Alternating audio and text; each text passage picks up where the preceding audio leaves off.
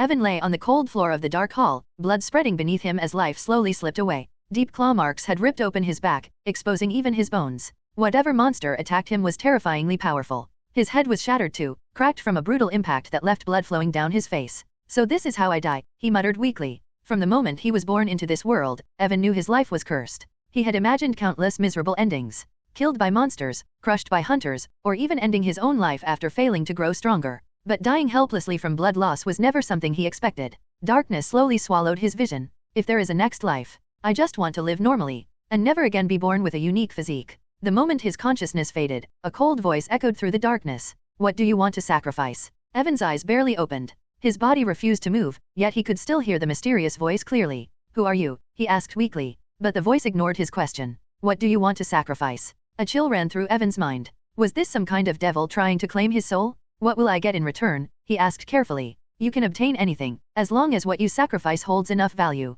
Evan clenched his teeth internally. It sounded exactly like the stories about devils tempting people into selling their souls. No way I'm sacrificing my soul. Even though his life had been miserable, becoming a slave to a devil was far worse. As death crept closer, Evan desperately searched for something else he could offer. Then suddenly, he remembered the thing that had ruined his entire life from the beginning. His shadow physique. The cursed physique that prevented him from growing stronger like everyone else. Even if he died afterward, at least this cursed existence would never follow him into another life. I sacrifice my shadow physique. The moment those words left his mouth, black smoke wrapped around his body. Seconds later, the cold voice returned. What do you want in exchange? Heal my injuries, and give me some cores. He never expected the second request to succeed, but if he could receive even a few cores, maybe he could finally become stronger after losing the physique that held him back. After a long silence, the voice answered. Your physique holds enough value. Beginning sacrifice ritual. The entire hall glowed dark red. You cannot survive sacrificing your physique in your current condition. I will heal you first. However, because payment is incomplete, you will receive only half the cores.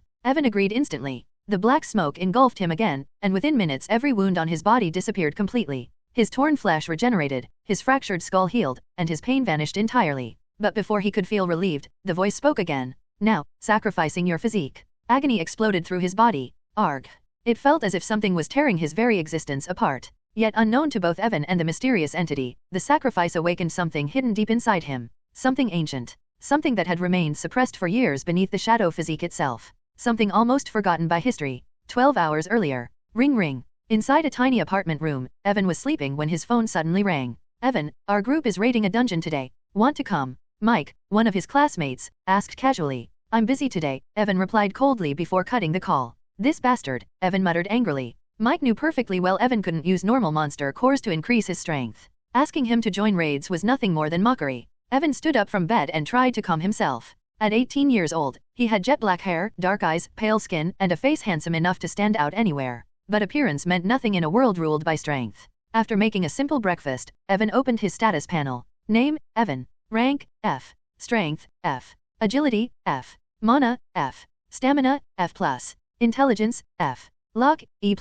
Charm, D. Skill, Shadow Walk. Physique, Shadow Physique. Title, Job, None. Looking at the pathetic panel, Evan could only laugh bitterly. Only his luck and charm ranked above F. Everyone can grow stronger using normal monster cores, but I can only use shadow cores. And shadow cores were among the rarest resources in existence. His gaze stopped on the words shadow physique for a moment before he closed the panel. After packing his bag, Evan headed for the door. I just need one shadow core today. With that small hope in mind, he stepped outside. Ray sprinted down the crowded street, panic written all over his face. Damn it! How could I oversleep on the very first day of my job? I struggled so much just to get this opportunity. I can't afford to be late now, he muttered while running as fast as he could. In his hurry, he accidentally slammed into a middle-aged man. Sorry, Ray shouted without even slowing down. The man frowned angrily. Young people these days have no manners at all. But Ray didn't care. Right now, reaching work on time mattered more than anything else. Soon, he arrived at the main road, only to stop in frustration when he saw the traffic light glowing red. Seriously? Why is this signal always red whenever I get here?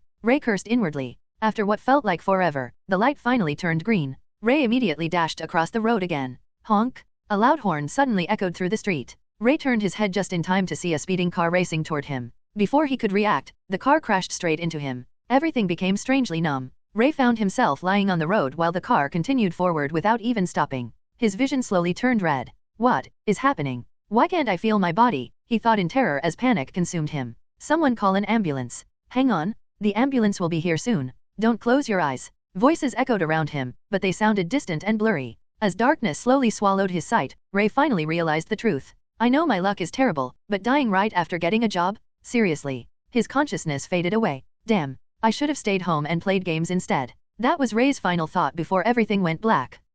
Ray slowly opened his eyes. Above him was the ceiling of a small room, somehow both familiar and unfamiliar at the same time. A hospital, he wondered while glancing around. But something felt strange. He knew he had never seen this room before, yet it oddly felt familiar. Carefully, Ray moved his body. No pain. He stood up effortlessly, completely stunned. How the hell am I perfectly fine after that accident? Confused, he looked around until his eyes landed on a mirror nearby. The moment he saw his reflection, his eyes widened in shock. What the hell is going on? Before he could process it, an unbearable headache exploded inside his mind. Arg. Ray collapsed to the floor, clutching his head as countless unfamiliar memories flooded into him. The pain lasted several minutes before finally disappearing. Covered in sweat, Ray slowly stood up. Evan, he muttered. At last, he understood everything. He looked back into the mirror, disbelief covering his face. I actually transmigrated into another world? Not only that, it was a world where magic and supernatural powers truly existed. According to the memories he inherited, this world was called Arora. In Arora, people awakened special abilities before turning 16. Those who awakened powers could become hunters and enter dangerous dungeons filled with monsters. The body Ray now occupied belonged to a boy named Evan, an orphan who had grown up in an orphanage. At the age of 14, Evan awakened a rare physique called the Shadow Physique along with a special ability known as Shadow Walk. This skill allowed him to transform into a shadow and move freely through obstacles as long as he had enough mana. Because of his awakening, Evan was admitted into the Hunter Academy for free. At first, Evan believed his future would be bright. Hunters normally strengthened themselves by absorbing monster cores found inside dungeons. Different monsters dropped different elemental cores, and absorbing them increased a hunter's power. Most people could absorb around 30% of a core's energy. If the core matched their elemental affinity, the absorption rate became even higher. But Evan had one terrifying problem. His body rejected almost every type of core. No matter how hard he tried, he couldn't absorb their energy at all. Eventually, Evan realized the truth. Because of his shadow physique, only shadow-type cores worked for him. Unfortunately, shadow monsters only appeared in high-ranked dungeons far beyond Evan's abilities. As a poor orphan with no money or support, obtaining shadow cores was nearly impossible. Which meant, Evan could never grow stronger. Ray let out a bitter laugh after fully understanding the situation. My new life was already doomed before it even began. Evan came out of his room and started walking outside the boys' dorm room. It has been 2 years since Ray transmigrated in the Arora world. During these 2 years he completely replaced Evan and took his position in the academy. No one suspected anything because Evan had no friends in the academy. Everyone looks down on Evan because it has been 3 years since he joined the academy, but he is still an F-rank hunter. No one knows about Evan's strange physique except the teachers of the academy. But Ray wasn't bothered by this. On the contrary, he was happy that he will not have to act like Evan when he met someone because no one ever talked to him. During these 2 years, Evan learned how to use a sword. Although he is not an expert in using a sword, after these 2 years he was still able to master basic swordmanship after working hard these 2 years. Evan exited the boys' dormitory and started walking towards the exit of the Hunter Academy. Evan lives inside the Hunter Academy since all students who join the academy can live there for free, but you can only stay inside the academy for 4 years, and this is Evan's last year. When Evan was walking towards the exit of the academy, many students looked at him with eyes filled with disgust. Although Evan's charm is quite high and he looked really handsome, people think of him as a useless man who is afraid of the dungeon and can't enter inside it. Evan didn't care about the looks he was receiving and continued to go towards the exit of the academy. After coming out from the academy, Evan walked for 5 minutes and took a taxi. City Plaza please, Evan said to the taxi driver after sitting inside the taxi. The driver nodded and started to drive towards the City Plaza. Evan closed his eyes and started to think about what he is going to do today. Currently Evan is going to the City Plaza to buy a potion called Invisibility Potion. It's a rank 2 potion that can make you invisible for 3 hours. If you use this potion, no one below rank C will be able to detect you. Evan is going to buy this potion because he is going to enter inside a D-rank dungeon, Shadow Kingdom, alone. Evan did many jobs during these 2 years to save enough money to buy this potion so he can enter a D-rank dungeon. Even before Ray transmigrated here, previous Evan was also saving money to buy this potion so he can kill some D-rank shadow monsters after entering the D-rank dungeon. During these 2 years, Evan wasn't able to increase his power even a little because he wasn't able to get any shadow core that he can use to increase his power. In the end he decided to buy an invisibility potion so when he will enter inside D-rank dungeon, monster won't be able to see him and he will be able to kill them. After 15 minutes Evan arrived in the market area. He paid the taxi bill and walked towards a large building. He entered the building and took the elevator to arrive at the 7th floor of the building where they sell potions and other herbs. Evan came before the reception of the floor where a young man was standing with a smile. When he saw Evan he asked politely, "How can I help you, sir? Do you guys have an invisibility potion?" Evan asked after coming in front of the receptionist. Give me a minute to check our stock, the receptionist said and looked at the details on his computer. After 20 seconds he said, we have rank 1 and rank 2 invisibility potions. Evan nodded and asked for a rank 2 invisibility potion. Rank 1 invisibility potion will make you invisible for 1 hour and it can't hide you from D-rank monsters. When the receptionist heard this he made a call and soon a lady brought a small box. After giving the box to the receptionist she left. The receptionist opened the box and took out a bottle that was filled with a dark blue liquid. Evan touched the bottle and its details appeared on his status window.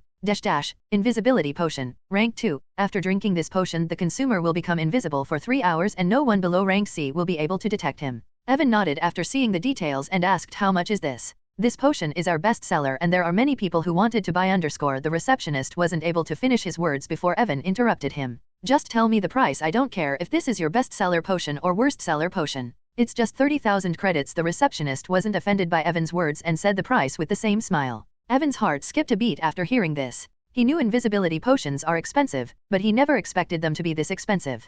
Currently he has around 32,000 credits that he saved in the past 2 years. Even the money previous Evan saved is included in it. Evan looked at the receptionist and asked, can't you give me a little discount? Sorry sir, this potion is our best seller so we can't give you any discount on it, the receptionist said with the same smile. Evan sighed after hearing this but he still paid for the potion and bought it. Thanks for your purchase sir, the receptionist said with the same smile that started to irritate Evan for some reason. Evan took the bottle of potion and left the shop. His next destination is D-rank Shadow Kingdom dungeon. After buying the potion Evan came out from the plaza and sighed, I just have 2,000 credits left. If I don't get anything inside the dungeon I will be doomed. Evan spent his 2 years of saving to buy this potion so he can enter inside D-rank dungeon and kill some D-rank shadow monsters and get some shadow cores. There is around a 20% chance of getting a core by killing a monster. Evan is hoping that he will be able to kill around 15 monsters in 3 hours, and will get around 3 shadow cores in that period. Evan is praying that his E+ luck will do some trick and he will be able to get at least 3 shadow cores. Evan wanted to get 3 shadow cores because 1 shadow core can be sold at 30,000 credits. If he gets 3 shadow cores he will be able to get his 30,000 credits back by selling 1 core, and he can increase his power by absorbing the remaining 2 cores.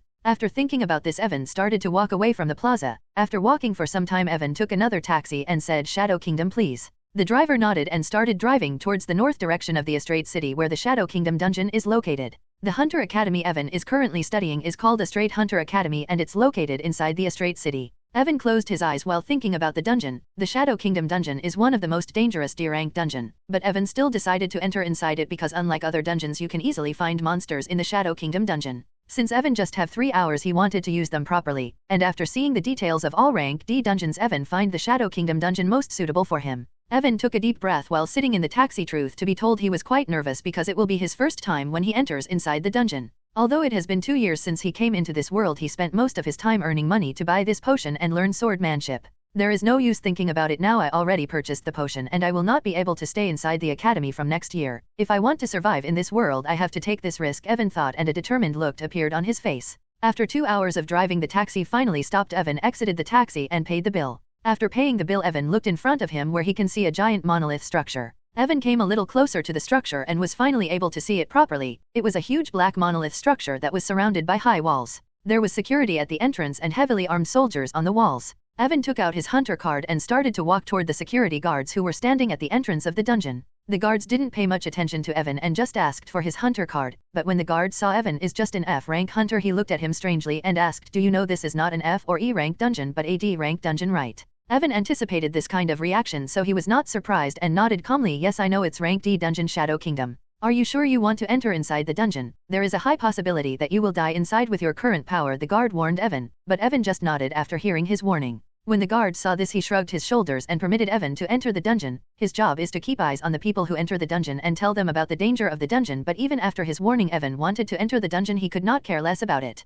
Evan came before the entrance of the dungeon, which was a 5-meter high and 3 meters wide portal. Evan looked at the giant hole-type portal seriously and after taking a deep breath he entered the portal. Upon entering the portal Evan was teleported to a hallway. Evan looked around him and he just saw dark walls all around him. Evan looked behind him and saw the same portal there. Evan sighed in relief when he saw the portal. At least he is now sure that he can leave from here whenever he wanted. Evan took a deep breath and first took out a sword that he brought with him from the academy. Evan used a paralyzing poison to coat the sword so he can kill the monster more easily. After taking out the sword Evan looked at the hallway that was leading him deeper in the hall. Evan took out the invisibility potion and looked at it carefully. All novels that I read in my past life mentioned that the potions always taste like shit. I don't know how those authors know how shit tastes like, but I hope I will not throw up after drinking it, Evan said and opened the lid of the bottle. Gulp asterisk gulp asterisk. It tastes like a chocolate smoothie, Evan said after drinking the potion. I think I can drink it every day in the morning, Evan thought, but when he remembered the price of this potion and his remaining bank account balance, he forgot about drinking this potion every morning. After drinking the potion, Evan suddenly felt like his body started to turn illusionary, and after 10 seconds he disappeared from the place he was standing.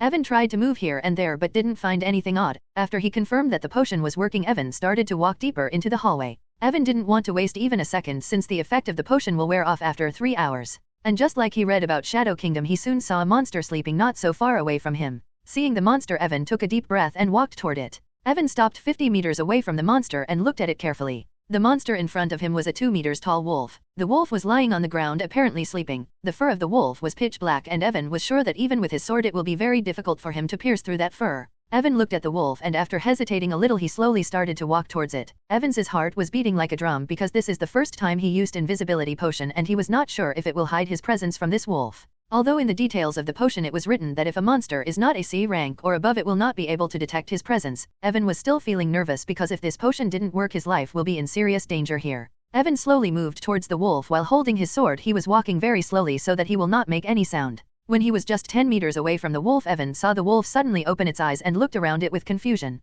When the wolf opened its eyes, Evan stopped where he was standing and even stopped breathing. Cold sweat appeared on Evan's back when he saw how the wolf was looking here and there like searching for something. Luckily the wolf soon gave up and once again returned to sleep. Evan sighed in relief when he saw the wolf wasn't able to detect him even though he was just 10 meters away from it. Evan once again started to move towards the wolf with slow steps. When Evan was 5 meters away from it he stopped breathing and carefully came near it. When Evan was just 2 meters away from it he held his sword tightly and just like he practiced for the past 2 years slashed his sword in a swift motion. Evan targeted the eyes of the wolf so that it will become blind and it was the only place that was not covered by its thick black fur. Howl. The wolf howled in pain when Evan destroyed the left eye of the wolf, and after destroying the left eye Evan didn't stop and immediately attacked the right eye. Since Evan was invisible and the wolf just lost its left eye, it wasn't able to sense the danger and its right eye was also destroyed. Howl. Black blood flowed out from the destroyed eyes of the wolf and it fell to the ground because of the pain. Evan didn't miss this chance and thrust his sword at the heart of the wolf. But just as Evan expected, his sword wasn't able to dig deeper into the skin of the wolf because of its metallic-like thick fur. But Evan didn't give up and continued to thrust his sword at the same place. When Evan was about to thrust his sword for the 5th time, he saw how the wolf suddenly lifted its right claw and slashed towards his direction. Evan quickly stopped his attack and backed away from the wolf. The claw of the wolf barely missed him. When Evan saw how even after becoming blind this wolf was still able to attack him, he became even more cautious and moved behind the wolf. The wolf slowly stood up and tried to sniff around it to find Evan, but because of the invisibility potion, it wasn't able to find anything. The wolf started to slash with its claw here and there, but after 30 seconds the wolf started to have difficulty moving its body. When Evan saw this he quickly understood that the paralyzing poison is finally working. Suddenly the wolf fell to the ground and wasn't able to move its body. When Evan saw this he quickly came near the wolf and thrust his sword near its heart. Because the wolf wasn't able to move, Evan easily killed it. After killing the wolf, Evan quickly looked for the core. "Please give me a core," Evan said and looked near the area of the wolf's heart. The cores of monsters are located near their heart. Evan made a hole near the heart area of the wolf with the help of his sword and put his hand inside the hole to look for the core. Suddenly Evans felt his hand touch something solid and his eyes lit up when he felt this. Evan quickly grabbed it and pulled out his hand. When Evan looked at his hand he found a black round object that was around the size of a golf ball. Evan almost laughed out loud when he saw this. Although it is his first time seeing a shadow core in real life, he saw many pictures of these cores online. "I can't believe this small thing is worth 30,000 credits. I worked more than 2 years to make this much money," Evan said after seeing how the shadow core just looks like a normal marble. Evan carefully put away the core inside his bag and after looking at the corpse of the wolf one last time he started to walk deeper into the hallway. Since the moment Evan entered the dungeon 15 minutes already passed away, so he moved quickly into the hallway and just after 2 minutes of walking Evan once again saw something a little far away from him. When Evan looked carefully and saw 2 monsters, one was a cat-like monster and the other looked like a hyena. Both cat and hyena were sleeping. Evan looked at them carefully and decided to kill the cat monster first because from the looks of it, the defense of the cat monster looks very weak and he should be able to kill it with a single move. With this thought in mind, Evan slowly started to walk towards the cat. When he was 20 meters away from the cat suddenly stood up and looked in his direction. When Evan saw this he stopped moving and even stopped breathing. The cat didn't look away and continued to look in the direction where Evan was standing. "Don't tell me it can see me," Evan thought, and his heart started to beat like crazy. Suddenly the cat stood up and started to move in his direction. Slowly the cat started to close the distance between them. When the hyena heard the sound of the cat's footsteps, it also woke up and looked at the cat with a puzzled expression. When Evan saw even the hyena woke up, he almost cursed the receptionist who sold him this potion. The cat-type monster slowly walked towards Evan. The monster had the same height as a normal cat, but its fur was pitch black and its eyes were deep red. Even when Evan saw the cat was walking towards him, he didn't move because he can see the confusion on the face of the cat monster. It may have sensed something, but it still wasn't able to detect the presence of Evan. Soon the cat was just 2 meters away from Evan. The cat stopped after coming 2 meters away from Evan. When Evan saw how close the cat monster was standing, he started to sweat buckets. The cat monster sniffed the air after stopping near Evan and made a confused face like its senses were telling it there is something, but for some reason it wasn't able to see or detect its presence. When Evan looked at the hyena, he saw the hyena was looking at the cat in confusion, which means the senses of the hyena didn't detect anything. When Evan saw the hyena wasn't able to detect his presence, he looked at the cat once again and saw it started to walk away from him when it didn't find anything.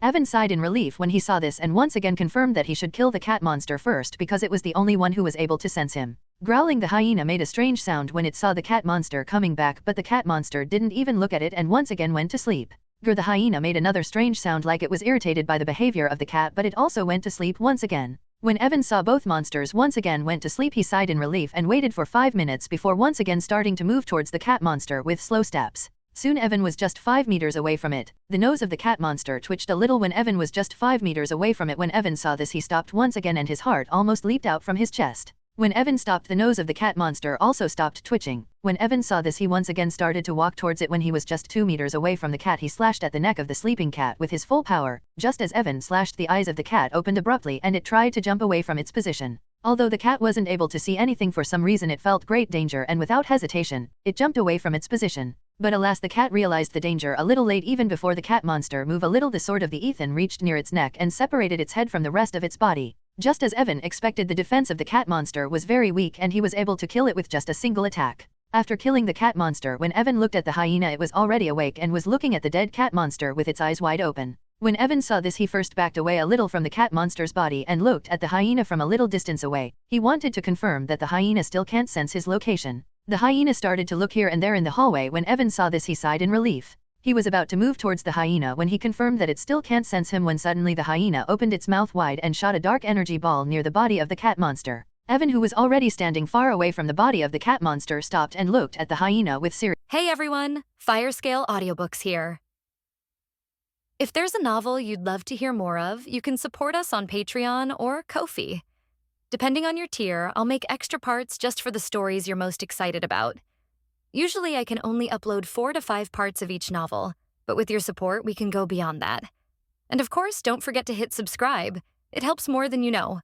Eyes. Boom asterisk. The dark energy ball landed near the body of the cat monster and its body turned into bits of flash because of the explosion, but the hyena didn't stop and shot more energy balls at the different locations in the hallway. Evan, who saw how the hyena was shooting dark energy balls here and there like a mad beast, started to back away in the hallway. Suddenly, by chance, the hyena shot a dark energy ball in his direction. When Evan saw this, his eyes opened wide and he quickly crouched down to the ground. Just as Evan crouched down, the dark energy ball flew past his head, missing him just by a distance of a few centimeters. Boom asterisk. The energy ball landed 10 meters away from him and a 1 meter wide and 3 meter deep crater was formed because of the blast. When Evan saw the impact of the blast, cold sweat appeared all over his body. He quickly stood up and made more distance between himself and the hyena. After 5 minutes, the hyena stopped shooting the dark energy ball and was panting a little because of so many attacks that it just used to find Evan. When Evan saw the hyena finally stop using its dark energy ball and was panting because of using its skill so many times, he quickly moved forward and started to walk towards the hyena. The hyena was still on full alert and was looking here and there in the hallway with cautious eyes.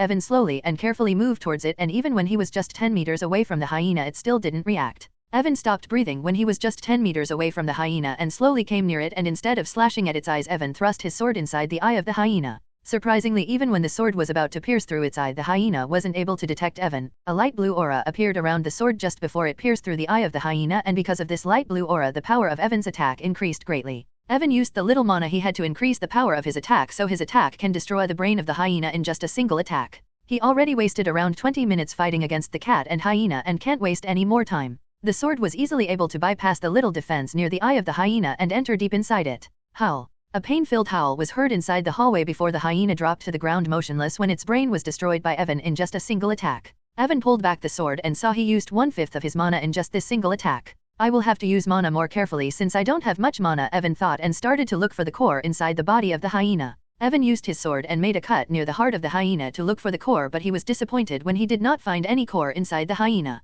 Evan came near the body of the cat that was already blown away by the attack of the hyena. Earlier there were just chunks of flesh there. The entire body of the cat was destroyed because of the blast earlier. Evan tried to look for the core near the destroyed body of the cat monster, but when he didn't find anything even after 5 minutes he stopped looking and sighed. The chances of these monsters having a core were already low, so I guess instead of wasting my time here I should move forward and kill other monsters. 40 minutes have passed since Evan entered the dungeon. He now had only 140 minutes left before the effect of the invisibility potion ends, so Evan moved quickly and started to walk deeper into the dungeon. After 1.5 hours Evan was sitting on the ground while panting heavily. There were 3 corpses of rabbit-type monsters lying near him. During these 1.5 hours Evan killed 7 more monsters, but he got only 1 core from these 7 monsters. He now has only 40 minutes left before the effect of the invisibility potion ends, and he still got only 2 cores. I can't go more deeper in the dungeon or I will not be able to leave the dungeon before the effect of the invisibility potion run out. Looks like I can only leave the dungeon with these 2 cores this time, Evan said with a bitter tone, because even after doing everything he only got 2 cores and he can't absorb them because he has to sell them so he can get his 30,000 credits back and buy another potion so he can once again enter the dungeon safely.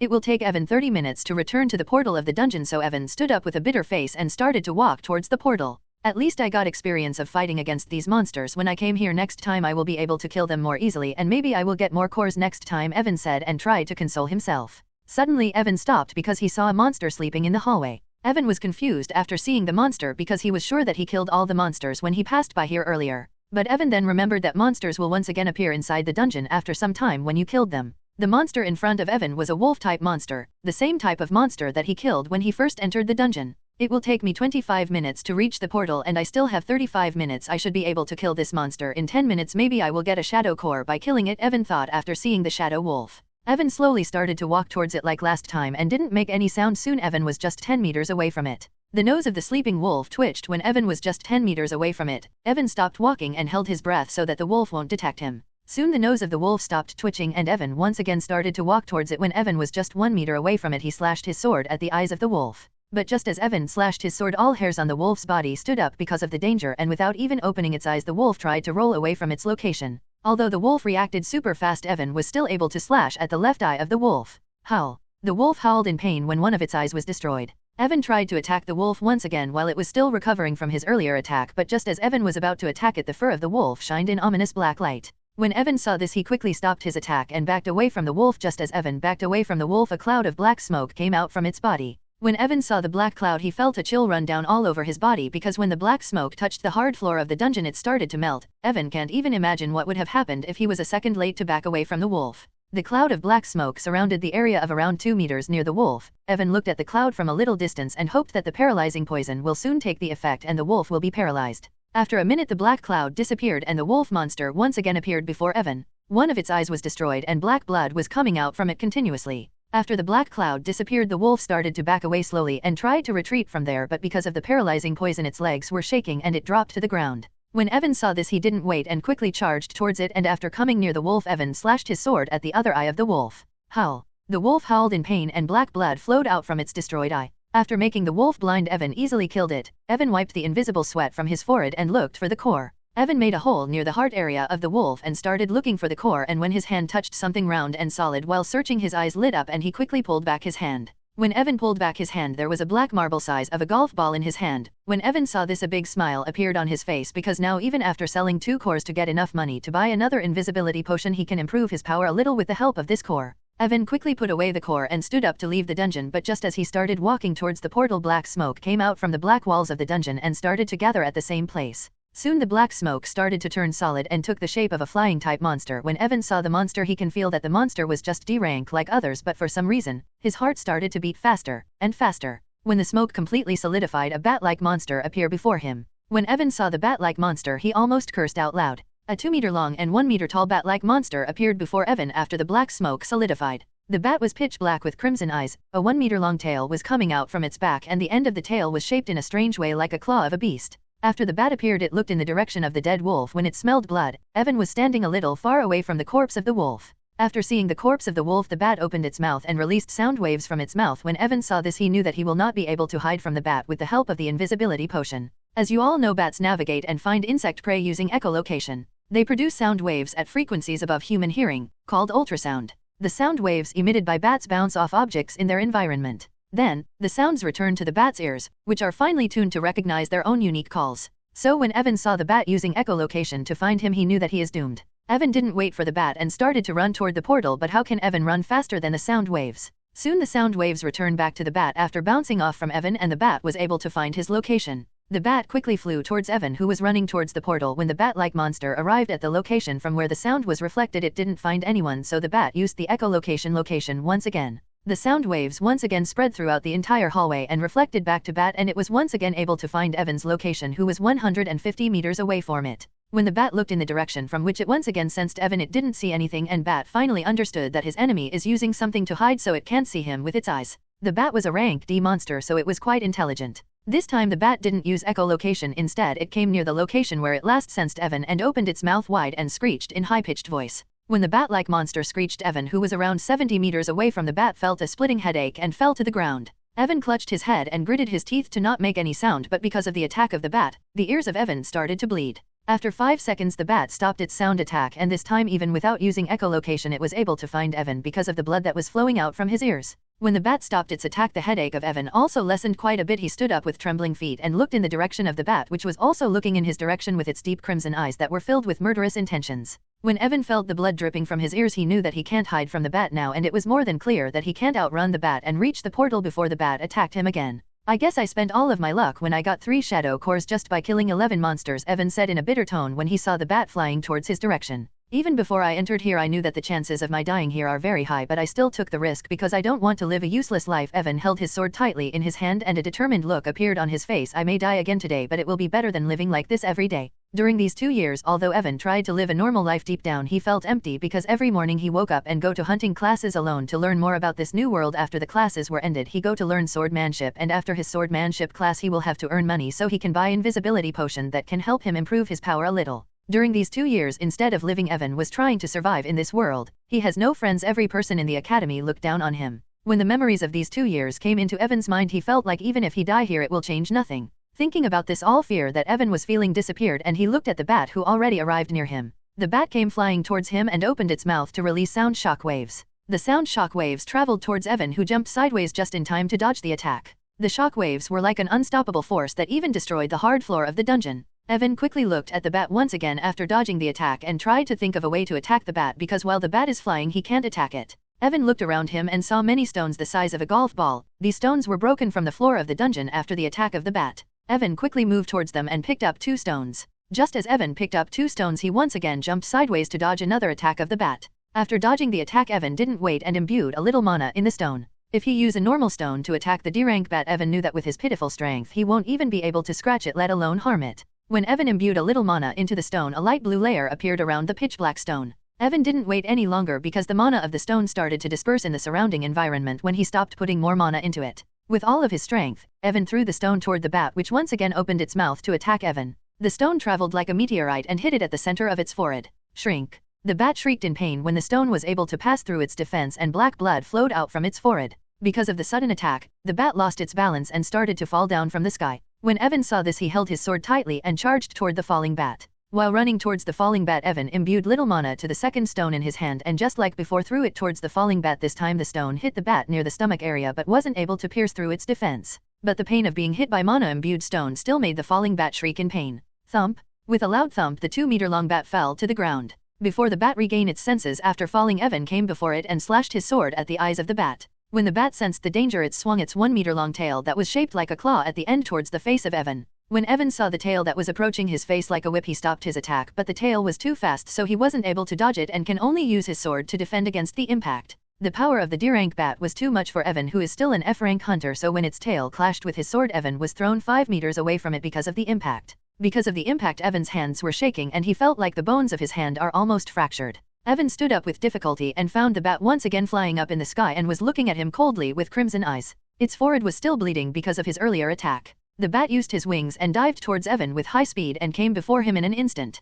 Evan wasn't even able to follow the movement of the bat because its speed was too fast for him to see. When he realized the danger, the bat already appeared in front of him. After coming before Evan, the bat used its front claw and tried to cut off his neck with a single sweep.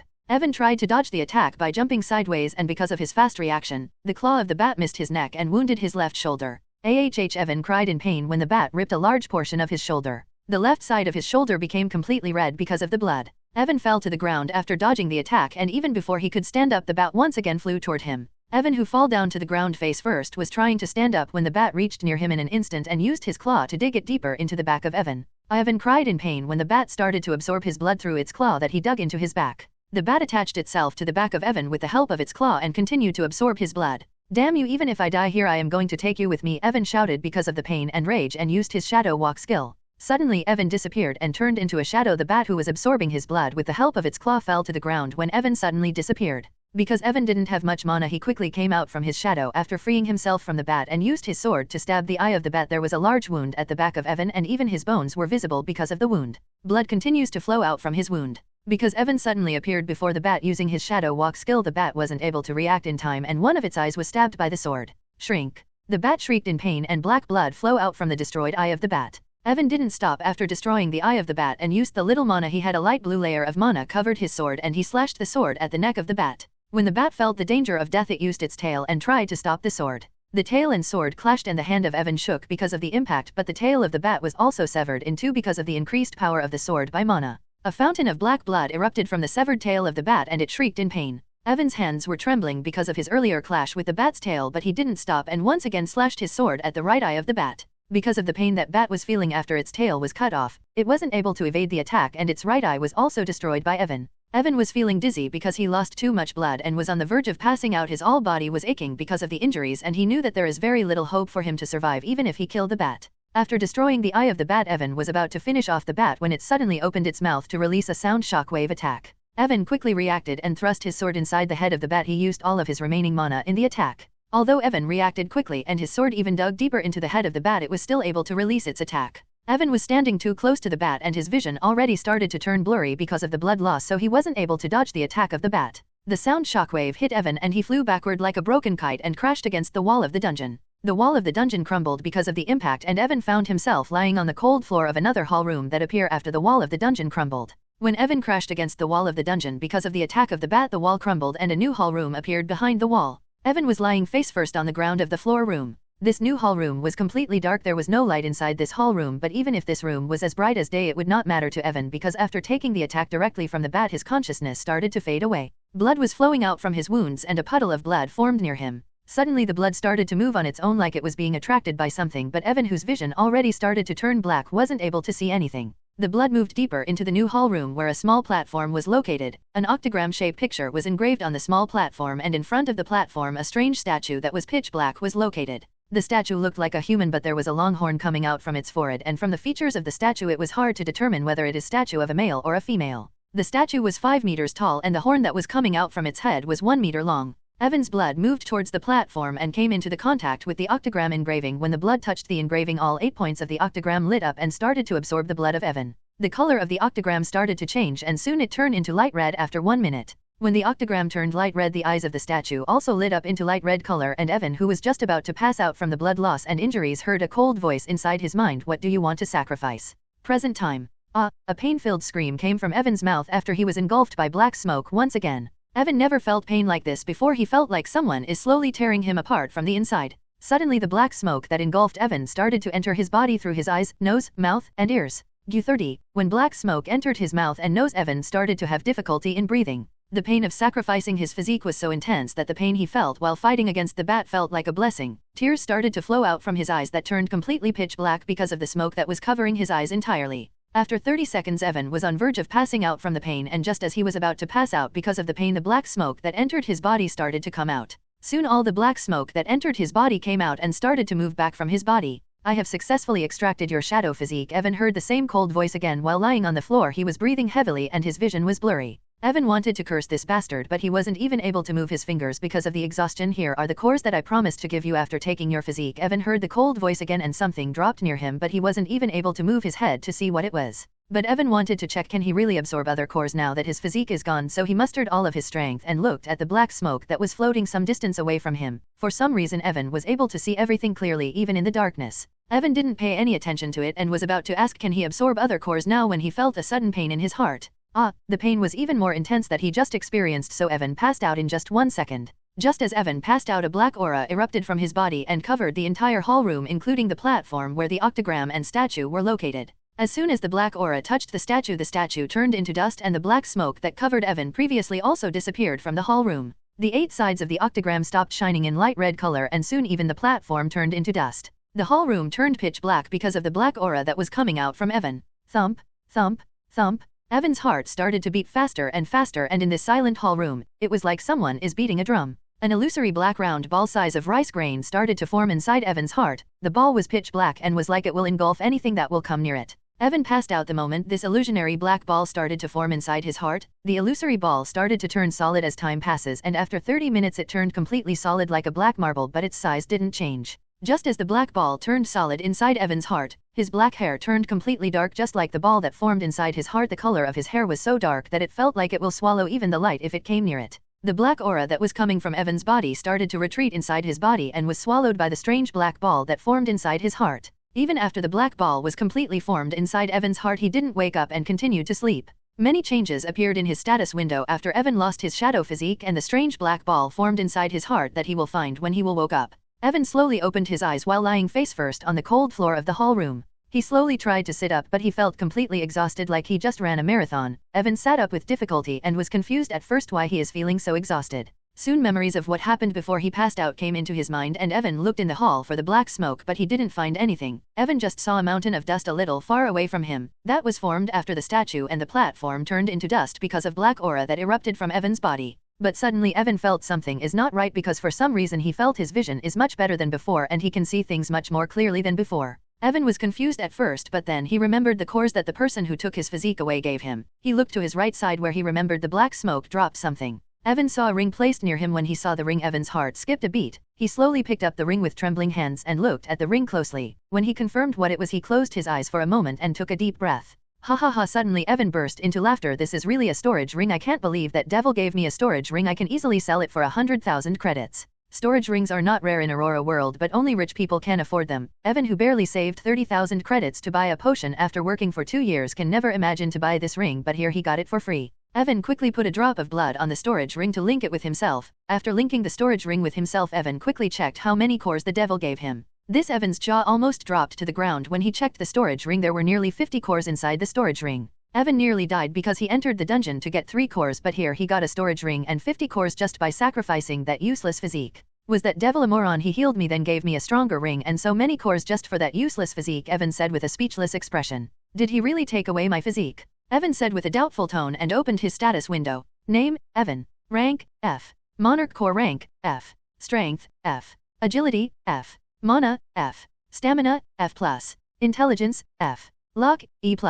Charm, D. Skill Shadow Walk. Physique Shadow Monarch Physique. Title, Job none. What is this Monarch core rank? Evan asked after seeing a new term in his status window, but he continued to look down till he saw his physique. What? Evan shouted with a shocked voice after seeing a new name in his physique details. Just as Evan looked at the Shadow Monarch physique, some details appeared on his status window.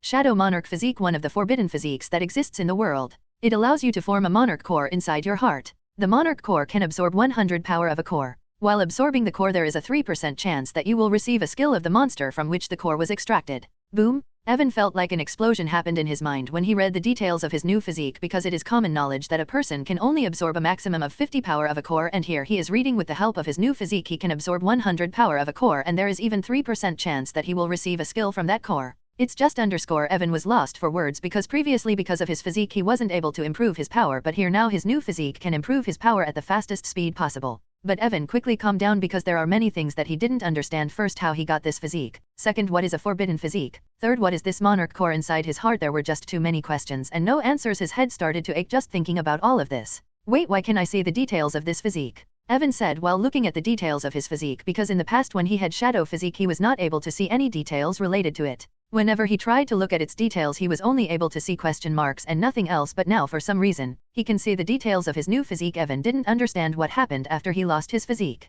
Monarch core, I remembered. I felt like my heart is going to burst apart before I passed out. Was it because of this core? Evan said and tried to sense something strange with his heart. Evan closed his eyes and focused his mana on his heart. Suddenly the picture of his heart appeared in his mind and Evan was able to see a pitch black ball size of a rice grain slowly rotating inside his heart. So this is a Monarch core that can help me absorb 100% power of a core. Evan said doubtfully, because this core was just the size of a rice grain, how can it help him to absorb 100% power from a core? Evan looked at the storage ring that he received from the devil and took out a red core from this. It was a fire core that must have been taken from a fire type monster. All cores inside the storage ring were D rank. Evan took a deep breath after taking out the core. Let's see, can I now absorb cores that are not shadow type, Evan said, and imbued his mana in the core to refine it. Just as Evan imbued his mana in the core, orange fire-like wisps started to appear around the core and moved toward Evan's body. Evan looked at this with nervous look because if his body absorbs these wisps it means he can now absorb other cores as well, just like normal hunters, but if he wasn't able to absorb these wisps it means that nothing changed for him. The wisps slowly came near his body and were absorbed by him. Evan's eyes sparkled when he saw this, and in just 1 minute the core disappeared and Evan felt his power improved a little. I was just able to absorb 30% power of the core, Evan said when he wasn't able to absorb 100% power of the core. Is this physique also a scam? Evan said when he wasn't able to absorb 100% power of the core.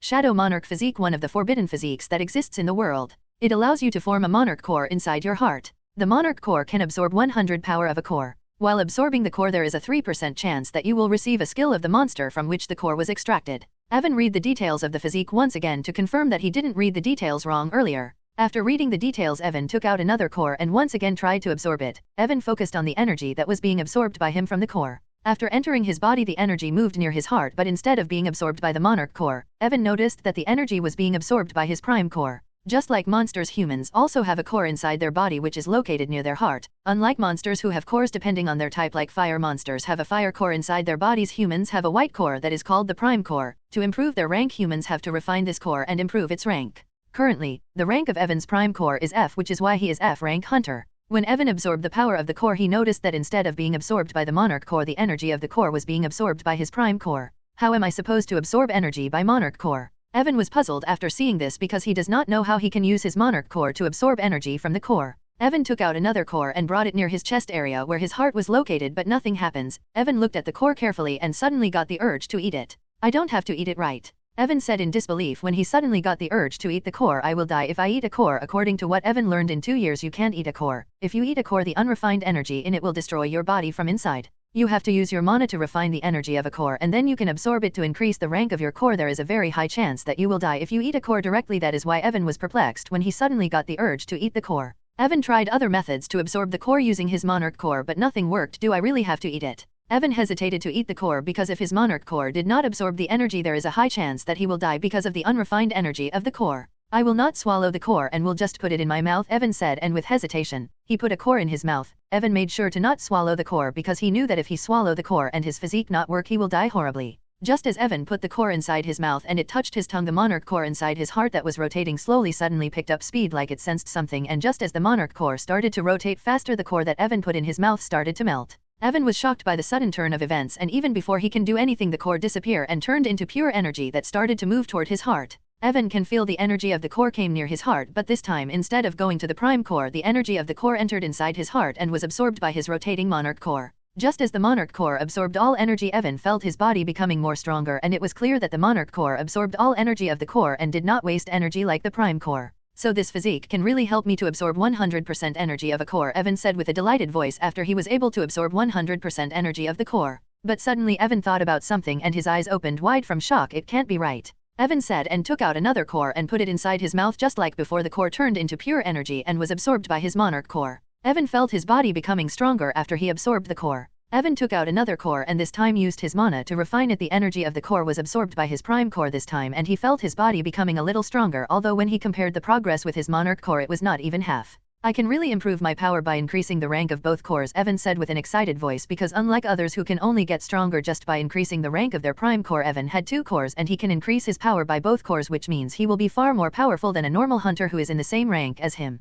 I will have to use more cores than normal people since I have to improve the ranks of 2 cores instead of 1, but now that I can absorb any core just like others it won't be a problem for me. Besides, Evan looked at the storage ring and a smile appeared on his face. I think these core are enough to increase the rank of my Monarch core to D rank, who can absorb 100% energy from a core. Evan decided to improve the rank of his Monarch core first since it can absorb 100% energy from a core and there is even a 3% chance that he will receive a skill from a core that will increase his power even more. After deciding this, Evan did not wait any longer and started putting cores inside his mouth one by one. When Evan absorbed the 12th core, the 3% chance of getting a skill from the core was finally triggered and a notification appeared before him. Evan continues to absorb the cores using his Monarch core, and when he absorbed his 12th core, which came from a wind-type monster, a notification appeared before him. You have learned skill Haste. I didn't expect to learn a skill this soon, Evan said with a delighted voice and looked at the details of his new skill. Haste, a skill that increases your agility by 20% for 1 minute. Cooldown time 30 seconds. A simple but excellent skill for improving his agility. Although Evan was hoping to get an attack type skill, he wasn't disappointed with this skill because there were still many cores left for him to absorb. After learning the skill, Evan continues to absorb more cores, and just as he absorbed 2 more cores after getting haste skill, Evan felt his monarch core start to rotate faster and faster. Suddenly the mana from the surroundings started to flow towards him and enter his body. A whirlpool of mana appeared above Evan's head when the surrounding mana moved toward him. After entering his body, the mana moved toward his heart and was absorbed by his monarch core. Evan felt a slight pain in his heart, but he was able to endure it easily. The mana whirlpool above Evan's head continues to gather mana near Evan's body, and after a minute Evan felt his monarch core stop rotating. Suddenly the monarch core released a burst of energy, and this energy started to refine his body. Evan felt his body being strengthened to another level and his mana capacity increasing greatly. Name, Evan. Rank, F. Monarch core rank, E. Strength, F. Agility, F. Mana, F. Stamina, F+. Intelligence, F. Luck, E+. Charm, D+.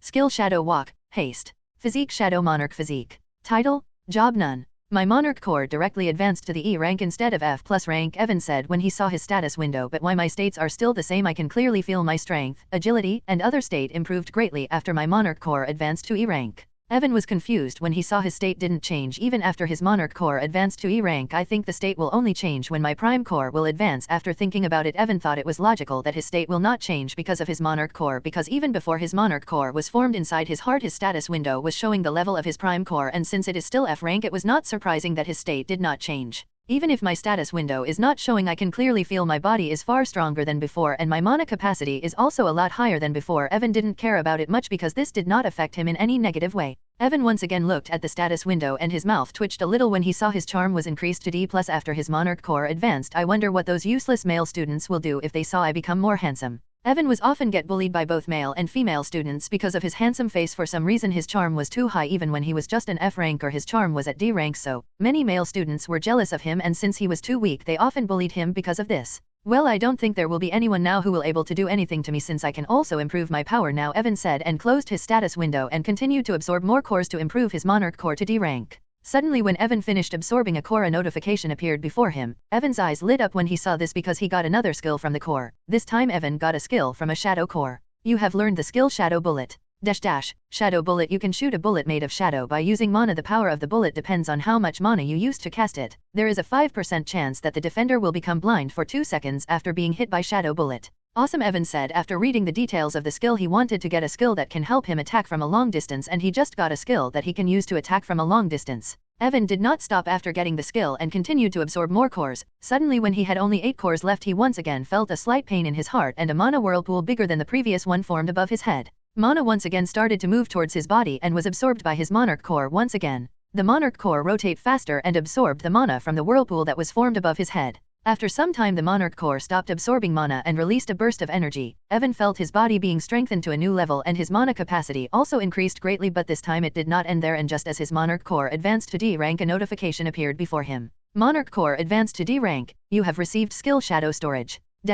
Shadow Storage, a special shadow space where you can keep anything that is not alive. The space of shadow storage depends on the level of the user. I can even get skills by improving my monarch core level, Evan said in disbelief, because getting a skill is very hard and only a few people have more than one skill, and here he got 3 skills just by absorbing some cores. Evan looked at the remaining 8 cores, and after thinking about it he decided to absorb them through his monarch core, but when Evan tried to absorb the core he felt severe pain in his chest area. The energy of the core came near his monarch core, but this time the monarch core didn't absorb the energy. When the monarch core did not absorb the energy, it moved towards his prime core and was absorbed by it. But Evan felt severe pain in his chest area when the prime core absorbed the energy, and to Evan's horror, he noticed some cracks started to appear on his prime core. Evan's prime core absorbed all energy that he wanted to refine through his monarch core. When his prime core absorbed all energy, it was filled with many cracks, and Evan was panting heavily because of the pain he was feeling in his chest area. What the hell was that? Evan said after some time when the pain in his chest area lessened a bit. Evan checked his prime core and was horrified when he saw many cracks all over it. Evan quickly took out another core from his storage ring and refined it using his mana, and used the energy of the core to heal his prime core. When the refined energy came near his prime core, it started to heal cracks on it, and when he absorbed all energy of the core, all cracks on the core disappeared and his prime core also advanced to F+ rank. Evan sighed in relief when the cracks of his core were healed and his prime core also advanced to F+ rank. His prime core was almost shattered because it was not able to handle the unrefined energy of the core that Evan absorbed directly. Unlike his Monarch core, which can absorb the energy without refining it, his Prime core can only absorb energy after Evan refines it by using his mana, but just now for some reason, his Monarch core did not absorb the unrefined energy and it moved near his Prime core that almost destroyed it. Why my Monarch core stopped absorbing more energy? Evan was confused by this sudden turn of events. Evan opened his status window and looked at his progress. Name, Evan. Rank, F+. Monarch core rank, D. Strength, F+. Agility, F+. Mana, F+. Stamina, F+. Intelligence, F+. Luck, E+.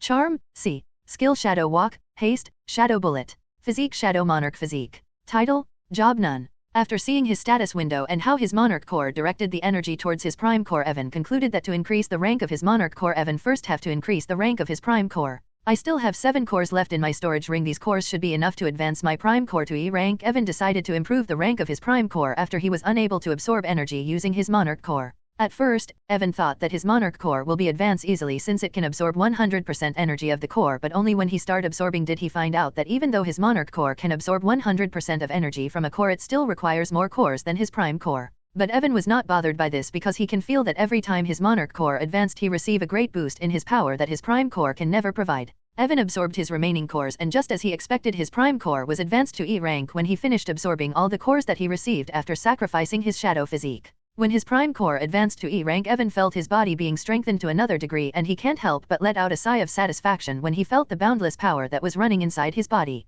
Name, Evan. Rank, E. Monarch core rank, D. Strength, E. Agility, E. Mana, E. Stamina, E. Intelligence, E. Luck, D. Charm, C. Evan checked his states and was surprised when he noticed his charm did not increase after his Prime core advanced to E rank. Evan closed his status window and finally stood up when he finished absorbing all cores. Evan felt a little odd when he stood up because his height, which was 180 centimeters previously, now increased to 185 centimeters, but he adjusted with it quickly and looked at the crumbled wall from which he came into this odd hall room. Evan looked in the hall room, but he didn't find anything other than a small mountain of dust that was formed after the statue and the platform turned into dust because of the black aura that erupted from his Monarch core when it washed formed. When Evan did not find any trace of the person who spoke to him, he started to walk outside the hall room. Evan came out from the hall room through the crumbled wall. He saw the corpse of the bat that almost killed him with its last attack. But Evan had to close his eyes for some time because he felt the hallway was too bright and he is looking at the sun directly. After some time his eyes were able to adjust according to light, and when he saw the hall room behind the crumbled wall, he was surprised to find out that the entire hall room was completely dark, but he can still see everything clearly. I also got a night vision, Evan thought when he finds out he can even see in complete darkness.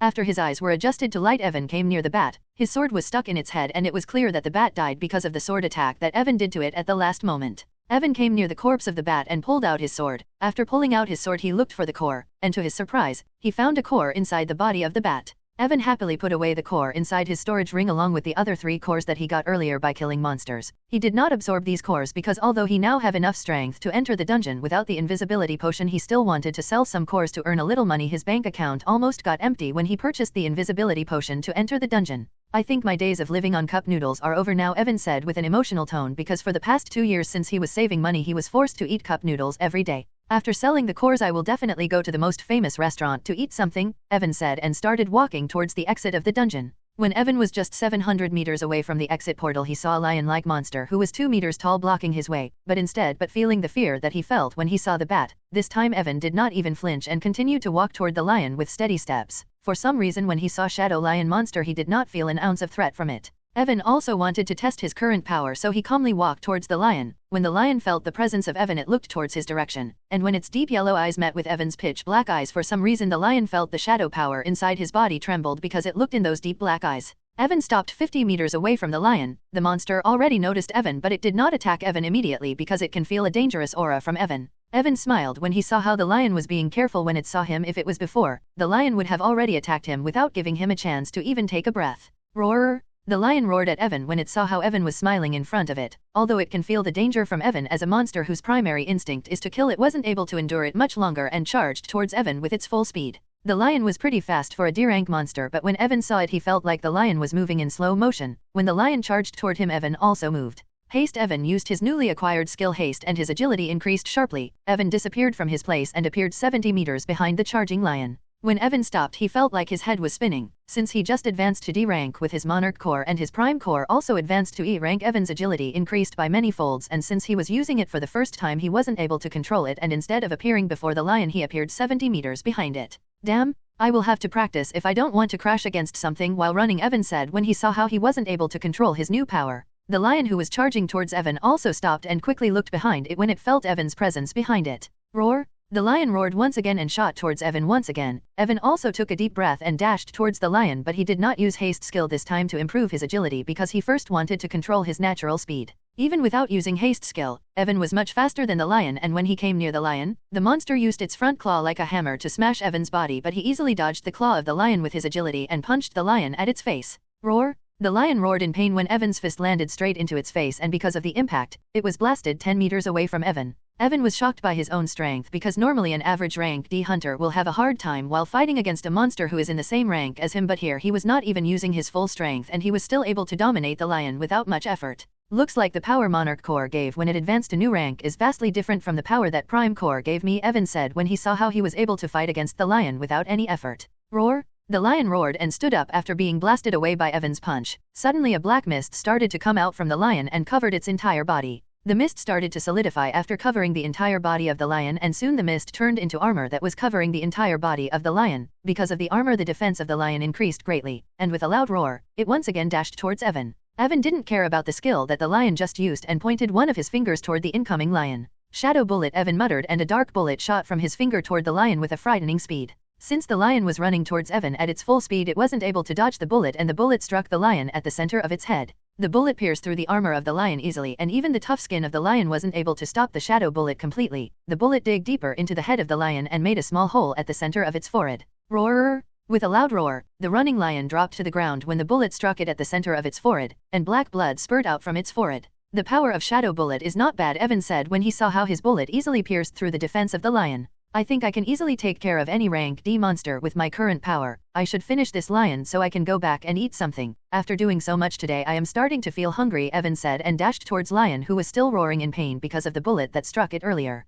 With his high agility, Evan came before the lion in the blink of an eye and once again used shadow bullet, but this time Evan used 3 times more mana that he used before. A sharp-looking 2 centimeters long bullet formed at the tip of Evan's finger and he shot it at the lion. The bullet pierced through the head of the lion and destroyed its brain. Roar! With a loud painful roar, the lion stopped breathing and died. Evan looked at the lifeless body of the lion for a moment and remembered how just a few hours ago he was struggling to fight against the monsters who also possess the same strength as this lion, but just after a few hours, because of a single event, everything changed. When Evan thought how easily he killed the lion, a small smile appeared on his face. I wonder what kind of expression those arrogant students of the academy will make when they will find out about my current strength. After killing the lion, Evan looked for the core, but unfortunately, he did not find anything. Evan was not disappointed by this and once again started to walk toward the exit portal of the dungeon. This time he did not encounter any monster and safely came before the exit portal of the dungeon. Evan took a deep breath and exited the dungeon, to start a new life where he will not have to endure the mocking look of others, and he can also improve his power. Looks like that kid died in the dungeon, the guard who warned Evan when he entered the dungeon said.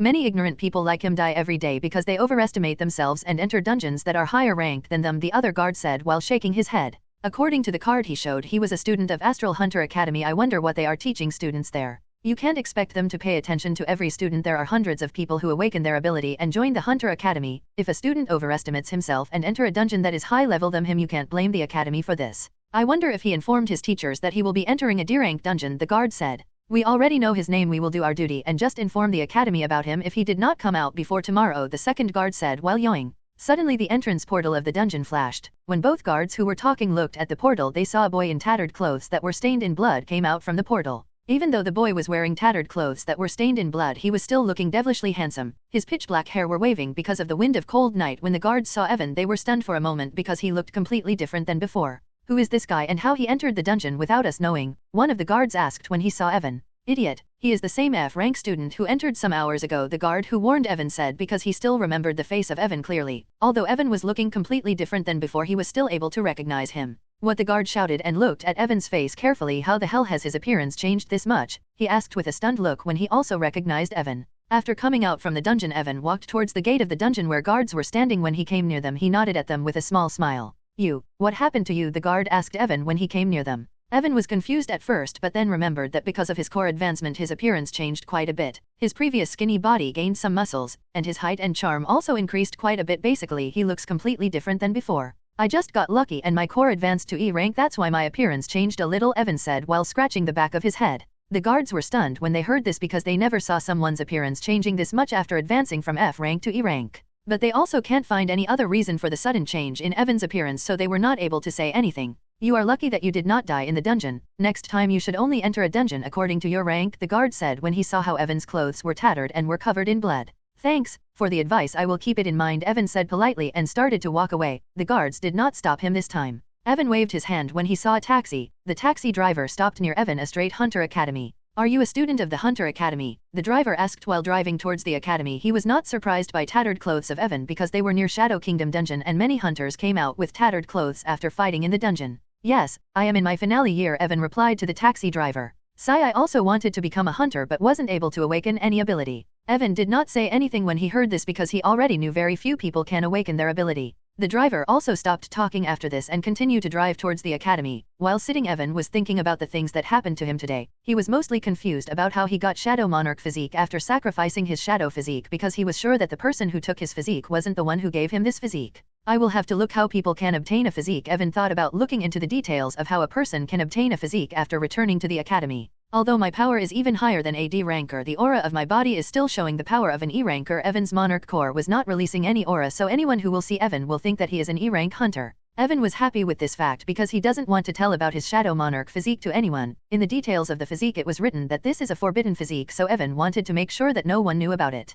After 2 hours he finally arrived at the academy. Evan paid the bill and exited the taxi. I am almost out of money. I will have to sell these cores or I will not even have money to buy cup noodles, Evan said with a sigh. Enter the academy. When Evan entered the academy there were not many students because it was already nighttime and most of the students were either training in the training ground or sleeping, but there were still some students who saw Evan. He was pretty eye-catching with his handsome face and tattered clothes that were covered in blood. Who is that guy? Is he also a student? One male student asked when he saw Evan. He may be a new student in the academy who forget to take extra clothes when he entered a dungeon. I think saw him somewhere before, a student said when he looked at Evan. Suddenly his eyes opened wide and he said, isn't he that trash Evan? When other students heard this they all were shocked, and when they all looked at his face they were also able to recognize him because Evan is famous all over the academy for being the weakest student. What happened to him? All students were shocked seeing Evan's new appearance. Evan already expected this kind of reaction from other students, so he just ignored them and continued to walk toward his dorm room. Evan. But Evan stopped when someone called him from behind. A cold light flashed in Evan's deep black eyes when he heard the voice.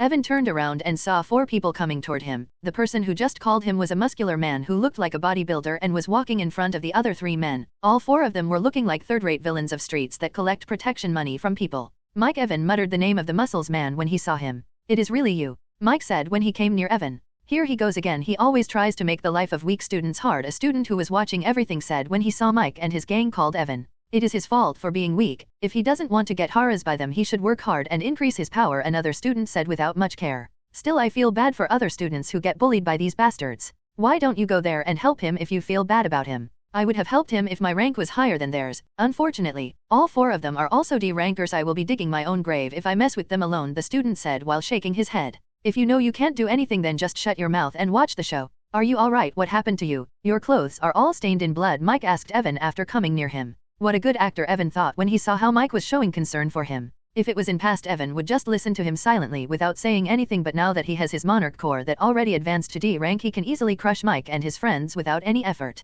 I am fine, thanks for your concern. I just went to the market to buy some stuff, but when the girls saw me they all jumped on me like a hungry lioness. I had to go through a bloodbath to safely escape from them, that's why my clothes are stained in blood. Sigh, being too handsome is really troublesome, Evan said with a sigh and made a face like he just suffered from a great injustice. Mike and the others who heard what Evan said were taken aback by Evan's response, and just looked at him dumbfoundedly. Go through a bloodbath to escape from girls? Do really want us to believe on this sh*t? This was the only thought that came to everyone's mind. Ha ha ha, Mike came out from his dazed look after hearing the laughter of the other students who were watching everything. A cold light passed through Mike's eyes when he looked at Evan, who was staring at him calmly. He was a little confused because Evan never talked back to him in past, but just now not only Evan talked back to him, he was even looking at him without any fear. I see you have learned how to joke, Mike said with a cold smile. Joke? What are you talking about? Evan asked with a puzzled expression. He is pissing him off, one student said when he saw how Evan was provoking Mike. You piece of sh*t, did you forget what happened last time when you talked back to us last time? Lucas, one of Mike's companions, said. Oh,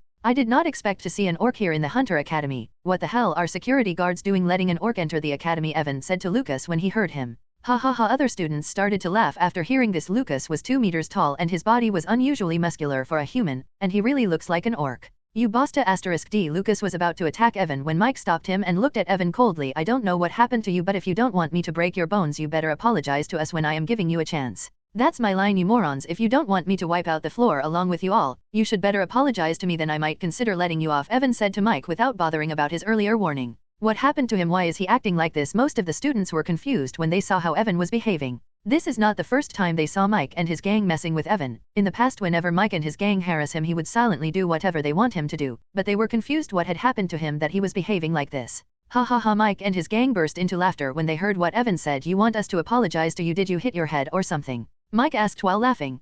Can't you four at least laugh like humans? I know your appearance is similar to monsters, but you guys can at least behave like humans, Evan said with an irritated voice because these muscleheads were laughing like idiots while standing in front of him. You bastard, do you think I won't kill you if we are inside the academy? Mike said while grabbing the collar of Evan's tattered shirt. Evan's expressions turned cold when Mike grabbed his collar. Remove your dirty hands if you don't want to become bedridden for the rest of your life, Evan said in a cold voice. When Mike heard this, he wanted to laugh, but when he looked at the deep black eyes of Evan, he suddenly felt an ominous feeling. He wanted to let go of Evan's collar and take a step back, but when he remembered how weak Evan is, he discarded that feeling. Evan just looked at Mike coldly, and when he did not let go of his collar, he was about to make his move when someone said, "What is going on here?" Mike quickly released the collar of Evan's shirt and took a step back after hearing the voice. Everyone looked in the direction from which the voice came and saw a girl walking toward Evan and Mike. So the class president finally appeared. One of the students who was watching said, "TCH, the show was just started to become interesting. I wanted to see what that Evan would have done after talking like this," a student said in a dissatisfied tone when he saw what happened. The girl who just appeared was the class monitor of the final year, and she is a C+ rank hunter. Her name was Valerie. Valerie had light blue hair and deep green eyes. Her skin was as white as jade. She came near Mike and Evan and asked once again, "What's going on here?" "Nothing. We were just talking among ourselves," Mike said with a nervous tone when he saw Valerie, because even if all four of them work together, they will not be able to do anything to her who is already a C+ rank hunter. "Mike, I think I already warned you to not harass other students," Valerie said in cold tone when she heard what Mike said. "But we did not do anything. You can ask Evan," Mike said and looked at Evan with threatening eyes. When Evan saw how Mike was looking at him, he just sneered, but he also doesn't want to involve anyone else in his matter, so he said, "Yeah, these guys were just asking me about the information about some monsters since they want to enter a dungeon. These muscleheads don't pay attention in class and now asking about it to me." Valerie was taken aback by Evan's response because in past Evan never said anything against Mike and others whenever they bullied him. Although he did not say anything against them, she was still surprised that Evan at least did not back away without saying anything. There was just one simple reason why Evan never said anything about Mike and his gang, because he was well aware of his situation. The Hunter Academy is not a place where you can go and complain to your instructor whenever you get bullied. As long as you don't cross the line, even instructors won't do anything. Valerie is the monitor of the class. If Evan complains about Mike to her, Mike and his gang will behave for some time but will harass him again after some time. Beside, Evan did not want anyone else to involve in his business. That is why even now he did not tell that Mike was picking a fight with him. "You guys should better pay attention in class next time. If not, and you come to me once again to get information about the monster, you will have to pay a price that you might not be able to afford," Evan said while patting the shoulder of Mike. Mike and his gang can only look at Evan with anger-filled eyes but wasn't able to say anything in front of Valerie. "Well, since I already gave you information about the monsters, I will be on my way," Evan said and started to walk toward his dorm room. "I swear you will regret this," Mike thought while looking at Evan, who already started to walk away. "I hope you won't give me chance to use my authority as a class monitor," Valerie said, and she also left. "The show was better than I expected," a student said when he saw the sour faces of Mike and his gang. "What show? I am sure that Evan dig his own grave by saying those things earlier. Do you think he will be fine after saying all of those things to these guys?" another student said. Evan did not care about what other students were thinking because he was already aware that Mike will try to mess with him again, but with his current power, Evan was sure that he will have no problem in taking care of Mike and his gang. Soon Evan reached his room. He first took a long bath and cleaned himself properly. While bathing, Evan was finally able to inspect his body. His body was perfectly sculptured now compared to his previous skinny build, and his height also increased by around 5 centimeters. "Is my body changed this much because of the Monarch Core? I never read anyone else's body changing this much just by advancing from F rank to D rank." Evan came out from the bath and looked at himself in the mirror. "My hair turned completely pitch black and the color of my eye pupils are also darker than before," Evan said while admiring himself in front of the mirror. After seeing himself in the mirror, Evan wore some clothes and made some noodles to eat. "I will sell those cores tomorrow and will definitely go to a restaurant," Evan said while eating the noodles with a sour face. After eating noodles, Evan finally lies down on the bed and took out his phone to search about how a person can obtain a physique. Evan was still confused about how he got his Shadow Monarch physique, so he wanted to look on the internet about it. According to information available on the internet, there are 2 known ways for people to have unique physiques. First, a person can born with a unique physique. The second is when a person awakens his ability, like Evan awakened his ability at age of 14, they can awaken a unique physique along with their ability. There may be another way for people to obtain a unique physique, but there was no information on the internet apart from these 2 ways. When Evan read this and thought about these 2 ways, his eyes opened wide in shock and he finally realized something. The previous Evan was born with shadow physique, but he did not know about it till he awakened his ability at age of 14 because people can't see their status window before they awaken their ability. Evan was born with shadow physique, but after reading information about physiques on internet, Evan concluded that when he awakened his ability at age of 14, he also awakened another physique along with his ability. The physique he awakened with his ability was the Shadow Monarch physique, but since he already had shadow physique, a complicated issue occurred in his physique and he wasn't able to absorb any core other than shadow core. This also explains how he got Shadow Monarch physique after sacrificing his shadow physique. Since he had two physiques and he sacrificed one of them, the other physique naturally took over the entire body of Evan, and the problem of him not being able to absorb other cores was also solved. Damn, to think I suffered this much because I had two physiques is quite absurd. Evan was lost for words after realizing this, because normally there is a very low chance that a person will have a unique physique, but he was suffering all this time because he had two physiques. Of course, this was all what Evan thought. There may be other reasons why he got Shadow Monarch physique, but after reading the details on the internet, Evan was at least 80% sure in his guess. Forget it, who cares how I get this physique? I just have to think about how I can get more cores to improve the rank of my prime core. I want to advance my prime core to D rank before I absorb more energy through Monarch core. I don't want to break my prime core like last time again, Evan said while putting away his phone. I don't want to enter a dungeon currently. I should take a mission from the mission hall of the academy tomorrow, Evan thought and closed his eyes. He was pretty tired after all the things that happened to him today. The next day after breakfast, Evan came out from the boys' dormitory and went towards the mission hall. The mission hall is the place where students of the Hunter Academy can take different types of missions and earn mission points. There are many types of missions available in the mission hall of the academy. Most of these missions are issued by normal people who are not hunters. These missions are not very dangerous because most of the missions are for the purpose of training the students and teach them. Evan came before a two-story building. There were many students who were entering and exiting the building. Evan went inside the building and saw many receptions. Students were talking with the receptionist and choosing the most suitable mission for them. Evan also went towards a male receptionist. When Evan came near the receptionist, he asked, "How can I help you? Is there any D rank mission?" Evan asked the receptionist after coming near him. "Can you show me your hunter card provided by the academy?" the receptionist asked, because he can show him the mission only after confirming his rank. Evan gave his hunter card to the receptionist, but when the receptionist saw Evan was an F-rank hunter, he looked at Evan weirdly and said, "Sorry, but with your current rank I can't show you D-rank missions. It will be very dangerous for you, and even the person who issued the mission may face problems because of this." "I understand, but I already advanced to E rank. I just didn't update my card because I was busy, and according to the rules I can accept missions that are one rank higher than me, right?" Evan said calmly when he heard what the receptionist said.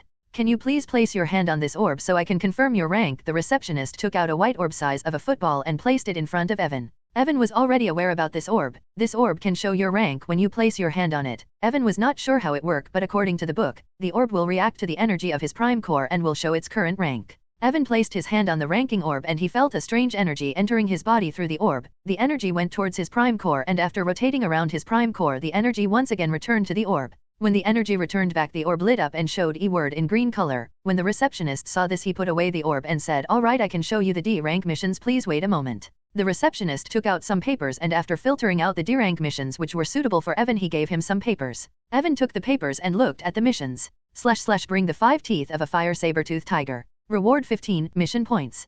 / kill the members of the Hawk Bandit group. Reward 15 mission points. / collect 5 stalks of moon grass from the night forest. Reward 20 mission points. / kill goblins near the stellar region. Reward 15 mission points.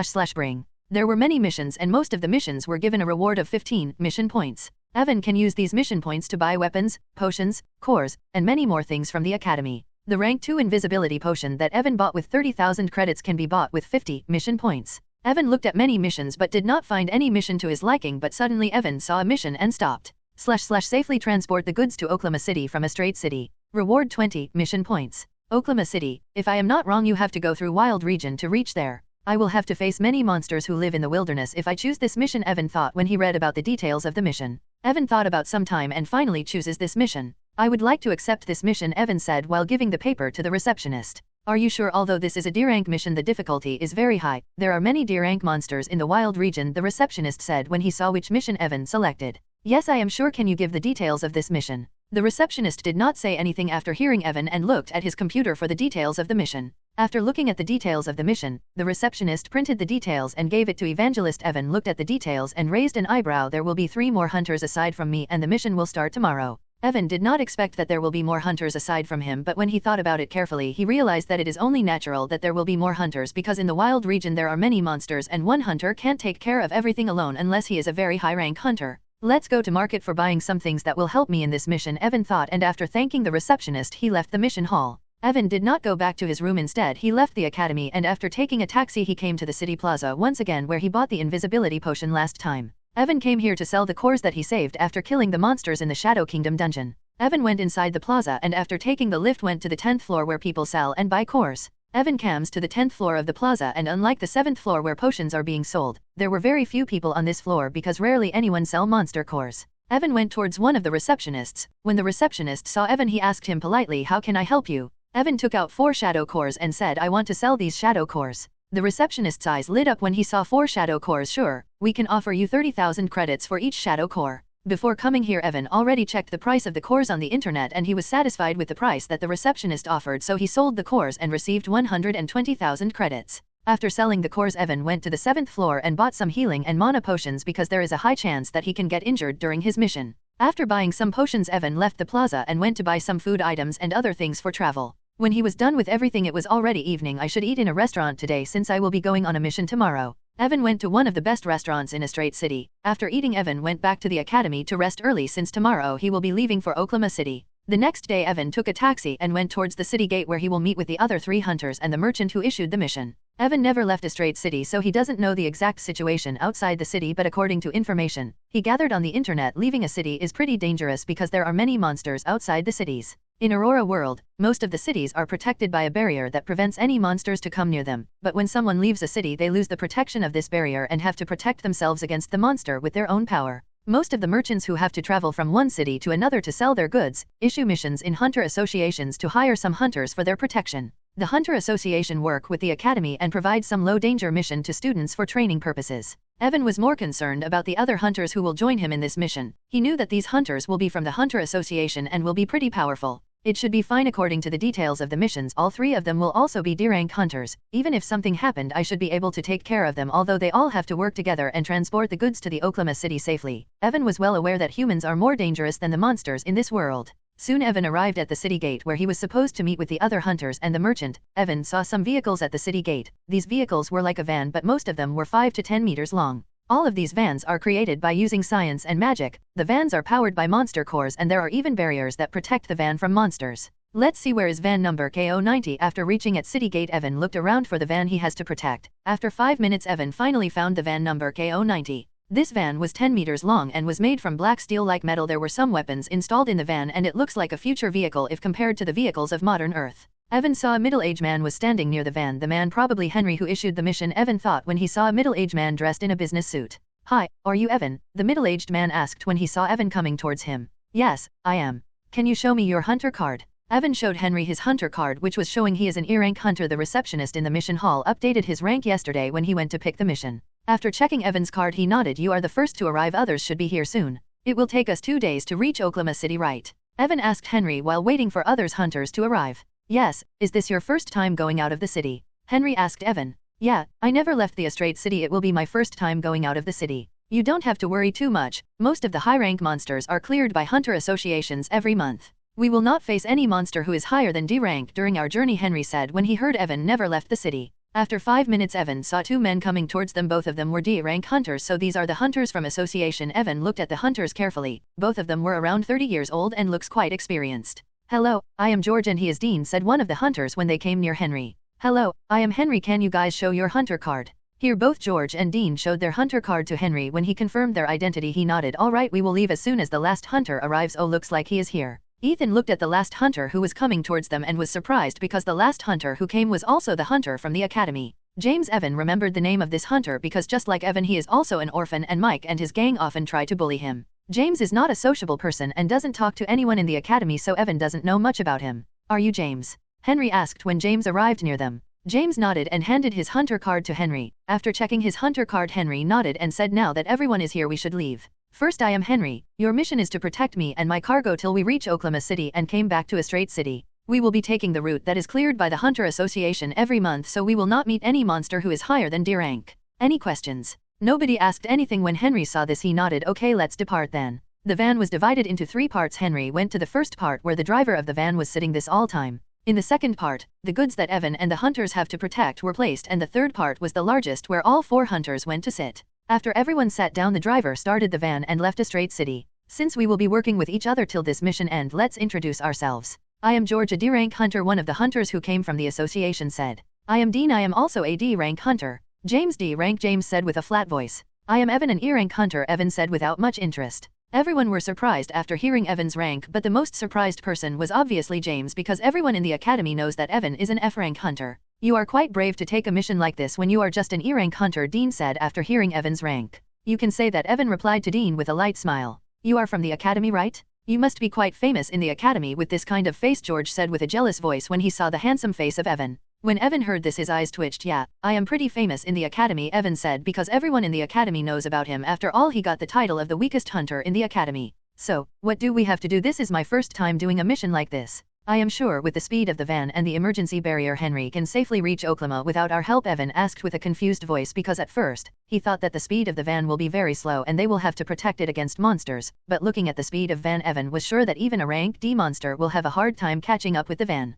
Oh, it's your mission. Well, this senior will give a brief summary then, Dean said with an old man-like expression. It will take us 2 days to reach our destination and they can't drive continuously for 2 days. They will eventually stop for taking rest, and at that time there is a high chance that the monsters will attack them. Monster is one thing, but there are also bandits who rob merchants whenever they get any chance. These bandits are more dangerous than monsters because unlike monsters they can use tools that can negate the barrier and other functions of this van. Evan was surprised and at the same time, a bit concerned that they might have to face a bandit who is higher than D rank, but after hearing the next words of Dean, Evan relaxed. Although these bandits are dangerous, you will not find anyone who is higher than D rank since the association clears these areas every month. And it's not impossible for monsters to catch up with us even when we are going at pretty fast speed. There are some monsters like Sky Eagle and Forest Tigers who can easily catch up to us with their speed, George added when Dean finished his explanation. Evan nodded and understood what they have to do during the mission. Everyone stopped talking after this. George and Dean closed their eyes and did not say anything. James was sitting like a mute. He did not say anything after introducing himself to George and Dean.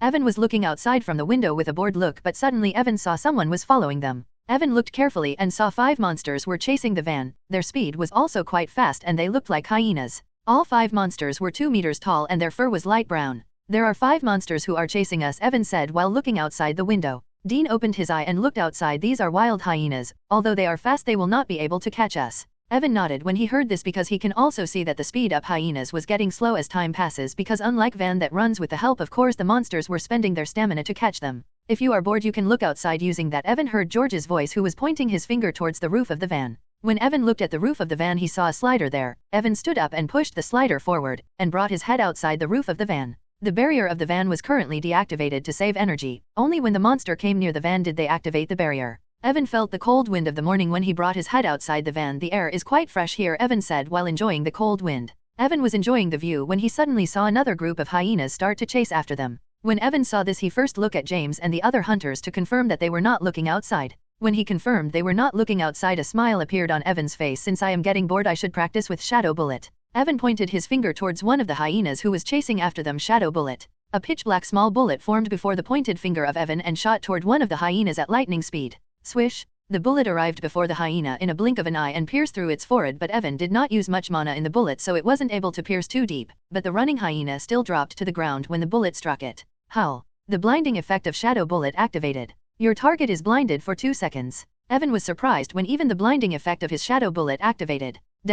Shadow Bullet. You can shoot a bullet made of shadow by using mana. The power of the bullet depends on how much mana you use to cast it. There is a 5% chance that the defender will become blind for 2 seconds after being hit by Shadow Bullet. The hyena howled in pain when the bullet struck it. Because of the loud howl, George and others quickly looked outside. What happened? Dean asked while looking at Evan since he was the only one who was looking outside. Nothing. That hyena suddenly fell while running and crashed against a rock, Evan replied without looking at them. When Dean and the others heard this they all stopped looking outside and closed their eyes once again. I completely forget that they will definitely make a loud sound after getting hurt, Evan said while sighing in relief. Evan did not use his Shadow Bullet again, and after 6 hours of continuous travel, the driver finally stopped the van to take some rest. Let's take a short break here, Henry said to Evan and the other hunters after stopping the van. Evan and I will stay here to protect the Henry and the cargo. You two should scout our surroundings, George said to James and Dean after coming out from the van. All right, Dean said and went to scout their surroundings along with James. What kind of monsters can attack us here? Evan asked while guarding the cargo. There are many types of monsters that you can encounter here, but most of them will be around E rank, and if I am not wrong there is a pond not so far away from here. So there is a high possibility that we can encounter water-type monsters here, George said while looking at their surroundings carefully. James and Dean returned after 20 minutes. We scouted 200 meters around us. There were just some ear-rank monsters. We took care of them without any problems, Dean said after coming back. It is good. If nothing goes wrong we should be able to leave from here without facing any monster, George said after hearing Dean. Hey, guys, lunch is ready. Come here. Evan and others heard Henry's voice, who was eating a steak cooked by the driver of the van. Henry and he set up a small barbecue stand and were grilling some meat on it. Are they here for picnic? Evan thought with a speechless expression when he saw Henry and his driver doing a barbecue in this wilderness. You two go and eat first, we will keep watching till you finish, George said to James and Dean since they were just come back after scouting their surroundings. Evan and George kept watching their surroundings for monsters until Dean and James came back after eating. Is transportation missions are supposed to be this easy? Evan asked while eating. Nope, most of the time you will have to face monsters whenever you stop in the wilderness. I am surprised that no monster comes to bother us even though we are here for more than 1 hour, George said while eating a large chunk of meat. How? Looks like I jinxed it, George said with a speechless look. Just as George finished speaking, everyone heard howls of wolves. Get ready to fight, a pack of wolves is coming towards us, they will be here in 20 seconds, Dean shouted after hearing the howls. You guys go inside the van, we will take care of these monsters, George said to Henry and the driver, who quickly already rushed towards the van after hearing the howls. Wolf. How many are there, Dean? George asked after he and Evan came back near the van along with Dean and James. If I am not wrong there should be 3 wolves, Dean said while holding his sword. Is his ability? Evan thought to himself when Dean was able to tell how many wolves will be attacking them. You two can take care of 1 wolf, George said to Evan and James. Dean and I will take out the other 2. Evan and James nodded and did not say anything. Even if there are more than 3 it should be no problem for me to take care of them, Evan thought while looking in the direction from which they heard the howl. After 20 seconds Evan finally saw 3 wolves coming towards them with rapid speed. The wolves were 2 meters tall and their fur was completely green. All 3 wolves were looking at them with their deep yellow eyes which were filled with bloodlust. Be careful while fighting against them. They are wind wolves, and their agility and reaction speed is quite fast. If you gave them even a single opportunity they will not miss it, Dean said to everyone after seeing the wolves. After seeing the wolves Evan extended his hand forward and a sword shot out from his shadow that he caught without any problem. What the hell was that? George, who was standing near Evan, asked when suddenly a sword came out from the ground. Just one of my skills, Evan replied while looking at the sword. Dude, at least tell me before if you are going to do something like this. I thought there are bandits who attacked us by taking advantage of the situation, George said while shaking his head. Anyone will be scared if a sword suddenly came out from the ground. James was holding a spear which was surrounded in purple lightning. George was using a long sword and Dean was the only one who was barehanded. Let's kill these bastards so I can eat my lunch, George said and was about to charge towards the wolves when he heard haste. Swish. With a swift motion, Evan, who was standing beside him, disappeared, and when he looked towards the 3 wolves George saw Evan suddenly appear one of the wolves and slashed his sword at the neck of the wolf. Evan's sword was shining in light blue color, which means he was using mana to increase the power of his attack. The speed of Evan was too fast when he slashed the sword, so George and others were not able to see his slash clearly. They just saw Evan moving his hand a little while holding the sword. Thud. The next second the eyes of James and others popped out from their sockets when they saw the head of the wolf who was standing in front of Evan was severed cleanly and it dropped to the ground lifelessly. The entire area became dead silent when everyone saw what just happened. What the hell I just saw? Dean asked with a dumbfounded voice when he saw how a D-rank monster was killed with just a single strike, and the shocking thing was that since Evan used mana while killing the wolf they all can tell from his aura that he is still an E-rank hunter. What the hell happened? Evan thought when he saw how easily he killed a D-rank monster. Is a D-rank monster supposed to be this weak? Evan was shocked that he was able to sever the head of a D-rank beast with a normal sword. Evan looked at the sword in his hand, which was still shining in blue light because of his mana, and noticed a very thin black layer along with the blue layer of mana. The black layer was very thin. Evan was sure that if his eyesight did not improve after he got Monarch Core he would not have noticed this black layer. Is my attack was this powerful because of this black energy that is mixed in my mana? Evan thought when he saw the thin black layer. How? Be careful! Evan came out from his dazed state after hearing the shout of Dean. When Evan looked at the other 2 wolves he saw one of them was already in front of him and was slashing at his neck with its front claw. Evan was still using haste skill so he saw everything in slow motion. He lifted his sword and parried the claw of the wolf with his sword. Evan was pushed back a little because of the running momentum of the wolf. Before the wolf can regain its balance after its failed attack, Evan slashed his sword at the shoulder blade of the wolf. Howl. The wolf howled in pain when its shoulder was almost severed from the rest of its body. A fountain of blood erupted from the wounded shoulder of the wolf. Watch out! Evan was about to attack the wolf once again when he heard George shout, and without hesitation, he jumped sideways. Just as Evan jumped sideways, a green blade passed by his previous location and hit a tree that was not so far away from him. The tree was served in 2 when the blade hit it. Cold sweat appeared on Evan's back when he saw this. I should pay more attention to my surroundings while fighting, Evan thought when he was almost done by because of ignoring the second wolf. Just what the hell is going on? From his aura I can clearly feel this guy is an E-rank hunter, so how can he fight against these D-rank monsters like this? Dean said with a shock-filled voice. Hey, you guys are from the same academy, do you know what is going on? George asked James, who was looking at Evan with his mouth wide open. George and Dean don't know Evan, but James was well aware that Evan is the weakest student in the academy and everyone call him trash. Just what happened to this guy, James asked himself when he saw Evan taking care of D-rank monsters like he was playing with them. Just a few days ago I saw how Mike and some other students were bullying him. Was he pretending all this time? Hey, are you listening? James comes out from his thoughts after hearing Dean's voice. I never talked to him in the academy, so I don't know about him. James did not tell them about Evan since he was also not sure what was happening here. After evading the wind blade, Evan looked at the wolf who attacked him and charged toward it with an agility that was much faster than a D-rank hunter. Since the wind wolf was an agility-based monster, it was somehow able to see Evan when he appeared before it. The wolf used its front claw and smashed it at Evan like a hammer, but instead of dodging the claw, Evan used his sword to clash with the claw of wolf.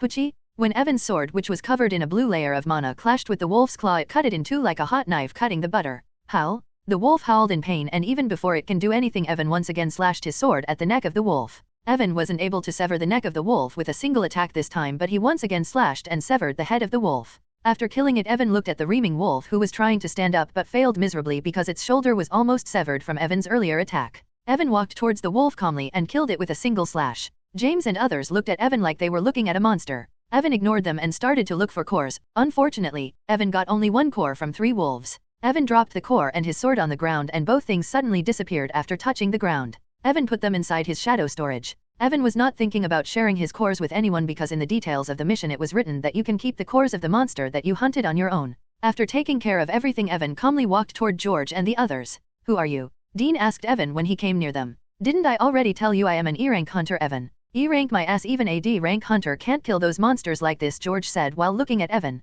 I just have some skills that improve my fighting power for some time, Evan said without explaining much. Oh, what kind of skill can improve your power by 2 ranks? Dean asked in a sarcastic voice. I don't think I have any reason to tell you guys about my skills, Evan said with an irritated voice because he was starting to feel irritated by their questions. Yeah, you don't have to tell us about your skills, but since we are going to work as a team, you should at least inform us that you can easily face a D-rank monster. Dean did not back away and continued to say, oh, if an E-rank hunter came before you and say, hey, I can kill D-rank monsters easily, will you believe him? Evan said while rolling his eyes. When Dean heard this, he wanted to say something, but nothing came out of his mouth because he knew that he would never believe in that person. Sigh, I am sorry I overreacted, Dean said after hearing what Evan said. Don't worry, I can understand, and I have no intention of harming you guys in any way, Evan said while going towards the barbecue table where he was eating his lunch. James looked at Evan while lost in his own thoughts. Meanwhile, George and Dean were also thinking about something. Evan did not care about them because he never thought about hiding his power from the beginning. His main purpose to come on this mission was to take a break after 2 years and collect some cores if possible. If he hides his power, how he will be able to collect some cores? I hope I will be able to get enough cores to advance my prime to E+ rank, Evan thought while eating a steak. I never saw an E-rank hunter as powerful as you, Henry said to Evan. He already came out from the van along with his driver after Evan took care of the monsters. Thanks, Evan said without much interest. Only Henry was talking with Evangelist Dean and George, who were previously talking to Evan casually, now looking at him warily. Evan also understands their situation. If he was in their place, he would also feel suspicious if someone who is an E-rank killed 3 D-rank monsters without breaking a sweat. But currently, Evan could not care less about them because he was thinking about the thin black layer that appeared on his sword earlier. Just what was that black energy? The power of my attack increased too much because of that. Evan already checked his status window and there was no information about that black energy. Is this also related to my monarch core? Evan thought while eating an apple. Forget it, there are too many things that I don't know about this monarch core. I will eventually figure out everything, Evan thought, and stopped thinking about that black energy. When will we leave from here? Evan asked Henry. Let's rest for 1 more hour before leaving. All right, Evan nodded and continued to guard their surroundings. Evan was feeling quite awkward because after seeing his strength, other hunters were looking at him warily.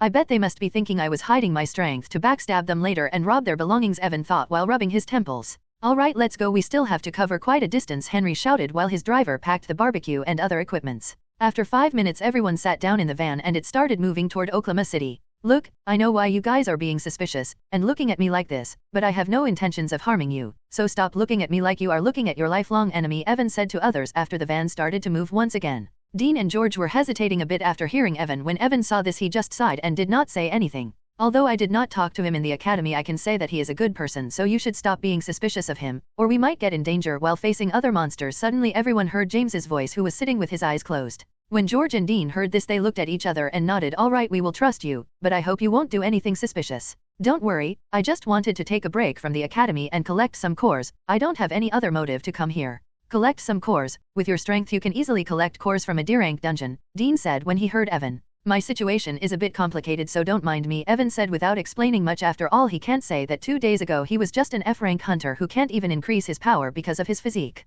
James heard everything quietly but did not say anything. By the way, I saw you using 2 skills when you were fighting against those monsters. Did you get a skill book in the past after clearing a dungeon, or you awakened 2 skills at the same time? George asked curiously to change the atmosphere. Dean and James also looked at Evan curiously because it is very rare for people to have more than 1 skill. You can get a skill book as a reward after clearing a dungeon, but it is extremely rare and can be sold for thousands of credits depending on what kind of skill you are selling. Dean and George, who are normal hunters, can't even imagine buying a skill book. Yeah, I got lucky last time when I cleared a dungeon and received a skill book, Evan said with a light smile. There is no way he is going to tell anyone he can get skills just by absorbing the energy of the cores. He knew his life will be in danger if other people know about his physique, which can basically turn the evolving system of Aurora's world upside down. That's why Evan did not use his shadow bullet skill during the fight, since it will be suspicious if he used too many skills. I also cleared some dungeons with my friends, but we never received a skill book, Dean said in an envious tone after hearing Evan. Both Dean and George believed on Evan that he got his skill from the dungeon. Only James was looking at him suspiciously because just like everyone in the academy, he also knew that Evan never went into a dungeon with anyone.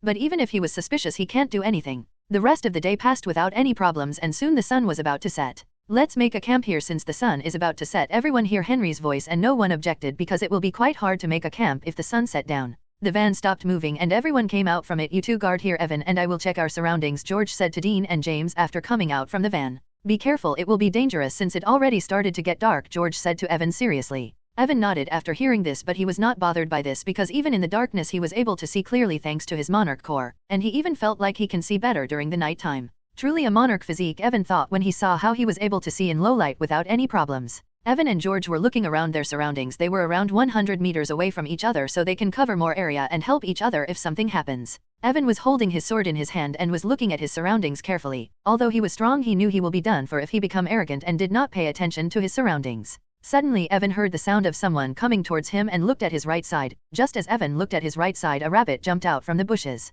The rabbit looks normal in size, but what made it different from normal rabbits was the horn that was coming out from its head. A horned rabbit. Evan was surprised when he saw this rabbit because they are pretty rare. According to what Evan read on internet, the meat of horned rabbits is quite delicious, but it is very hard to catch them because they are experts in escaping. Evan quickly pointed his finger toward the horned rabbit and shot a shadow bullet toward it. Since the rabbit was just an E-rank monster, it wasn't able to dodge the bullet and died on the spot when the bullet pierced through its brain. Looks like I will finally be able to taste how the horned rabbit tastes like, Evan said and picked up the horned rabbit. What is that? George asked Evan when he saw Evan was holding something in his hand. Horned rabbit. I heard they taste great, Evan said while handing the rabbit to George. Yeah, I also heard they taste great, but why are you giving me this? I don't know how to cook, Evan said while walking back towards James and Dean, who were guarding the van, and Henry. Do I look like a chef? George thought while following Evan. George gave the rabbit to the driver who was in charge of cooking their food. When the driver saw the horned rabbit, he was ecstatic because he also never ate the horned rabbit. Since there were 6 people, the driver made a rabbit stew. When Evan tasted the stew, he really wanted to cry from happiness. It's 100 times, no 1,000 times better than cup noodles, although it's a shame after eating cup noodles for 2 years Evan's food standards were really low, and he can only compare other food items with the cup noodles.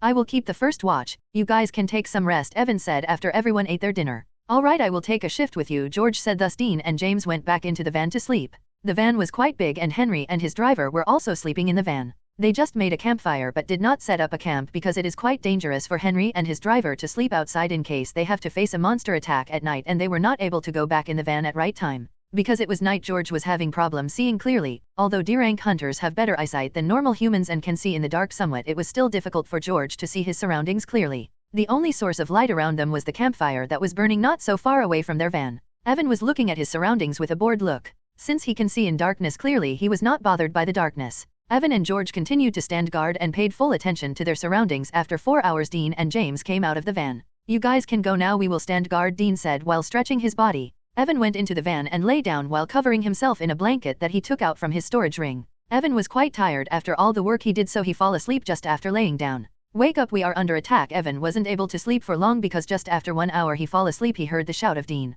George also woke up along with Henry and his driver. Evan and George quickly came out from the van. When Evan came out from the van, he did not see any monster nearby. Dude, why are you shouting? I can't see any monster here. They will be here soon, Dean said with a grave voice. When Evan heard this, he remembered how Dean was able to sense the wolves earlier even before they arrived near them. How many are there? George asked seriously when he heard the grave voice of Dean. I don't know, but there are at least 20. What? George was shocked when he heard the number of monsters. Are you sure? George asked once again to confirm he heard that right. Dean didn't say anything and just looked in front of them. Others also looked in direction Dean was looking. Evan don't know if Dean was able to see in darkness, but just as he looked in front of them he saw a horde of monsters running toward them. The monsters were 100 meters away from them when Evan noticed them. When Evan saw the monsters he was taken aback for a moment, but then he shook his head and said, "Don't worry, all of these monsters are just E-rank." Dean and others who were looking in front of them seriously were taken aback by Evan's words, and before they can ask anything the horde of monsters came before them, and others were also able to see all monsters were just E-rank. "I almost got a heart attack earlier when you said there were 20 monsters," George said while signing in relief. "Let's take care of them quickly," George said and dashed towards the incoming monster horde with his long sword in his hand.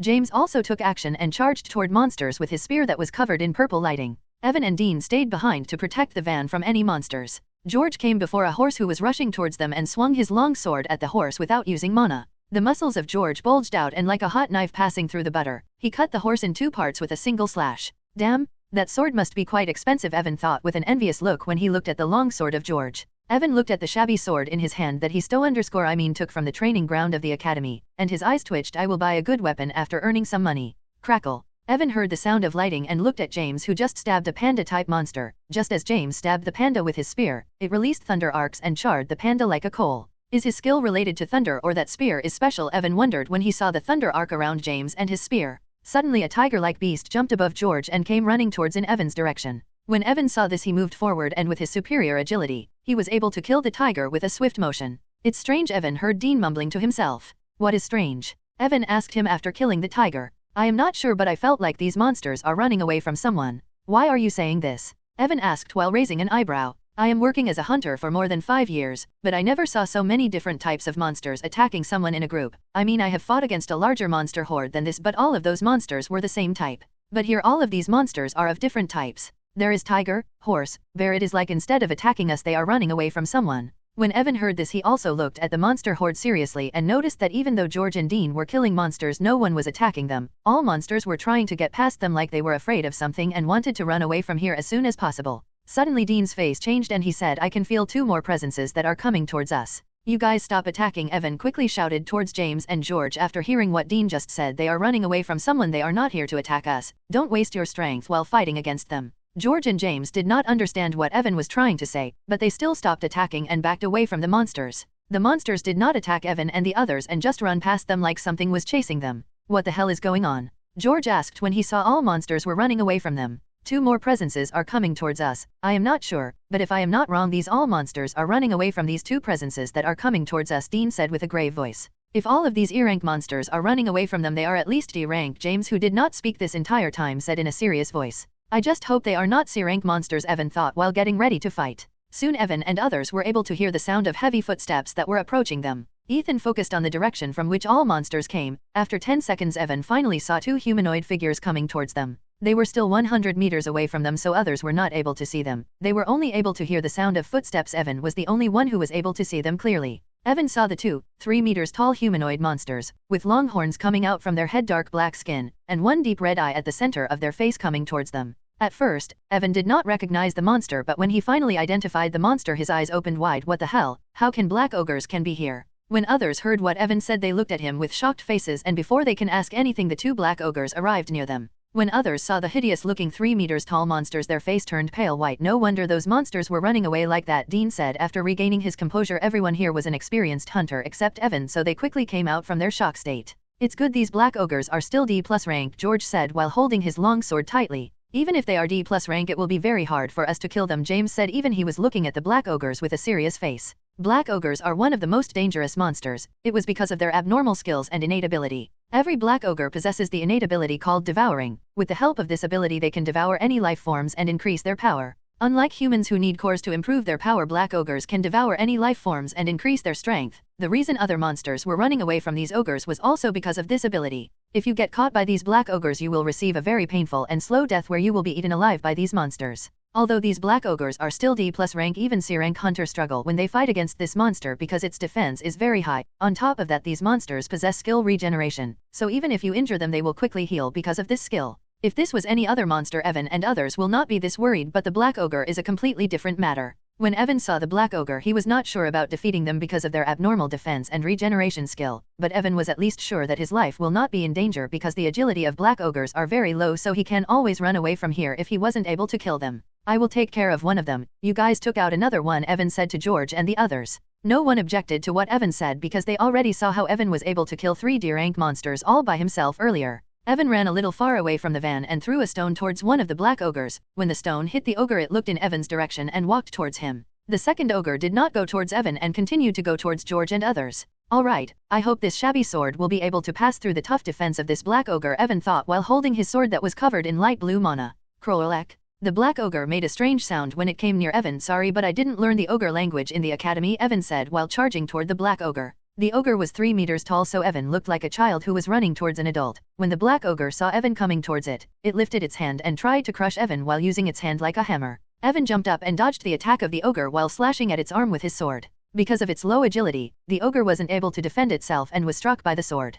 Kaa! The ogre screamed in pain when a deep wound appeared on its arm. Evan was shocked when he saw the wound because earlier when he fought against the wolves he was able to behead them with a single slash, and here he wasn't even able to cut off the arm of ogre as expected. Its defense is in a completely different league compared to other monsters. Krierk! The ogre shouted, and suddenly the deep wound on its arm started to heal at incredible speed. Damn! Its regeneration skill will be a pain in the ass.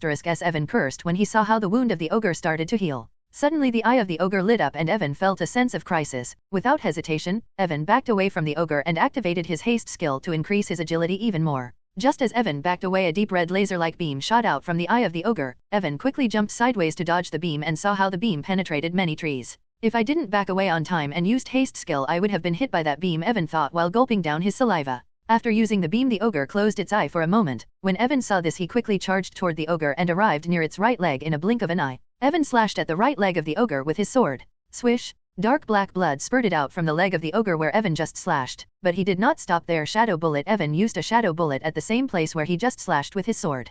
Puchii! The bullet pierced deep inside the leg of the ogre and a fountain of black blood came out from its leg. Follow EU stories at n/v/e/lb/in.com. Kaa! The ogre screamed in pain when the shadow bullet pierced deep inside its leg. Evan was about to attack the ogre once again when his body suddenly stopped moving, and even before he can do anything, the ogre punched him in the chest. Evan flew backward like a broken kite and crashed against a tree. Evan coughed out mouthful of blood after crashing against the tree. What the hell happened? Evan tried to stand up while ignoring the pain that he was feeling in his chest area. The bones of his ribcage were almost fractured because of the ogre punch. Why my body suddenly stopped moving, Evan thought, and looked at the ogre with a painful expression on his face. When Evan looked at the ogre, he saw its eye, which was red some time ago, was now pitch black, and the damage that he did earlier to its leg was also healing at rapid speed. I always wanted to fight against a black ogre, George shouted while slashing at the chest of the ogre. The muscles of George were bulging out and a crimson aura was coming out from his body. His long sword was releasing ice energy that freezed the surrounding air around it. Ka! The ogre screamed in pain when a deep wound appeared on its chest, and surprisingly an icy layer appeared around the wound that was slowing down its healing. You were shocked when you saw the black ogre earlier, now you are saying you always wanted to fight against them, Dean said and punched the ogre right in the stomach. Dean was barehanded, but currently, his whole body was surrounded by earth armor and he looked like a humanoid golem. James was surrounded by purple lighting and was attacking the ogre while running around it. He was occupying the attention of the black ogre while Dean and George attack it.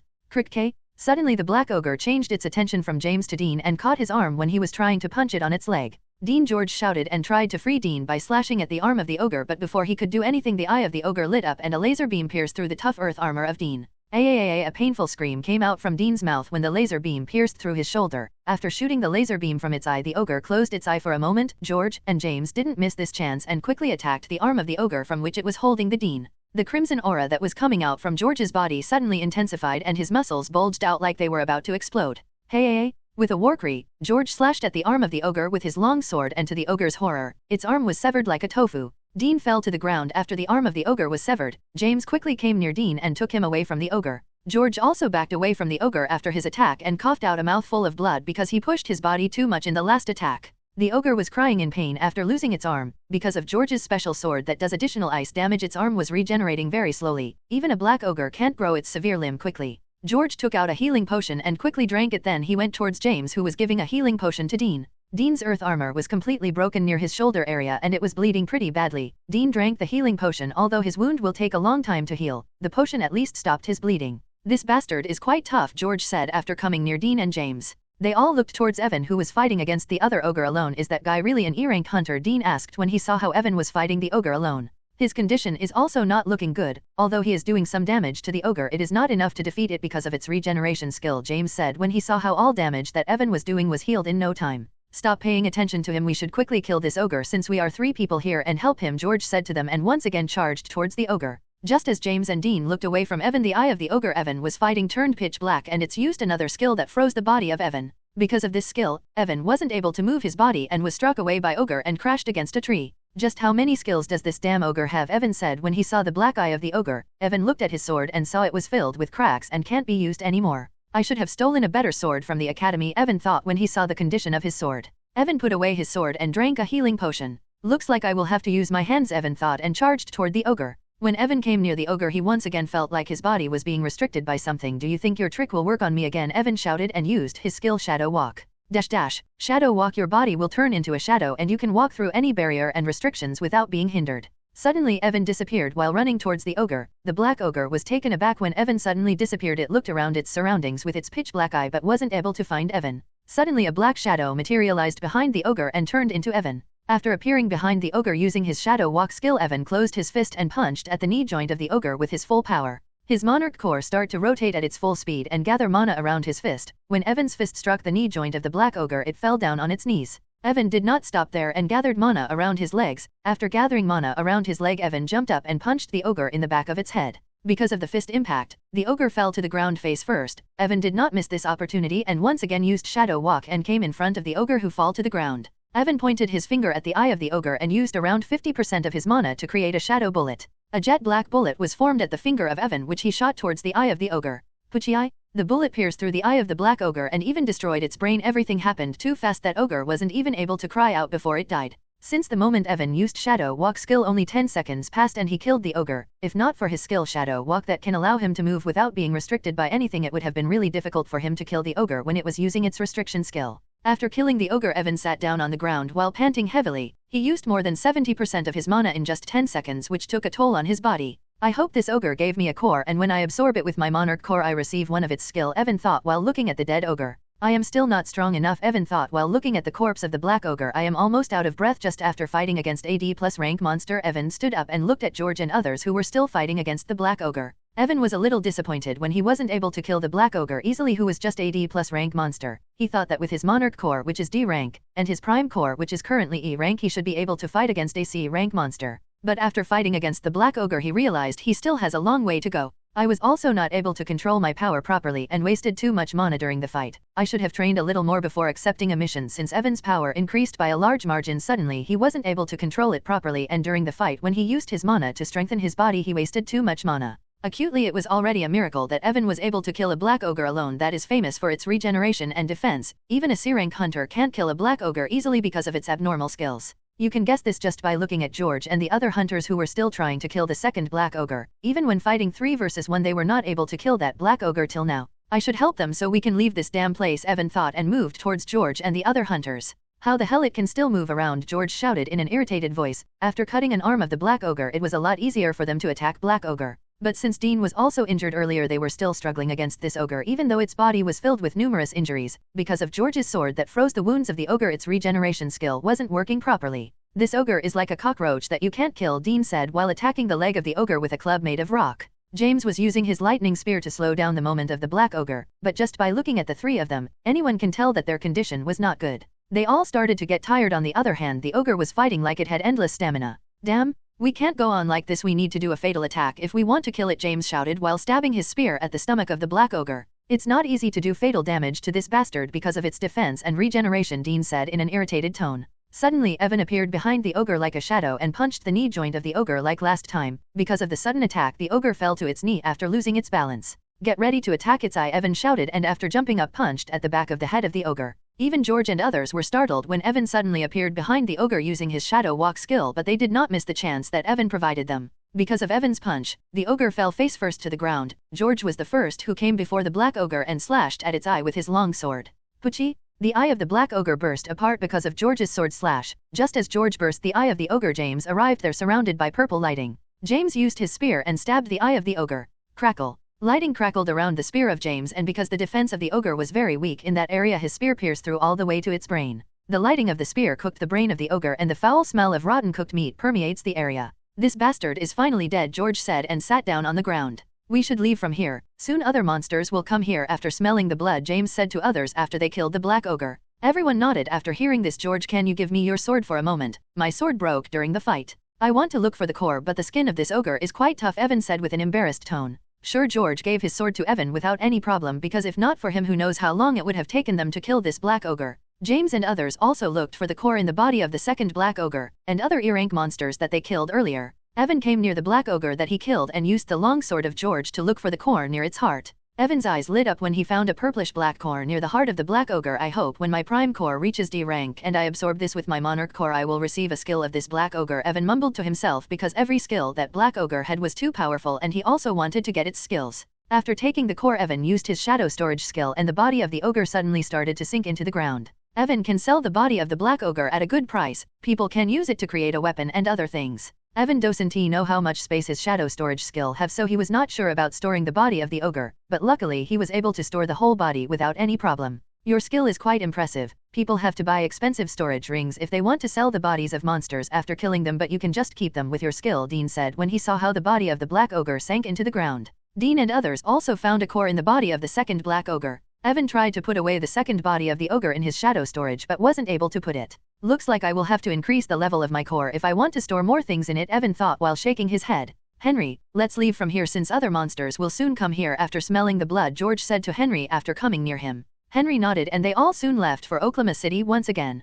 Can you sell that black ogre core to me? Evan asked Dean and others because he wanted to absorb the core of the black ogre using his monarch core. Well, I don't mind since you also helped us take down that ogre, George said while looking at James and Dean. Both of them also didn't object to it, so George gave the core of the black ogre to Evan. Let me know your account number, I will transfer the money, Evan said happily when he got the core. George told his bank account number and said just transfer 45,000 credits. But D+ rank cores can be sold for 60,000 credits without any problem, Evan said with a confused face because George was asking just 45,000 credits for a D+ rank core. You also helped us to take care of that ogre, so of course, we are not going to take your share, Dean said while waving his hands. When Evan heard this, he smiled and transferred 45,000 credits to George, who will split it later. Evan was happy that he didn't receive some trash hunter as a teammate who act almighty and try to take the fortune of other people. Even when Dean and others found out Evan was just an E-rank hunter in the start, they didn't mock him or say anything to him. At first Evan accepted this mission. He thought he will find some half-backed hunters who will try to do something stupid when they will find out he is just an E-rank hunter.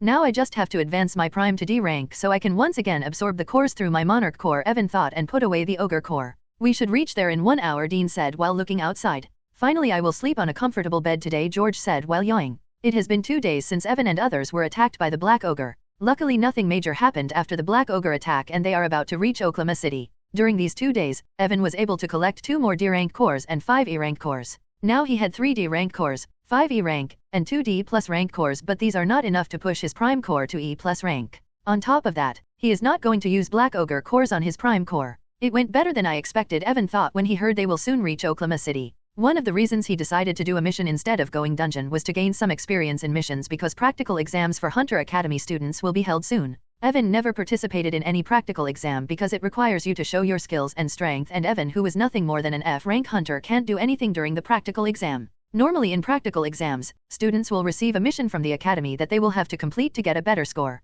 These missions can be anything like exterminating some monsters in a particular area, killing some bandits who rob the merchants, clearing a dungeon, and many more. Now that Evan had enough strength, he also wanted to participate in the practical exams of the academy, which is why he decided to do a mission that will help him understand how everything works during a mission. Look, we are about to reach there. Evan looked outside from the window after hearing the dean's voice and saw 50 meters high walls and a gate where 2 hunters were sitting while talking to each other. I heard most of the cities are protected by a barrier, then why there are these high walls? Evan asked when he saw 50 meters high walls. Oklahoma City is also protected by a barrier, but it is pretty weak when you compare it to the barrier of a straight city. Do you think a barrier of that magnitude can be installed everywhere? George said while looking at the high walls. Evan nodded in understanding when he heard this. He also understands that a barrier that can repel every monster cannot be installed everywhere. After all, that kind of barrier must be very hard to create. Soon the van arrived near the city gate where 2 guards were sitting. Both of them were C rank and looked quite bored. Henry took out some papers and showed them to guards, who allowed them to enter after checking the papers. You guys can stay in the Four Seasons Hotel. I already booked your rooms there. Just show your hunter ID. After going there, we will leave for a straight city tomorrow when I am done with my business here, Henry said to Ethan and others after entering the city. Let's go, I know where this hotel is located, Dean said and left with Evan and others. Henry had to settle his cargo before he can go back to the hotel. Evan looked around the city while following Dean. Unlike a straight city which is filled with modern buildings, most of the buildings in Oklahoma City were the medieval style. Evan felt like he came back in time when technology was not developed but only the look of the city was medieval style. There was every modern facility available. After 10 minutes of walking, Evan and others finally arrived before a large medieval-looking villa with the sign Four Seasons Hotel hanging on top of it. Evan and others went inside and Evan was surprised when he saw how the floor was made of beautiful ivory wood that gave it a luxurious look. I wonder what is the cost of staying here for one night, Evan thought when he saw how luxurious the hotel was. Even though Henry was the one who was paying, he can't help but thought this because he spent most of his life being poor. After entering the hotel, Dean and others went to reception and showed their ID. Just like Henry said, after showing their ID, the receptionist gave them the key to their room. Since all of them were pretty tired after guarding the cargo for 2 days without much sleep, all of them went to their room. Evan and the others arrived at Oklahoma City in the afternoon, so when Evan woke up after sleeping it was already nighttime. Evan looked at the clock and it was already 7:30 p.m. Evan rubbed his eyes and stood up. He washed his face and thought about what should he do. I wanted to stay here for some time and relax a bit. After all, it is my first time coming out from a straight city, but we are leaving tomorrow, Evan said with a sigh because he wanted to chill here for some time before going back to the academy. Unfortunately, Henry will be going back tomorrow. I should visit the market and buy a sword, Evan thought when he remembered the condition of his sword. But first Evan stood up with a bright smile. I am going to enjoy the most expensive dishes of this hotel, Evan said with a smile that resembles a thug because Henry is the one who will pay for the food he will eat here. Since that guy is going back tomorrow and I can't enjoy myself here by touring, I am going to plunder his money by eating every expensive dish here, Evan thought and ordered the most expensive dishes of the hotel through the landline phone of his room. Just after 10 minutes someone knocked on the door. When Evan opened the door he saw a waiter with a trolley full of food. Evan allowed the waiter to enter the room, who left after putting all the food on the table. Although I ordered everything in excitement, can I even eat all of this? Evan muttered to himself when he saw how many dishes he ordered without even realizing it. Well, I am in my growing phase, I should at least eat this much, Evan said and started to dig in food. I feel like I am a second-generation rich young master, Evan said while patting his round belly that became like a football after he was done eating everything. Let's see if there is a weapon shop nearby, Evan said while taking out his phone. After searching on internet, Evan found some shops not so far away from his location. Alright, let's see if I can find something decent here, Evan said and left the hotel room. Evan left the Four Seasons Hotel and went towards the market by following the map he got from the internet. Many blacksmiths in Aurora world can create extremely powerful artifacts using various materials. Since Evan doesn't have much money currently, he wanted to buy a normal sword that he can use for the time being. After 10 minutes of walking, Evan came to a shop whose artifacts. The things that blacksmiths create from monster body parts and other magical materials are called artifacts. Only extremely talented blacksmiths can create artifacts. The other way you can get an artifact is by clearing a dungeon. After clearing a dungeon there is a high chance that you will receive an artifact as a reward. Welcome, a male attendant said to Evan when he entered the shop. How can we help you? I am looking for a sword, Evan said. Please go to the second floor, most of the weapons are being sold there, the attendant said to Evan. Evan nodded and went to the second floor. There were many weapons on the second floor like swords, spears, machetes, bows, and many others. Evan went towards the section where most of the swords were placed. Evan ignored the E and F rank sword and came into D rank sword section. There are more than I expected, Evan said when he saw around 50 rank D swords. Evan came before a light blue sword and looked at it. Frost sword, D rank. A light sword created from the bones of a frost tiger. It can increase the power of your sword attack by 50%. A 50% increase in sword attack is quite good, Evan thought and looked at another sword. Moon sword, D rank. A sword made from the moonstone that absorbed the moonlight for 20 years. Do 10% extra damage to darkness type monsters. Evan continued to look at D rank sword and eventually found a sword that he liked. Nether steel sword, D rank. A sword made from nether steel. It is very sharp and can cut through even the hardest metal. Because of nether steel, the flow of mana is improved by 20%. Evan tried to imbue his mana into the sword and found it was flowing into the sword without any problem. Although this sword was normal when compared to other D rank swords, Evan found this sword perfect because of its weight and size, which match with his previous sword. Evan went to the counter while holding the nether steel sword and said, I want to buy this nether steel sword. It will cost you 50,000 credits, the receptionist said after seeing the nether steel sword. Evan felt like his heart was bleeding, but he still purchased the sword. I just have 5,000 credits left. Evan got 120,000 credits after selling the cores. He bought healing and mana potions along with some other things before coming to the mission. He spent 20,000 credits in those potions, then he bought the core of Black Ogre from George and others, and now this sword. In just a few days he spent all of the money that he got after selling the cores. Sigh, I am dirt poor again, Evan thought after leaving the shop. Evan roamed around the city for some time after purchasing the sword and returned to the hotel after 1 hour. When Evan came back he met George and others who were talking to Henry.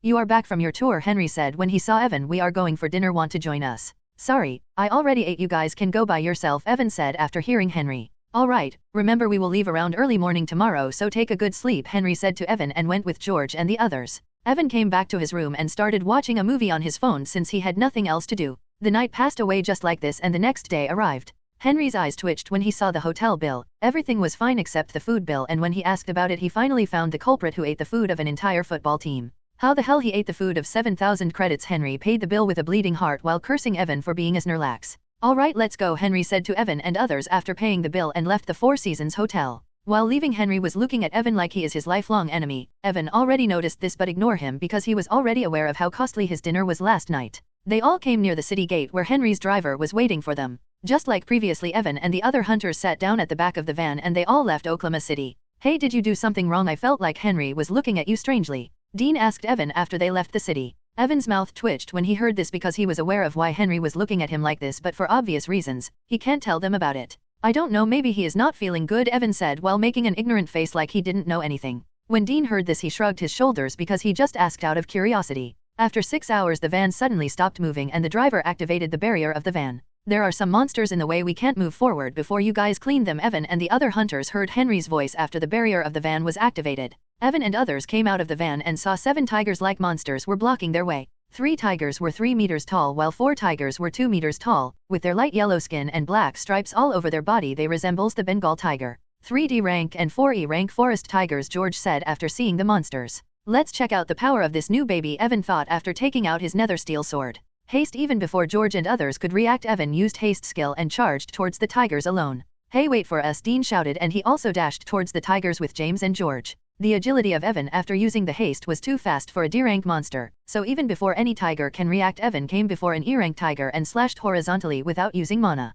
Swish! Like a hot knife passing through the butter, the head of the E-rank tiger was severed cleanly. The 50,000 credits that I spent on this sword were worth it, Evan thought when he saw how even without using his mana the sword easily severed the head of the tiger. Roar! The remaining 6 tigers roared when they saw how Evan killed one of the tigers. Swish! Suddenly a green aura appeared around all D-rank tigers and they charged toward him with far greater agility than a D-rank monster. When Evan saw the green aura he remembered, George told him at the beginning of their journey that the forest tiger is one of the monsters that is famous for its agility. They are fast for a D-rank hunter, but for me, Evan thought, and without much effort jumped back and avoided the attack of 3 D-rank tigers. With his D-rank Monarch Core and E-rank Prime Core, his agility was already much higher than a D-rank hunter, and with the help of haste skill, his agility is in a completely different league when compared to D-rank monsters. Even before the D-rank tigers can react, George came from behind and slashed at the back of one of the tigers. James and Dean went to take care of the 3 remaining E-rank forest tigers. Roar! The forest tiger roared in pain when a deep wound appeared on its back because of George's attack. All 3 D-rank tigers looked back at George when he suddenly attacked them, but it was a fatal mistake because Evan, who was standing in front of them, didn't miss this chance. In a blink of an eye, he appeared before a forest tiger using his haste skill and slashed at the head of the tiger. Surprisingly, the forest tiger reacted quickly and with a quick moment jumped back. Because of its quick reaction, Evan wasn't able to kill it in a single move, but a large wound still appeared on its left shoulder. Roar! The tiger roared in pain and Evan was about to finish it off while it was still trying to recover from his attack when one of the D-rank tiger opened its mouth and shot a dark green blade toward Evan. She *T. Evan cursed when he saw he do not have enough time to dodge the blade. He quickly used his nether steel sword and slashed at the incoming blade while imbuing his mana in the sword. The flow of mana was a lot smoother than his previous sword, and when the nether steel sword that was covered in a light blue layer of mana and a faint layer of darkness clashed against the dark green blade, it destroyed the dark green blade like without any problem. After destroying the green blade, Evan came before the forest tiger who shot the green blade at him earlier and with a swift motion beheaded it even before it can react. After killing the tiger, Evan didn't stop and using haste quickly charged toward the other D-rank tiger, and in just 10 seconds he killed it. George also didn't take long, and after a minute he also killed the last D-rank tiger. Soon Dean and James also finished the 3 E-rank tigers without any problem. Let's look for cores and leave immediately, George said when he noticed other monsters will soon come here after smelling the blood. But suddenly an arrow came out of nowhere and pierced the shoulder of George, and even before Evan and the others can react, 3 more arrows came toward them at a lightning speed. Swish! Evan heard the sound of an incoming arrow and with sheer reflex slashed with his sword in front of him. Kush! Evan's sword clashed against an arrow and it was cut in 2 instantly. Evan quickly looked at Dean and James and saw both of them were fine. Dean was covered in earth armor so the arrow wasn't able to pierce through it, and James also cut down the arrow using his spear before it can reach him. What the hell is going on? Evan asked while looking around their surroundings. Just as Evan asked, suddenly a light yellow barrier appeared around them. Damn! It's a trap barrier. It must be the work of bandits, George said while taking out the arrow from his shoulder. David, didn't I tell you the archery of this bastard is complete trash? Look, he wasn't even able to kill those trash hunters who were not aware about us. Suddenly Evan and others heard a gruff voice and looked behind them. Evan saw 3 men who were smiling like third-rate villains coming towards them. The man who just spoke was 2 meters tall and his head was completely bald. The man was holding a light yellow crystal that looked strangely similar to the color of the barrier in which they were trapped. Whose archery is trash, you bald head? All of them are D-rank hunters, and I even managed to wound one of them. A short man who was holding a bow rebutted when he heard what the bald man said. Hey, David, I don't think we need this bald head who just activates the trap barrier whenever we rob someone. We can do this on our own. Why don't we just kick him out from our group? Oliver the short archer said.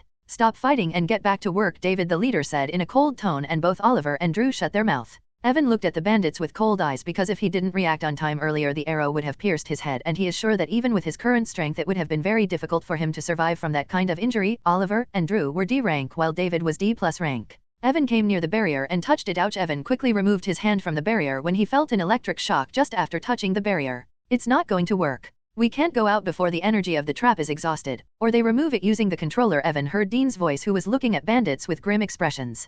Quickly turned back and moved towards Oklahoma City. When Henry saw how Evan and others were trapped in a barrier by bandits, he decided to ditch them without hesitation because he knew there is nothing he can do to save them and will die meaninglessly if he did not run away. Just as the driver started the van to run away, Drew the bald man took out a strange black device and pointed it toward the van. After pointing the device at the van, he clicked the only red button available on the device, and suddenly the barrier that was surrounding the van disappeared and its engine also shut down. Do they think we are stupid? Drew said while looking at Van with mocking expressions. What happened? Henry asked in a panicked voice when the engine of the van suddenly shut down and the barrier disappeared. The engine is not working, the driver said in panic. Oliver, bring them here, David said to Archer after Drew shut down the barrier of the van. You bastard, remove this barrier and fight with me head on, George shouted at bandits while holding his shoulder that stopped bleeding after he drank a healing potion. Are you stupid? We trapped you inside because we wanted to rob without problem. Do you think we will remove the barrier just because you asked? Oliver the short archer said with a sneer and went towards the van. Don't worry, we will remove the barrier soon. After all, it uses too much energy to maintain it, Drew said with a sinister smile. When Evan and others saw his smile, an ominous feeling bloom in their heart. But I don't think you guys will be able to see us remove this barrier, Drew said while taking out a small bottle that was filled with dark green liquid. Poison of swamp python, James said with a dark look when he saw the dark green liquid. Oh, you know about this, Drew said in surprise when James recognized the poison. Then you should also know what I am going to do. What kind of poison is that? Dean asked James since he doesn't know about it. The poison of swamp python will turn into gas as soon as it comes into contact with air. If he threw that bottle inside this barrier, the air around us will become poisonous and we will die, James said in despair-filled voice, because there is no way they will survive if the air around them become poisonous. They will have to remove the barrier if they want to throw that bottle inside. Can't we go out at that moment? George asked when he heard this. I don't think they need to remove this barrier. If my guess is correct, anyone can come inside the barrier from outside, but you can't go outside after entering the barrier this time, Dean answered with a helpless voice. Please let us go. We don't have anything. You can check our van, Henry said while pleading when Oliver brought him. We already know your van is empty, but I don't think your bank account is also empty. Just transfer 2 million credits into this bank account and you can go, David said while showing a bank account number. Henry's face turned white when he heard this and he said, I am just a normal merchant. How can I have 2 million credits in my bank account? Do you think we are fools? Just by looking at your van I can tell that you are not an ordinary merchant, David said in a cold voice after hearing Henry. When Henry heard the cold voice of David, a chill run down his spine and he looked at Evan and the other hunters who were still trapped in the barrier. Drew, kill them, David said when he saw Henry was looking at Evan and the other hunters. When Drew heard this, he smiled sinisterly and looked at Evan and others. Wait, I will transfer the money, don't kill them, Henry shouted when he heard what David said, because if Evan and the other hunter died there is no way he will be able to safely reach a straight city. Do it fast, my patience is limited, David said with an indifferent voice and showed the bank account number to Henry. Arg! Suddenly David heard the scream of Drew and quickly looked back. When David looked back, he saw one of the hunters who was trapped inside the barrier was looking at him coldly while his sword was plunged into the heart of Drew. Evan wasn't worried about being trapped in the barrier because if he want, he can leave the barrier whenever he want with his shadow walk skill. Shadow walk, your body will turn into a shadow and you can walk through any barrier and restrictions without being hindered. But Evan was hesitating a little because of James, who is also a student of the Hunter Academy. Till now Evan only showed shadow storage and haste skill to other hunters. He didn't show them his shadow walk and shadow bullet skill because it will be too suspicious for him to have so many skills. If it was only George and Dean who don't know about him, he can still use any skill without much problem. But James is already aware about Evan that he is the weakest hunter in the academy. It is already quite strange that he can kill D-rank monsters without any problem while being only E-rank. Now if he shows other skills it will be quite troublesome. Evan doesn't want to reveal the existence of his monarch core to anyone or he might get into some problems because of it. Don't kill them, I will transfer the money. Evan heard the shout of Henry and saw he was about to transfer the money to the bandits. Is this guy an idiot? It is already clear they will kill us even after he transferred the money to them, Evan thought while shaking his head, because there is no way these bandits will leave them alive. Guess I have no choice. Evan finally made up his mind and decided to use his shadow walk skill. That guy is mute and doesn't talk to other students, so I think it will be fine. Evan used Shadow Walk skill and suddenly turned into a shadow. He went towards the barrier and easily passed through it without any problem. Just as Evan passed through the barrier, he felt his mana decrease by a considerable amount, so it will take a large amount of mana if I want to pass through a barrier, Evan thought when he lost a large amount of mana after passing through the barrier. What the hell was that? George asked while looking at the place where Evan was standing just a moment ago. Where is he? Dean asked while looking around them. Suddenly they heard a painful scream of Drew and saw somehow Evan appeared behind him and stabbed his sword in his heart. How? Drew asked with a trembling tone while blood came out from his mouth. Ask Lucifer when you met him, Evan said coldly and pulled back his sword. He didn't feel anything after killing a human because they were the first who tried to kill him, so there is no way he will let them live after they tried to kill him. I am not a naive person who will hesitate to kill someone just because they are human. I will kill anyone who will try to harm me, Evan thought when he saw Drew drop to the ground and his life ended. After killing Drew, Evan looked at David coldly, who was looking at the cold corpse of Drew without any emotion on his face. You bastard! Oliver the short archer shouted and shot an arrow towards Evangelist. Evan used haste skill and easily dodged the arrow. After dodging the arrow, Evan first charged toward Oliver. Even before the archer can react, Evan came before him and grabbed him by the shirt like he is throwing some kind of garbage. Evan used his abnormal strength and threw Oliver towards the barrier in which George and others were trapped. Just like what Dean said earlier, Oliver was not stopped by the barrier and crashed before Dean and others. After throwing Oliver inside the barrier, Evan ignored him and once again looked at David, who was still standing in the same place. You are quite strong, David said after Evan threw Oliver inside the barrier. Evan raised an eyebrow when he saw how David was still calm despite the fact that Drew and Oliver is already out. You don't look bothered by the death of your subordinates, Evan said after seeing David's reaction. They are just disposable tools for me, David said without changing his expression. Since they are dead, I will just find a new one. A bandit is just a bandit in the end, Evan said without much surprise because he never expected to see any loyalty among them. But you are wrong about one thing, Evan cracked his neck and said. David raised an eyebrow and asked, what is it? You will not be able to find any new tools because you are going to die here, Evan said and charged toward David using haste skill. Even though David was AD plus rank hunter, the agility of Evan was too fast after using haste skill for him to react on time. Evan clasped his hand and threw a punch at the face of David, but just as Evan's punch connected with the face of David, his eyes trembled because Evan felt like instead of hitting the face of David, he just punched an unshakable iron wall. Evan looked at the face of David and saw the skin of David's face take the sheen color of metal before his punch connected with his face. Even before Evan can understand what was going on, he felt danger like never before and without hesitation, he used Shadow Walk. Just as Evan turned into a shadow, David's fist, which was covered in silver like metal, missed him. Evan moved backward in his shadow form and after arriving 10 meters away from David, he stopped using the Shadow Walk skill. When Evan once again looked at David, he saw, somehow David's skin turned into a silver color metal and he looked like a metallic golem instead of a human. Spikes like blades were coming out from his arms that looks quite sharp. Do you think I become the leader of this group without doing anything? What did you say just now? You will kill me. Let me see how you are going to kill me. With the defense that my skill provides, forget about killing me, or won't even able to leave a scar on my skin, David said to Evan while laughing. When Evan saw how David turned into a metallic golem, his expression didn't change and he looked at his nether steel sword with a smirk. Nether steel sword, D rank, a sword made from nether steel. It is very sharp and can cut through even the hardest metal. Because of nether steel, the flow of mana is improved by 20%. Let's see if this sword can cut through his skin, Evan thought, and without saying anything once again shot towards David. According to details of his sword, it can cut through even the hardest metal without even using mana. So what will happen if Evan used his mana that was even more powerful because of the strange black energy that was mixed in it? Evan came before David, who was still surprised because of the high agility of Evan, and slashed at him while imbuing his mana in the sword. Fool, stop struggling, you can't harm me, David shouted and used his arm to block the slash of the sword. A light blue layer of mana mixed with a faint black layer shined around the nether steel sword, and when it clashed against the metallic arm of David, a hand flew into the sky and red blood spurted out.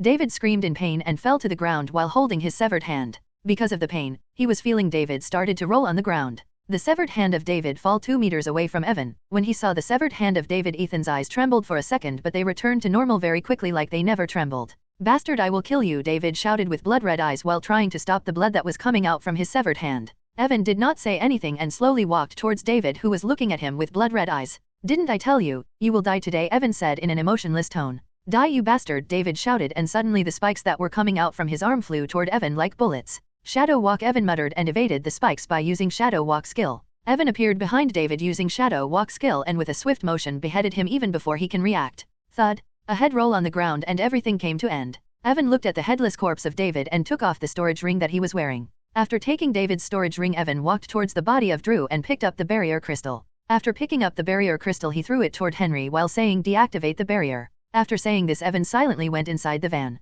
No matter what, it was the first time Evan killed a human, so although he wasn't feeling guilty because they were the first that tried to kill him, he still felt strange that he just killed 2 humans. Well, it was bound to happen someday after I was transmigrated into this world, Evan muttered to himself and stopped thinking about everything that just happened. After 10 minutes, George and others also came back into the van after Henry freed them from the barrier. George and others already killed Oliver when Evan threw him inside the barrier. When George and the other hunters saw Evan, who was leaning back with his eyes closed, they didn't say anything and quietly sat down. Soon the driver started the van once again. The effect of the black device that Drew used was cancelled when he was killed by Evan, since it requires mana in order to stop the functions of the van. Time continues to pass and soon night arrived. The driver stopped the van in a good area to spend the night and take some rest after what happened earlier. During this entire time, no one talked about anything. Evan was busy with his own thoughts while George and the other hunters were also quite shocked because of the earlier event. They knew that if not for Evan, they all would have died there without being able to do anything. Let's spend the night here. Evan opened his eyes after hearing Henry. He came out of the van with George and others and stretched his stiff body a bit.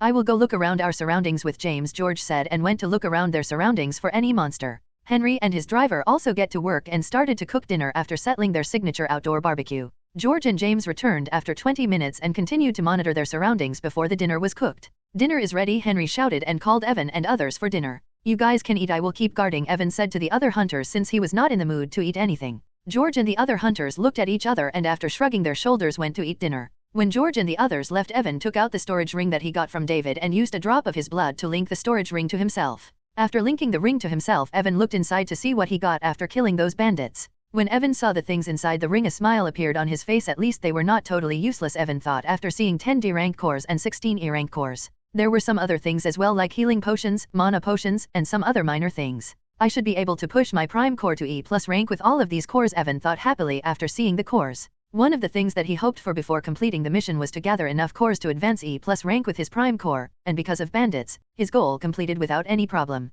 I wonder what will happen when my monarch core will reach C rank, Evan thought, because whenever a person reaches at C rank they will get a job class. Evan was not sure what will happen when his monarch core will reach C rank because other people only have prime core and they get a job class after reaching C rank. Will I get a job class when my monarch core will reach C rank? Evan wondered while thinking about his monarch core. But if I got a job class when my monarch core reaches C rank, then what will happen when my prime core will reach at C rank? Evan had a lot of questions about his monarch core, like the black energy that is mixed in his mana and his class and many more, but he knew he will eventually get his answers when the time come. Let's stop thinking about these things and focus on the things that are important for now, Evan muttered, and his mood, which was a little down after killing those bandits, finally improved after seeing enough cores for his advancement. The next thing is the practical exam of the Hunter Academy, Evan thought and looked at the half moon in the sky. Finally it's over, Dean said while looking outside the window of the van. From the window of the van, Evan and other hunters can see the outline of the Astrate City. It was one of the hardest transport missions of my life, George said while recalling the Black Ogre and bandit attack. Well, it doesn't matter now that we are back safely, Dean said and looked at Evan, who was looking outside the window.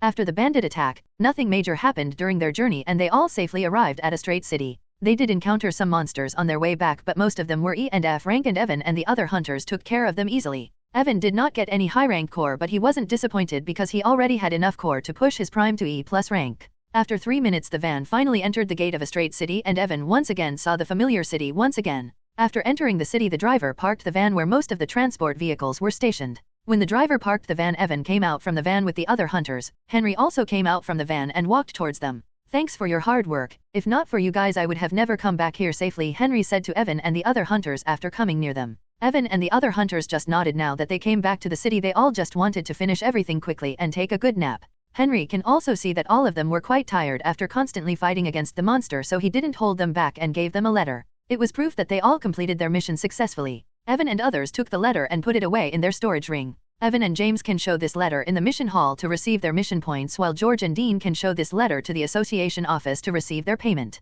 After giving the letter, Henry was about to walk away when Evan said, "Aren't you forgetting something?" When Henry heard this, his body stiffened for a moment, then he coughed and gave Evan a light yellow crystal and a black device while saying, "I completely forget about this." Evan took the barrier crystal and the black device without any change in his expression. Although he doesn't know how to use this and he left it in the hand of Henry after killing bandits because his mood was off at that time, there is no way he will let him keep these precious artifacts. These two will fetch me a good amount of money, Evan thought, and put away both things in his storage ring. It was a pleasure to work with you guys, Evan said to George and the other hunters after putting away the barrier crystal and black device. Evan was happy that his teammates were not some D** kids who try to kill the weakest member during the mission. During the 2 years Evan spent in this world, he many times heard how some hunters killed their weakest member during the mission to rob his share and other things, so he was happy that he did not meet those kinds of guys. We were lucky you were doing this mission with us. Thanks for your help during all this time, George said with a grateful voice. Dean and James also nodded after hearing George, because if not for Evan, this mission might have turned their last mission. Don't worry about it. Let's meet again in the future, Evan said with a smile after hearing George, and started to walk away from them.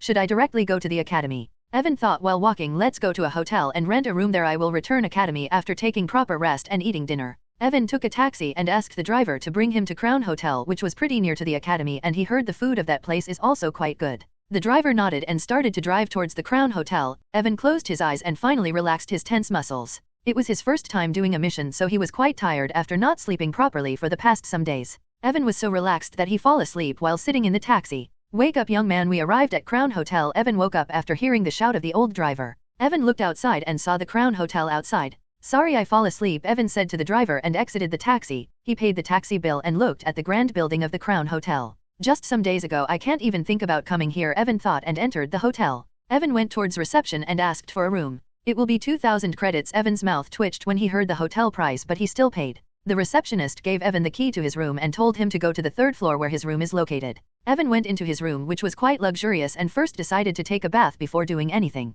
After taking a bath, Evan jumped onto the bed and lay down like a log. This mattress is quite soft. I can't even compare the mattress of my academy room with it, Evan said while rolling on the mattress. Should I steal this mattress using my shadow storage skill? Evan thought with a wicked smile. His mentality is completely twisted after living like a beggar for 2 years. Even though he can get hundreds of thousands of credits after selling the things he got after killing bandits, he still can't change his mentality in just a few days. Even before he decides what to do, the fatigue of his mission kicks in and he falls asleep without even realizing. When Evan woke up again, it was already 7 p.m. Evan arrived at the hotel around 10 in the morning, so he slept for around 9 hours. It's the first time I slept for this long after coming to this world, Evan said while starching his body after standing up. Evan washed his face and ordered something to eat. His food arrived in 10 minutes and Evan started to eat while cursing the hotel owner because of the price of the food. I will advance my prime core to E+ rank after going back to the academy, Evan said while taking a bite of meat steak. After eating the food, Evan came out to form his room and left the hotel to go to the academy. The academy was quite close to the Crown Hotel, so he arrived there after 10 minutes of walking.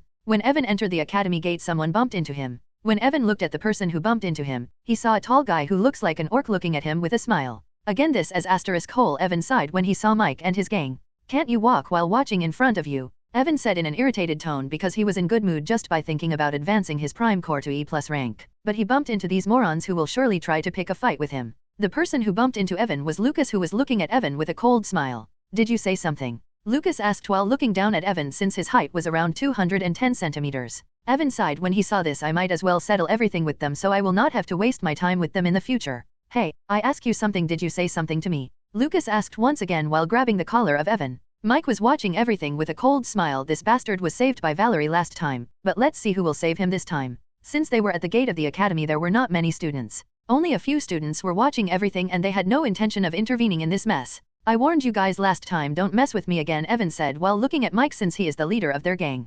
Currently, of the 4 members of Mike's gang, only Lucas and he was present. The other 2 whose name Evan didn't bother to remember were not there. Mike just showed a cold smile to Evan and sent a signal to Lucas. When Lucas saw the signal Mike sent him, he smiled coldly. Evan also saw how Mike sent a signal from his eye to Lucas, typical clinch plot of an old movie where third-rate villain uses his eye to give order to his subordinate. Evan thought after seeing the signal that Mike gave. Let's finish this so I can advance my core to E+ rank, Evan thought, and even before Lucas can do anything, he used his left hand to free his collar from the hand of Lucas, and while using more than half of his strength slapped Lucas using his right hand. Since Lucas wasn't expecting Evan to attack him suddenly, he wasn't able to do anything. With his strength, Evan easily freed himself from Lucas. And with his high moment speed because of his agility, even before Lucas can react, Evan's right hand arrived before his cheek. Slap, thud, a loud sound rang out. Lucas's head was smashed against the cold ground of the academy floor. The power behind Evan's slap was too much that Lucas's head was smashed against the ground because of the impact of his slap. Lucas's jaw was dislocated, some of his teeth were broken and his mouth was bleeding. Even his head was bleeding because of how hard his head smashed against the cold ground. Lucas's eyes rolled inside his head because of the sudden attack and he passed out.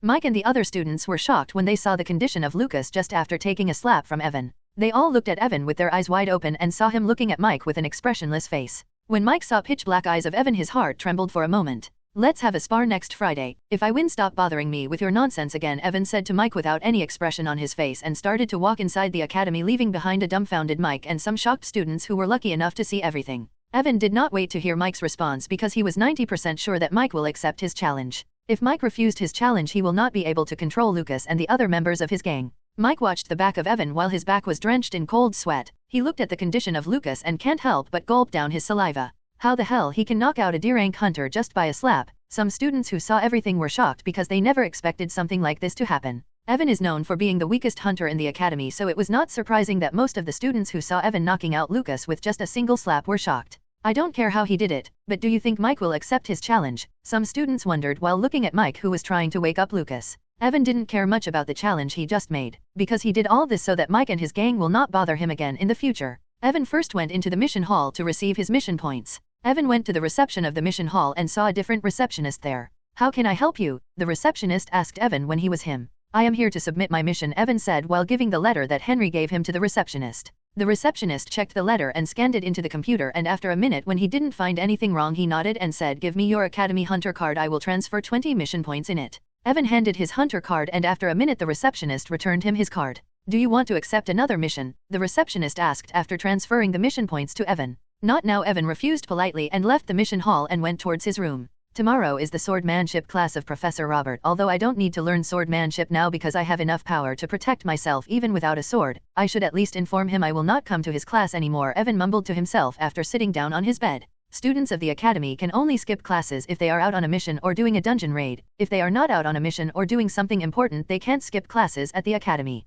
Evan was able to skip classes this week because he was out on a mission, and it is the first time since he joined the academy that he skipped classes. Previously Evan can't accept the mission from Mission Hall because of his low strength, so he never skipped a class before. "Let's advance to E+ rank," Evan said and sat up crossed legs while taking out cores that he got after killing bandits. Evan took out a core and used a little mana to refine it. When Evan used his mana to refine the core, its energy rushed toward his prime core and was absorbed by it. Evan continued to refine one core after another. Since he was refining cores using his mana, he wasn't able to absorb 100% power of the core. With each core that Evan absorbed he felt a little stronger and his prime core slowly started to move towards E+ rank. There were around 20 D-rank cores that Evan got from David's storage ring. When Evan absorbed the 16th core, suddenly his prime core started to rotate and the mana from the surroundings started to rush toward him. His prime core greedily absorbed the surrounding mana and Evan felt his power slowly increasing. Evan also noticed that his prime core was absorbing less mana than his monarch core while advancing. Evan still remembered when his monarch core advanced, a mana vortex was formed near him because of how much mana his monarch core absorbed while advancing.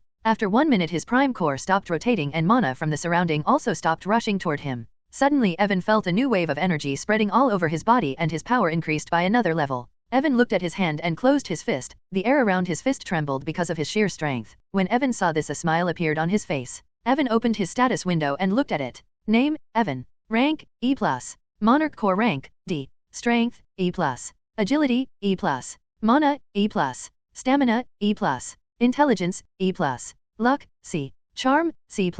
Skill Shadow Walk, Haste, Shadow Bullet. Physique Shadow Monarch Physique. Title, Job None. His prime core advanced to E+ rank, his luck becomes C, and even his charm increased to C+ rank. After confirming his status, Evan closed his status window and put away the remaining cores because they were not enough to advance his prime core to D rank. If I have enough cores I can advance to the next rank without any problem. I don't have to stabilize my core like other people. After advancing to next rank, Evan mumbled with a smile when he remembered another perk of his monarch core. After advancing to the next rank, people have to stabilize their core before they can once again absorb the energy from the core. If they absorb more energy without stabilizing their core, there is a high chance that their prime core will break apart. Evan never paid much attention to how people advanced their ranks before, since he wasn't able to advance because of his shadow physique. But now that he also started to advance using cores, Evan suddenly found it weird that many hunters were stuck in the same rank for quite a long time. Can't they just use more cores and advance their rank as much as they like? When Evan looked on the internet about this issue, he finally found hunters have to stabilize their prime core after advancing to the next rank. How much time it takes to stabilize the core depends on the potential of the hunter. Some people stabilize their core in a few days while some can take months.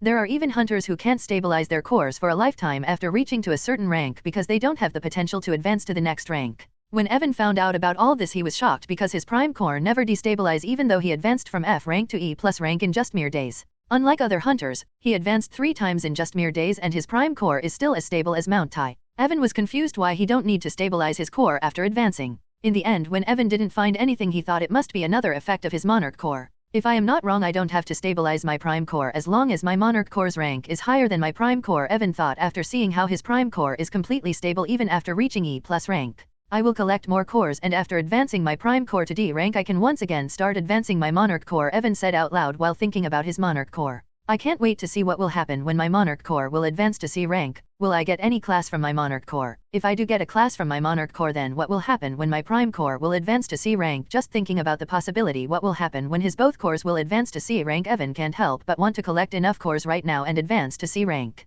I have to sell the things I got from David's storage ring. My bank account is almost empty, Evan said after remembering the balance in his bank account. Evan has one barrier crystal, one black device, and some other things that he found in David's storage ring. Along with those things, Evan was planning to sell the storage ring that he got from David and some E-rank cores that he collected during his mission. Evan is not going to absorb the energy from E-rank cores because even after absorbing energy from E-rank cores, he knew his Prime Core will barely able to move forward since it is already E+ rank. So instead of wasting those E-rank cores by absorbing them, he decided to sell them and earn some money. I also have to prepare for the practical exam since it's the first time I am going to take this exam. Evan rubbed his temples just by thinking how many things he have to do. Let's see what will happen in classes tomorrow. I don't even know what am I supposed to do in practical exams. Hopefully I will get some information tomorrow. If my charm continues to improve like this, I think I will soon become Mr. World, Evan said while rubbing his chin. Evan was standing before the mirror, bare chest and his perfect body was on full display. His jet black hairs were little wet, indicating that he just took a bath. If any girl sees him right now, they will definitely get charmed by his devilish handsome look.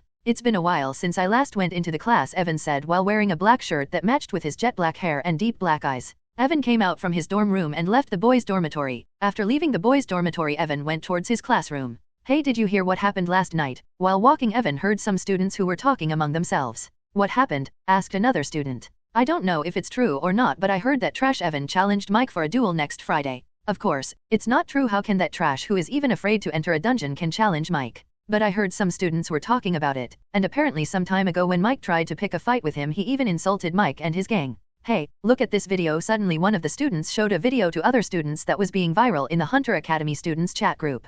Holy crap, who is this guy? The student who was talking about Evan's challenge a moment ago asked. He completely crushed Lucas with just a slap. Isn't this guy looks like Evan? Another student said after seeing the face of the guy who slapped Lucas. Don't joke around, although he looks like him, there is no way he is that guy. He looks more handsome and clearly he is at least C rank Hunter, if not above. There is no way that Trash can reach C rank. Can't you guys see he attacked Lucas when he was not paying attention? It's clear that if Lucas was not careless, he would have easily dodged that attack. Who is this bastard who spread the video? Evan thought in annoyance because he knew he will not be able to attend the class peacefully. I just hope no one will come to bother me, Evan thought when he arrived near his classroom. Since the class was about to start, most of the students were already present. When Evan entered the classroom, students looked at him and were stunned to see a new student because most of the students didn't recognize Evan. Isn't the same guy who slapped Lucas in the video. Why, he is in our class. He looks like that Trash Evan, don't you think? He becomes more strong. James, who was also present in class, thought when he saw Evan. He changed once again. Valerie, who was also present in the class, raised an eyebrow after seeing Evan. She saw him some days ago when Mike was picking a fight with him and was surprised when she saw how he changed completely. Evan already expected this kind of reaction since he also know his look changed completely after he got his Monarch's Core, so he ignored them and went towards his seat at the back of the class where he usually sit. Holy shit, that guy is really Evan. He sat at the same seat where he usually sat. Did he do plastic surgery or something? It's really annoying, Evan thought when he saw how all students were looking at him. Mike and his gang were also present in class and they were staring daggers at him like they just want to rip him apart. Evan ignored everything and started to browse the internet. After 5 minutes the professor finally came into class and Evan sighed in relief when students stopped looking at him. Alright, stop talking, Professor Elena said after entering the class. Elena looked around 25 years old. She has long black hair, light green eyes, and she was wearing a knee-length skirt. She teaches students about the theory of monsters and most of the things that they need to know while facing monsters. Elena looked around the class and when she saw Evan her eyes stopped on him for a moment, but she didn't say anything. Today I will teach you about the weaknesses of different types of monsters. It's important to know about the weaknesses of the monsters while facing them because it gets easy to kill a monster if you know its weakness, Elena said and started the class. She touched the screen that was present in class and an image of a snow-white tiger with deep blue eyes appeared on the screen. As you all know, it's a frost tiger, one of the most common and at the same time dangerous monster that you can find in an icy environment. If you fight against it in an icy environment, it will be very dangerous for you, but if you know its weakness, you can defeat it more easily, Elena said after showing the picture. Anyone knows how to deal with this monster properly? Elena asked while looking at the students. Some students raised their hands. Evan was also among them since during these 2 years he can't take any practical exam because of his low strength. He basically memorized most of the theory about monsters. Elena looked around the class and pointed at a short-hair boy. When the boy saw Elena was pointing at him, he stood up and started to tell about the weaknesses of the frost tiger. I should ask about the practical exam after the class end, Evan thought with a bored look because he already knew most of the things that Elena was teaching. Alright, that's it for today. Remember to revise what you learned today, Elena said after her class ended and left the class. Evan quickly stood up to go after Elena since he wanted to ask about the practical exam. Just as Evan stood up to go after Elena, someone came before him and said, "Oi, trash, did you go through plastic surgery or something?" Evan looked at the person who stopped him and saw a 180 centimeters tall boy standing before him. "What do you want, Rio?" Evan asked while looking at the boy. Rio has brown spiky hair and his build is similar to Evan's. "What can a trash like you can give me? I am just curious what happened to you and why your look changed this much in just 1 week," Rio said while putting one of his hand on Evan's shoulder. "I don't think I need to tell you what happened to me," Evan said in an indifferent voice while removing Rio's hand from his shoulder. "And don't try to touch me again. I am sick of people who always try to grab my collar or touch me without any reason." Rio looked at Evan closely and seeing his indifferent expression before him, he suddenly burst into laughter. "Looks like rumors are true. You really grow some backbone," Rio said while laughing, but he suddenly stopped laughing and said to Evan in a cold voice, "Although it's good to show courage, you should k." Rio wasn't able to finish what he was saying when Evan grabbed him by the throat. After grabbing Rio's throat, Evan lifted him up from the ground and said, "I don't care what you want to say, so spare me your bullshit, and don't try to bother me anymore." Rio tried to free himself from Evan's clutches but found to his horror that no matter how much he tries, he can't free himself from Evan's grasp. When Rio tried to free himself, he felt like he is a kid who is trying to free himself from an adult. "If you got any problem with me, you can also challenge me on Friday with that trash, but if you try to bother me again, I will make sure that you regret not listening to my advice." Evan clutched the throat of Rio with even more strength and his face turned purple because of the lack of oxygen. Tears started to come out from Rio's eyes and he tried to speak something, but because of how tightly Evan was holding his throat, he wasn't able to say anything. "That's enough, you should let him go now." Valerie came near Evan and said to him after seeing Rio's condition. Evan also didn't want to waste his time anymore since he wanted to ask about the practical exam from Professor Elena, so he freed Rio. When Evan freed Rio, he fell to the floor of the academy while grasping for air. His face was full of horror and his whole body was shaking. After freeing Rio, Evan didn't even look at him and quickly left the classroom. "Is he really that weakling, Evan?" One of the students finally spoke when Evan left the classroom. "How the hell he become this strong in just a single week? Was that guy hiding his strength all along?" a student said while looking at Rio, who was still gasping for air. "Now I can't wait to see his fight against Mike on Friday," a student said, and everyone looked at Mike, who was sweating buckets while looking at the condition of Rio. "I hope no one will bother me from now on." After seeing this, Evan thought while quickly moving towards the staff room to catch up with Professor Elena.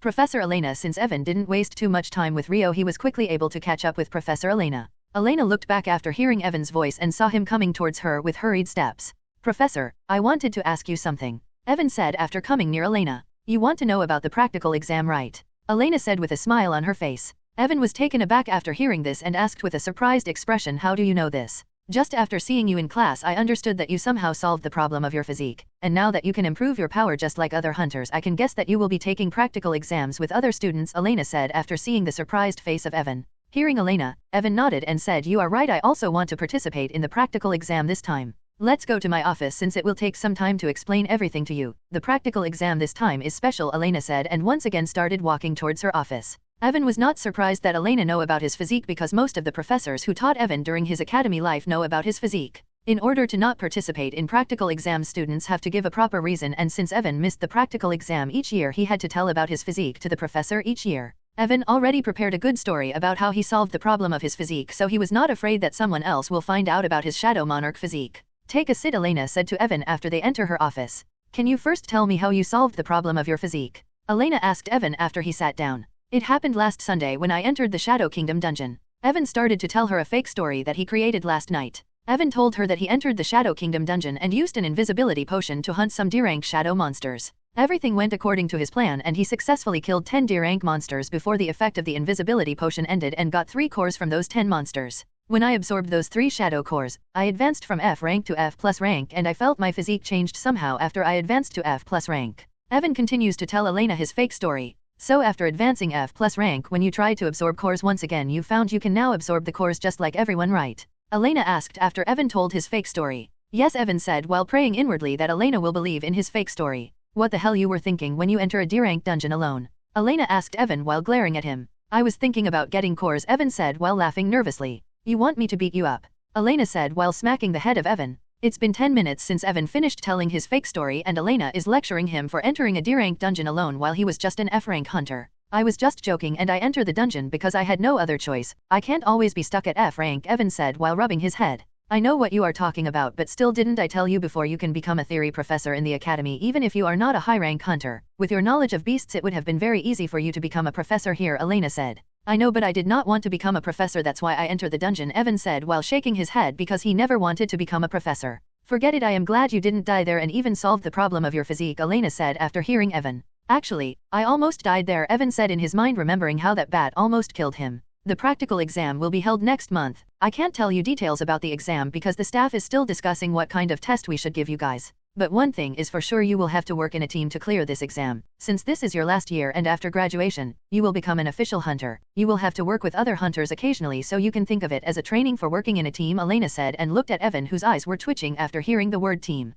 Elena ignored him and continued, don't worry too much, there will only be one person in your team and you don't have to find your teammate by yourself because the teams will be created randomly by the lucky draw. After saying this, Elena looked at Evan and said, I know it will be your first time working with someone, but try your best to perform good because the All Hunter Academy tournament will be held in 4 months and the result of your exam will greatly affect who will represent the Astrate Academy in the tournament. I completely forget about the tournament, Evan said when he heard Elena. The All Hunter Academy tournament is the competition between the 6 major Hunter Academies. 6 major Hunter Academies including Astrate Hunter Academy will take part in this tournament. This tournament is held every year and the students of different academies will compete against each other. Only the students who are in their final year will take part in this competition, and since this is Evan's last year, he also has a chance to take part in this tournament. The winner of the tournament will receive excellent rewards, and if Evan remembered correctly, last year Astrate Academy came in 3rd place in this tournament. Only 5 students from each academy can take part in this tournament, and since you just recovered it will be hard for you to compete for a position, but try your best, Elena said to Evan. Evan nodded and asked, do you know why the sword class was cancelled today?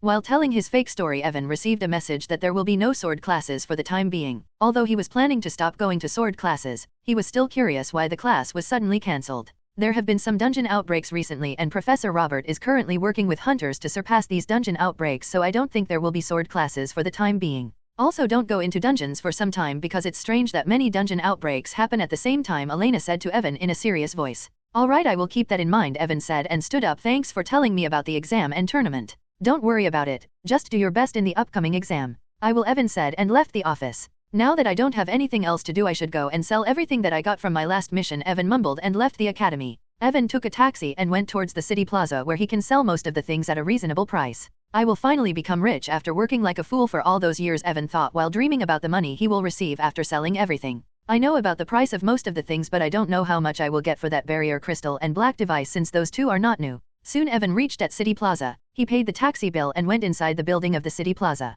Now where should I go? I have so many different kinds of things that I want to sell, Evan mumbled after coming inside the building. Evan wants to sell cores, a storage ring, a crystal barrier, a black device, and even the corpse of the black ogre that he stored inside his shadow using his skill. Evan was most surprised by the fact that time stopped for the things that he store inside his shadow. This was great news for Evan since he can store the corpses of monsters for a long time after killing them. Suddenly Evan saw a guy in a staff dress coming towards him, but just by looking at the face of the man, Evan was sure that this guy is a villain. The man who was coming towards Evan had narrow eyes, his ears were folded a little and he had a strange goat mustache. His beard was also trimmer in an irregular way, and just from his face, Evan was sure that this guy is up to no good. If Evan had to describe the man in a wuxia novel style, he would say from his folded ears it looks like this guy sold his master after poisoning him, narrow eyes that are eager to peep at his junior sister who is about to take bath, goat mustache that he is rubbing while watching his senior brother who is being eaten by some ants, strange beard trimmed in an irregular way by his junior brother when he was in his late years. How can I help you, sir? While Evan was evaluating the man in a strange way, the man came near him and asked politely,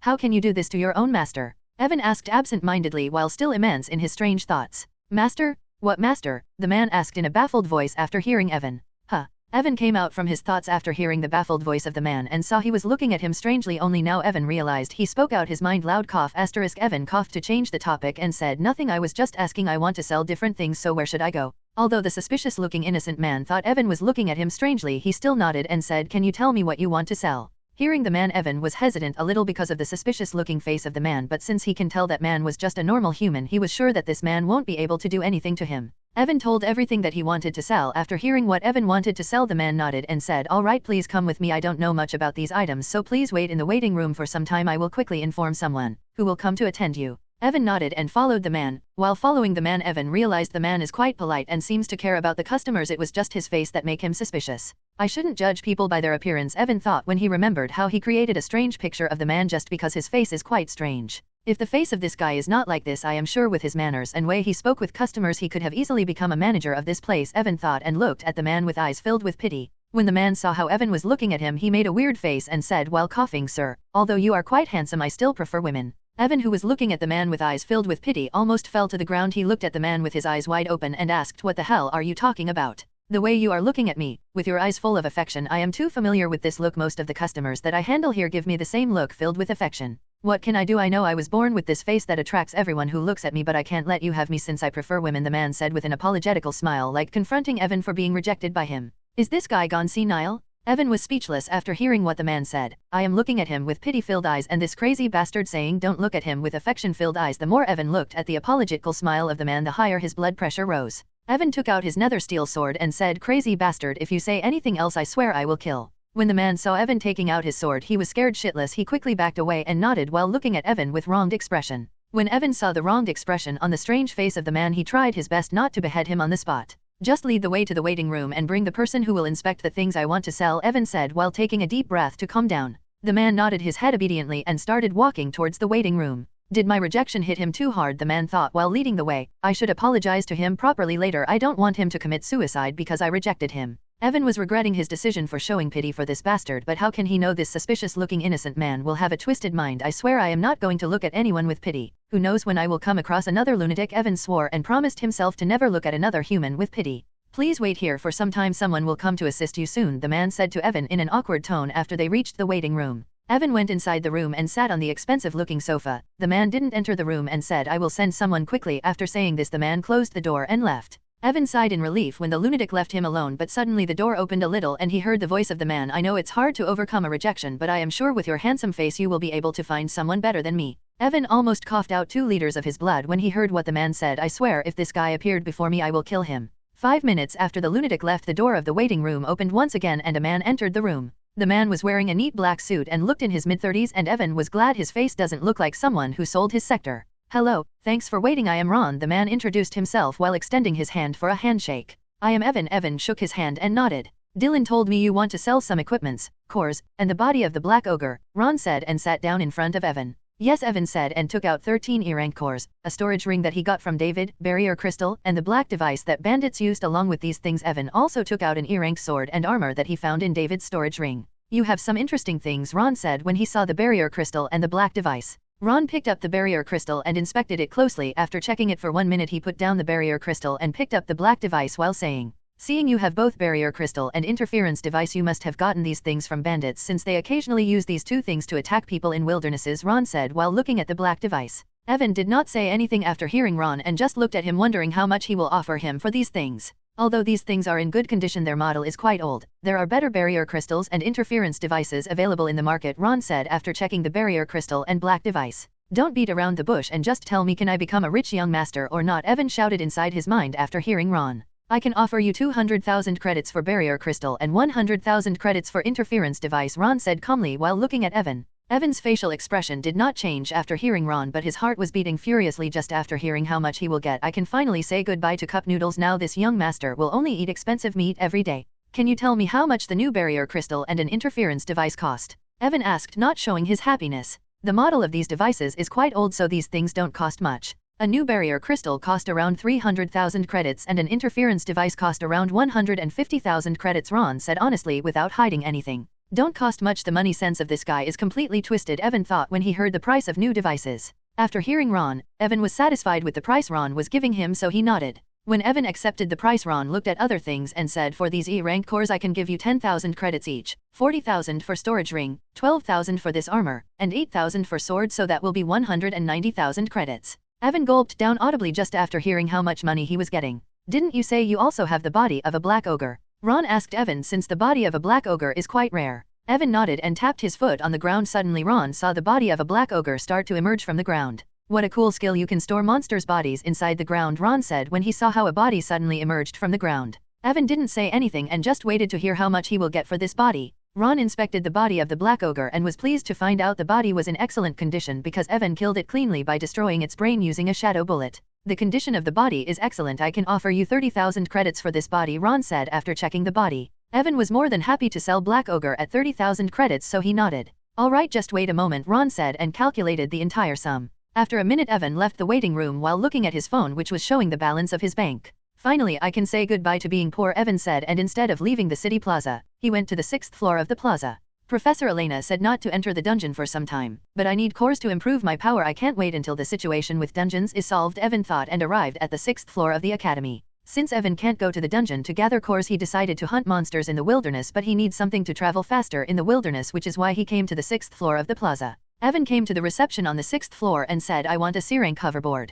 The receptionist nodded and tapped at the table in front of him, and a holographic screen appeared before Evan showing him different kinds of hoverboards. "These are the designs that are available in C-rank hoverboards, please choose one," the receptionist said to Evan after showing him the holographic screen. Evan didn't care much about the design and chose a navy blue hoverboard. Soon a staff member brought the hoverboarder Evan selected. Evan checked the hoverboard and nodded in satisfaction. "How much is this?" "It will be 180,000 credits. Although Evan's heart bleed when he heard the price, he still purchased the hoverboard because he will be using this thing for a long time. "Now that I have a hoverboard, I can easily move faster in the wilderness and search for monsters," Evan mumbled to himself after leaving the city plaza. "Since tomorrow is Sunday and I don't have to attend any class, I should leave for the wilderness now so that I can hunt for today and tomorrow," Evan thought after coming out from the city plaza. Since Evan decided to hunt the monsters in the wilderness, he did not wait and took a taxi and went towards the city entrance. He already has everything that he needs in the wilderness since he recently finished his mission. Evan did not use his hoverboard in the city because he never used a hoverboard before, and he was sure that if he used it in the city for the first time he will definitely crash against someone.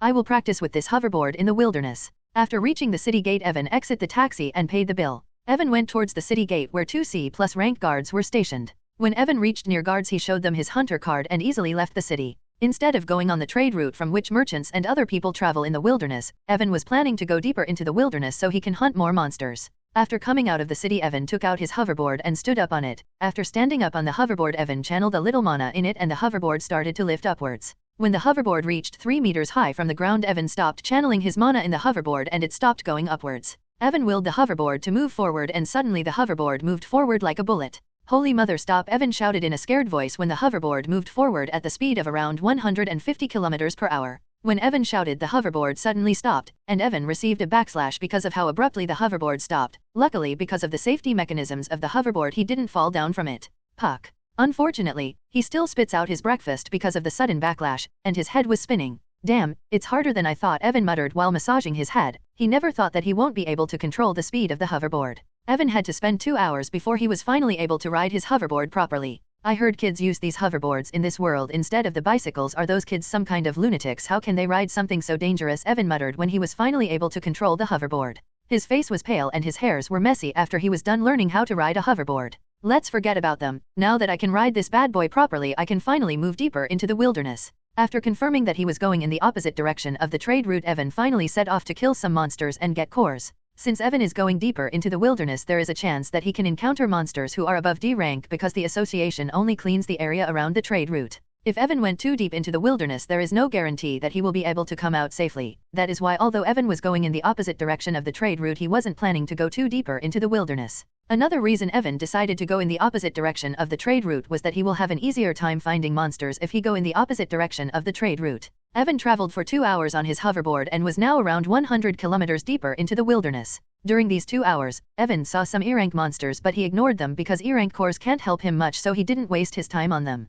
Suddenly, Evan stopped his hoverboard when he saw 2 3 meters tall bears in front of him. Both bears were covered in light brown fur and were releasing the aura of D+ rank. "Finally some useful monsters," Evan said when he saw the bears. He put away his hoverboard in his storage ring and went towards the bears on his foot. "Now that my prime core is E+ rank and my monarch core is D rank, I should be able to easily kill any monster who is below C rank," Evan thought, and arrived near bears. "Roar, roar." Both bears roared when they saw Evan and like an enraged bull charged toward him. Evan also took out his nether steel sword and shot toward both bears without any fear. While charging towards bears, Evan used haste skill and appeared before one of the charging bears like a ghost. The bear who was charging towards Evan was startled when Evan suddenly appeared before it, but even before it can do anything, Evan closed his fist and with a warcry threw a punch at the face of the bear. Evan wanted to test his physical strength after his prime core advanced to E+ rank. He knew that a normal E+ rank hunter will never be able to harm this bear with only his physical strength. Evan knew that his body is far stronger than any D+ rank hunter because of his monarch core, but he wanted to know, can he fight against this D+ rank bear with just his physical strength, who is famous for its physical strength.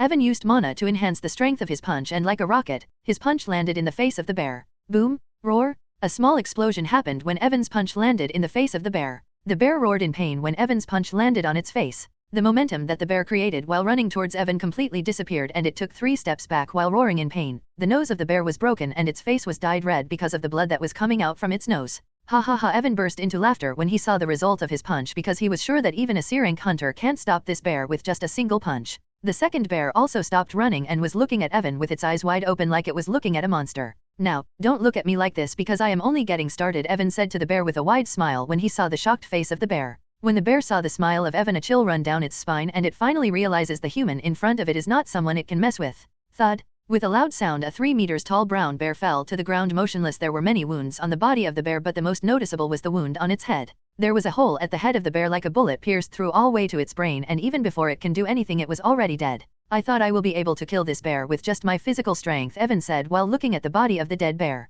Evan turned around and saw another bear who was also lying motionless on the ground, but unlike the previous bear, there were many sword wounds on the body of this bear. At first, Evan tried to kill both bears just by using his physical strength and he fought with them like a barbarian, but because there were two bears he wasn't able to fight properly with them. At last, Evan decided to kill one bear with his sword and fight against the second bear with just physical strength. After killing one bear with sword, Evan once again fought with his bare fist and surprisingly he was able to fight against the bear on even ground, although it was a D+ rank bear who was even stronger than some C rank hunters when it come to physical strength. Evan was also surprised when he found out how much his physical strength increased because of his monarch core, but even though he was able to fight against the bear with his physical strength and was able to evade its attack because of his high agility, he still wasn't able to fatally wound the bear with just his physical strength. The vitality of the bear was quite high, so even though it was taking damage while fighting against Evan, it was not enough to kill it. In the end, Evan used a shadow bullet and killed the bear with it. Because his prime core advanced to E+ rank, the power of his shadow bullet also increased quite a lot, and he even used quite a lot of mana to create that bullet, so he was able to one-shot the bear. Maybe after my monarch core will advance to C rank I will be able to blow up the head of this kind of monsters with just a single punch, Evan said out loud when he remembered how in some novels that he read in past life, some people can blow up the entire body of monsters with just single punch. Damn, I really want to turn the bodies of the monsters in meat paste with just a single punch, Evan shouted and started to look for cores. Lucky for Evan, he found one D+ rank core from the bear he killed using the shadow bullet. After taking the cores, Evan didn't leave to look for monsters. Instead, he used the body of the bear as bait and spilled its blood all around the area. After spilling the blood of the bears, Evan climbed up a tree and waited for monsters to come here after smelling the blood. Soon the smell of the blood spread all around the area and Evan waited for monsters to come near his location after smelling the blood. Swish! Evan swung his sword and the head of a horse-like monster dropped to the ground. After killing the monster, Evan quickly looked for the core. TCH, Evan clicked his tongue in irritation when he didn't find any core from the horse-type monster. After seeing there was no core, Evan once again walked towards the tree and climbed up on it. Evan looked around him, and now along with the bodies of two bears, there were around 15 more bodies of the D and D+ rank monsters. It has been 3 hours since Evan killed the bears, and in these 3 hours around 15 monsters came near the location where he was waiting for them. After killing those 15 monsters, Evan received 3 D rank cores and 2 D+ rank cores. How? Suddenly Evan heard the howl of a wolf, and a predatory smile appeared on his face. Another one is coming, Evan said while waiting above the tree. Soon Evan saw a wolf coming towards the many corpses while drooling like a hungry beast. Soon the wolf came near the body of an ape-like monster and started munching it. The wolf was 2 meters tall and was covered in dark black fur, and when Evan saw the wolf he instinctively felt shadow power near it, which means the wolf was a shadow-type monster. Good, my prime core will advance even faster if I absorb the power of a shadow core, Evan said, and was about to come down from the tree to kill the wolf when he saw 2 more wolves come out from the bushes and went towards the bodies of monsters to eat them. Evan was more than happy when he saw 2 more shadow wolves, but before he can think anything else, Evan felt another presence approaching his location. Suddenly another wolf who looked similar to the previous 3 wolves came from the bushes. The only difference was that this wolf was 3 meters tall and its aura was stronger than the previous 3 wolves. When Evan saw this wolf he stopped climbing down from the tree and his eyes opened wide. C-rank monster, Evan muttered in low voice and gulped down his saliva. How the hell it came here? I am still in the outer zone of the wilderness where you don't find C-rank monster. Evan cursed his luck when he saw the C-rank monster. Evan was not sure about killing a C-rank monster because just like how humans get a class after reaching at C-rank, monsters' abilities also increased when they reach at C-rank. Evan was sure that he is physically stronger than this C-rank wolf, but he was still not sure in defeating this wolf because C-rank is completely different from all previous ranks. I shouldn't take the risk and just leave from here, Evan thought when he saw the wolf, because there was no reason in risking his life. Evan just has to wait for some time and he will easily be able to kill these kinds of monsters. Just as Evan thought about retreating, the C-rank wolf who just came looked at the tree he was hiding and slowly started to move towards him. Well, foo *k, Evan cursed when he saw the wolf was coming towards him. Don't tell me this guy noticed me, Evan thought while looking at the 3 meters tall C-rank wolf who was coming towards him. But the wolf stopped when it was 20 meters away from the tree on which Evan was hiding. But even before Evan can sigh in relief, he saw the wolf open its mouth wide and shot a dark energy ball toward the tree he was hiding. Damn, my shitey luck, Evan cursed his luck that already reached C-rank and jumped down from the tree. Boom! The energy ball exploded after hitting the tree, and with a loud explosion, the high tree fell down to the ground. Thump!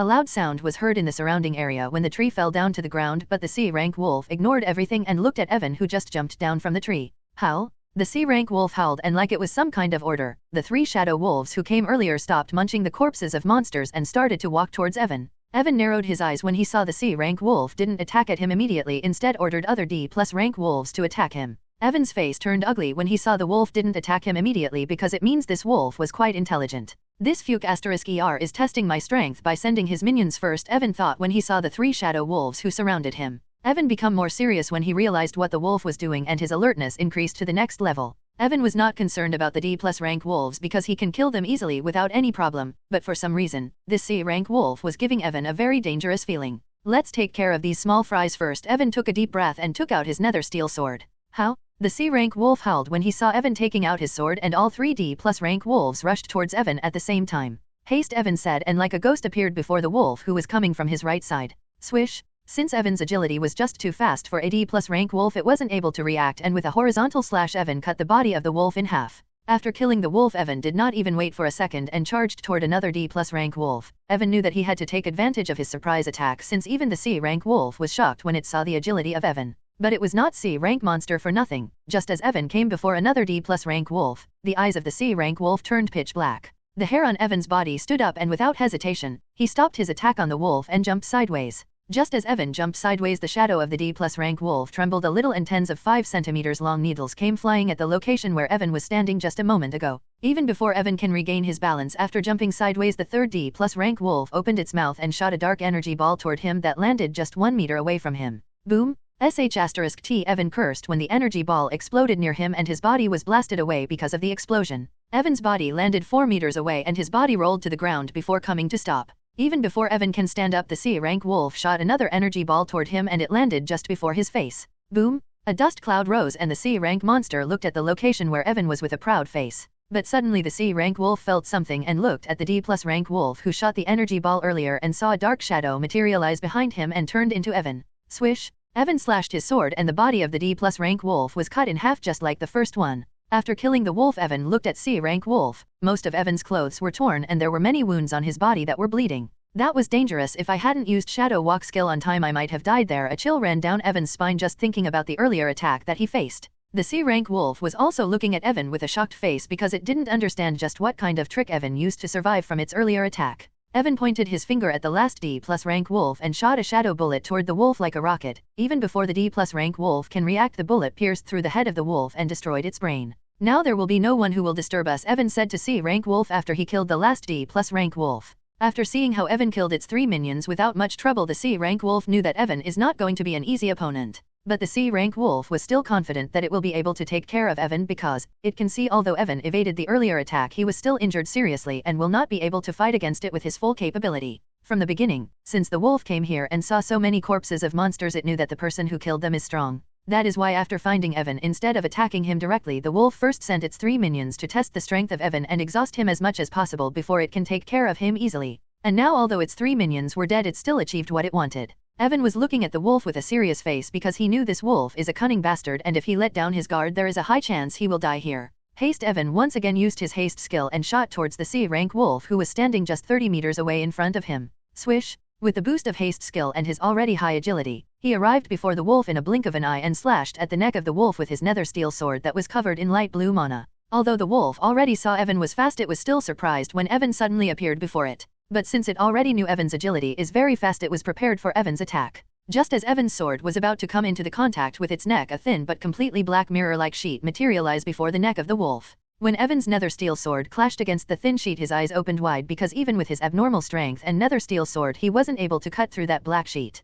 Howl! When Evan's attack failed, the wolf howled, and the sheet that was formed in front of the wolf trembled a bit. When Evan saw the sheet trembling, all hairs on his body stood up, and he remembered what happened when he attacked the D+ rank wolf earlier. Evan quickly pulled back his sword and jumped back from the C rank wolf. Just as Evan jumped back, tens of small black needles shot towards him from the sheet that materialized in front of C rank wolf. Shadow Walk! Without wasting any time after jumping back, Evan used Shadow Walk and turned into a shadow and disappeared from the place. Evan traveled in shadow form and appeared behind the C rank wolf while pointing one of his fingers at him. Since Evan was behind the wolf, he obviously targeted a certain place, firing his shadow bullet. The C rank wolf felt a chill run down its spine, and without hesitation it shifted its position without even looking back from where Evan was attacking. Because of its quick reaction, the wolf was successfully able to evade the bullet that Evan shot at it from behind. Tisk. Evan clicked his tongue when he saw the wolf dodge his bullet. Howl. After dodging the bullet, the wolf howled out loud and Evan noticed a slight trembling in its howl like it was shaken by the earlier attack of Evan. But Evan didn't get time to think about it because just as the wolf howled, a black aura appeared around it and Evan felt the wolf become more powerful after the black aura appeared around it.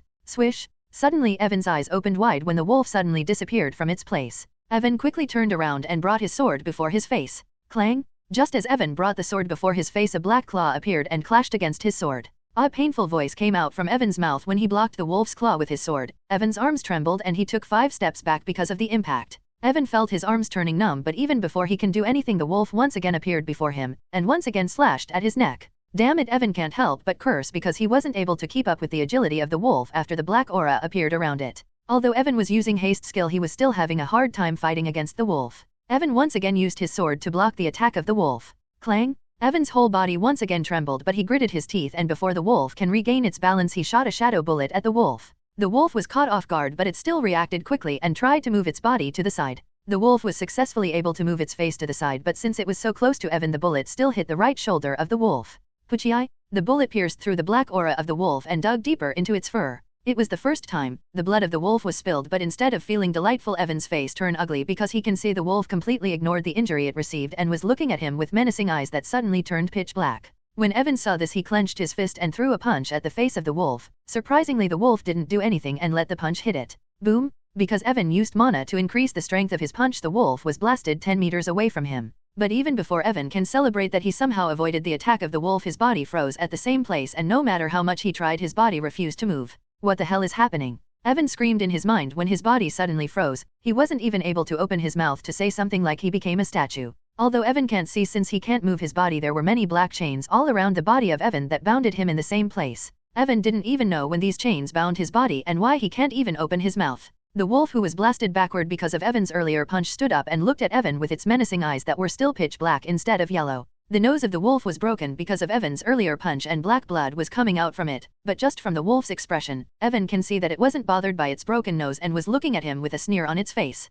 After standing up, the wolf slowly started to walk toward Evan, who was still trying to move his body but failed miserably. Move, damn it, Evan shouted in his mind and tried to use shadow walk but was shocked when even shadow walk skill didn't work. The wolf slowly closed the distance between itself and Evan and didn't look concerned at all. Evan just helplessly watched the wolf close the distance between them, and no matter what he do, he wasn't able to free himself. Will I die here? Evan thought while still trying to free himself. The wolf reached before Evan and lifted its claw to slash at the neck of Evan. When Evan saw the wolf lifting its claw to kill him, his heart started to beat faster. No way, I am going to die here. Just as Evan's heart started to beat faster, his monarch core also started to rotate faster and faster. My life just changed recently. There is no way I am going to die here. There are many things I wanted to do. Suddenly his monarch core released a very tiny amount of black energy. Just as his monarch core released the small amount of black energy, the wolf slashed its claw at the neck of Evan. Swish! Thud! The wolf's claw came down and with a thud sound, a body without a head dropped to the ground lifelessly. Just as the wolf slashed its claw at Evan, who was frozen in his place, his monarch core released a very small amount of black energy, which was very similar to the energy that is mixed in his mana.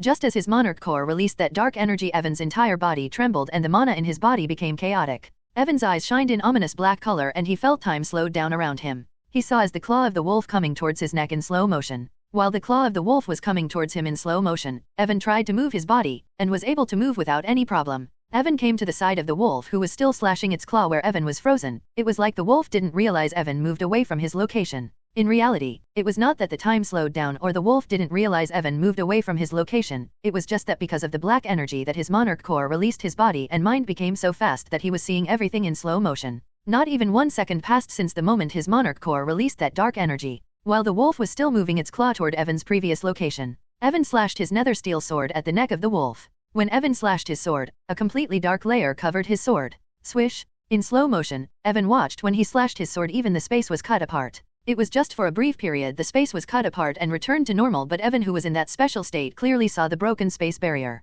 The sword came into the contact with the neck of the C-rank wolf, and like a hot knife passing through the butter, his sword severed the head of the wolf. Thud! Just as Evan severed the head of the wolf, he returned to his normal state as he watched the body of the wolf fall down to the ground motionless. The wolf's severed head still had the same expression on its face that it was showing while slashing at Evan. Till the last moment the wolf didn't realize that it is already dead. Only 1 second passed since the moment Ethan's monarch core released that black energy and the wolf died. Arg! Suddenly Evan fall to the ground and screamed in pain. Blood started to come out from his eyes, nose, and ear. What the hell is happening? Evan shouted in a pain-filled voice because he never experienced pain like this before. Cough. Evan started to cough out blood and he felt his inner organs were being destroyed by something. The mana in his body was very chaotic and was causing internal damage to his body. I have to control mana in my body or I will die. Evan gritted his teeth and tried to control the mana in his body. Crack. Arg! Suddenly Evan's bones started to crack and the pain was so great that he almost passed out. Damn, calm down already, Evan shouted when he wasn't able to control his chaotic mana. But just when Evan felt he will not be able to control his mana, his monarch core, which was still rotating at crazy speed, started to slow down and the mana in his body also started to calm down.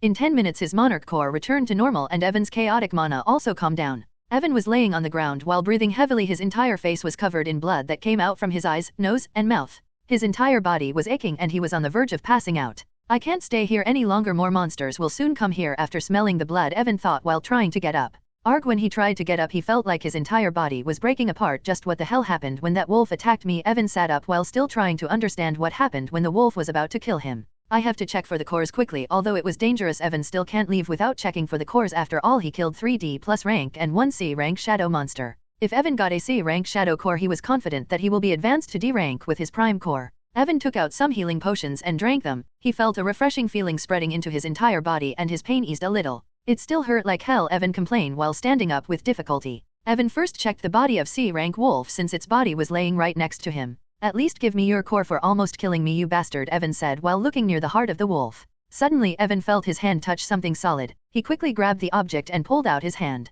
When Evan pulled out his hand, he was holding a black core that was at least 2 times bigger than AD plus rank core. At least I didn't suffer for nothing, Evan said when he saw the core. Evan put away the C rank core and searched the body of 3D plus rank wolves. Luckily Evan got 1D plus rank core from those 3 wolves. With all the cores that I collected, I should be able to push my prime core to D rank, Evan muttered to himself after putting away the core in his storage ring. Evan used his shadow storage skill and put away the body of C rank wolf in it. Now I should leave from here before any new monster shows up, Evan said and took out his hoverboard. He stood up on his hoverboard and went towards the city entrance of the Estrate City. Just what happened when that wolf attacked me? Now that Evan left the dangerous area, he finally got time to think about the things that happened to him. Evan opened his status window to see if there was something and he saw 2 new notifications before him. You have got 1 unit of shadow energy. You have acquired a new title, the Rule Breaker. Evan opened his status window to see if there was something and he saw 2 new notifications before him. You have got 1 unit of shadow energy. You have acquired a new title, the Rule Breaker. Shadow energy #yen and hashtag at *. Rule Breaker, you are the first person who has acquired a higher level energy without reaching hashtag at £, and this is why you are given the title Rule Breaker. The title has the following effects. You can enter the Tower of Ascension after reaching a rank. Evan just looked at his status window with his eyes wide open and can't help but say, just what the hell is this? After seeing his status window, Evan didn't understand anything. Evan took a deep breath to calm down his beating heart and once again looked at his status window. Shadow energy #yen and hashtag at *. Why there are these strange symbols instead of information? Evan muttered when he saw the strange symbols instead of information. A higher level energy. Evan looked at the details of his title where it was showing he got this title because he acquired a higher level energy without reaching a certain level of power. Evan was sure that he wasn't able to see the details of the shadow energy because he is currently too weak. I must have gotten this title because of shadow energy, Evan said and looked at the effects of the title, which was showing just 1 effect currently, and there was a question mark there, which means more effects of the title will unlock in the future when he will become more powerful. Tower of Ascension. This was the only thing Evan have information, and he was truly happy about the fact that he can enter the Tower of Ascension after reaching a rank. According to the records that Evan read in the Academy's library, the Tower of Ascension is a different type of dungeon where people can enter only after reaching S rank. The highest level a person can achieve in Aurora world is S rank, and in order to break past the limit of S rank you have to enter the Tower of Ascension. If you successfully cleared the Tower of Ascension, you will be able to surpass S rank and will reach a higher world than Aurora world. According to the records, your core will also evolve when you break past the limit of S rank, and there is a very low chance even your race will change after you break past the limit of S rank.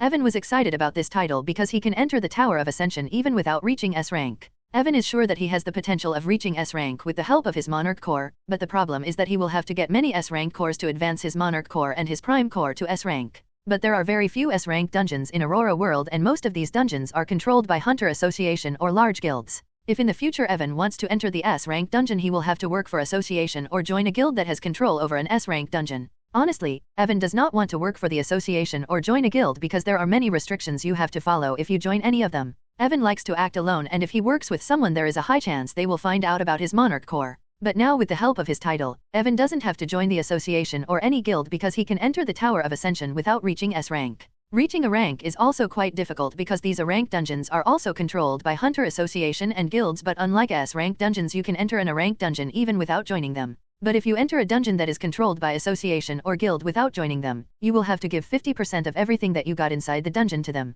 But what will happen if I enter the tower without reaching S rank? After clearing the tower will I become S rank, or I will skip the S rank and directly break past it? Evan muttered in confusion. More importantly, can I even clear the Tower of Ascension with the power of a rank? Evan had lots of questions, but there was no one who can answer his question. But Evan had a feeling that he can clear the tower even without reaching S rank because along with his Prime Core, he also has his Monarch Core. I think I will be able to clear the tower if I get a good class after reaching C rank. Name, Evan. Rank, E+. Monarch Core rank, D. Strength, E+. Agility, E+. Mana, E+. Stamina, E+. Intelligence, E+. Luck, C. Charm, C+.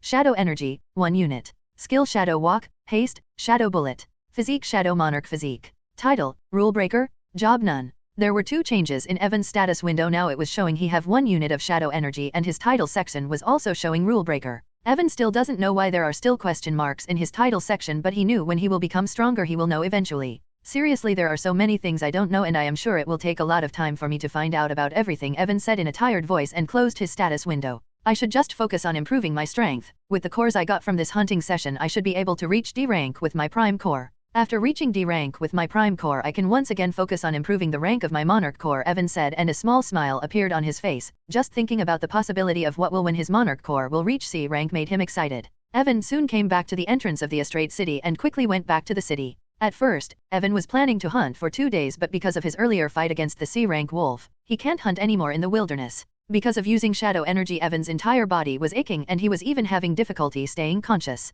Evan knew that if he stay in the wilderness in this condition there is a high chance of him dying when he came across a monster, so he returned to the city without any hesitation. And although he came back early he was fine with it because with the cores he got after hunting today he can easily push his Prime Core to D rank. After entering the city Evan quickly found a hotel that was closest to the city entrance and quickly went there. After arriving at the hotel Evan booked a room and didn't even care about its price. Just as Evan entered his booked room and saw the bed he fall on it like a dead man. Evan was barely holding his conscience after using the shadow energy. His mind was too tired and his whole body was screaming in pain, so just as he lay down on the soft bed all of his strength disappeared and he fall asleep. Because of how exhausted Evan's body was after using shadow energy, he slept for more than 12 hours and woke up the next day. It's still hurting. When the next day Evan tried to stand up he found his body was still not recovered and he was still feeling pain even while moving his body. Damn it, I just used that energy for 1 second and almost died there, Evan muttered while going toward the bathroom. Evan first took a long bath because he was still covered in blood after fighting against those monsters. After taking bath, when Evan came out of the bathroom and analyzed his body he found although his body was aching all over he can feel his physical strength increase a little bit after using shadow energy.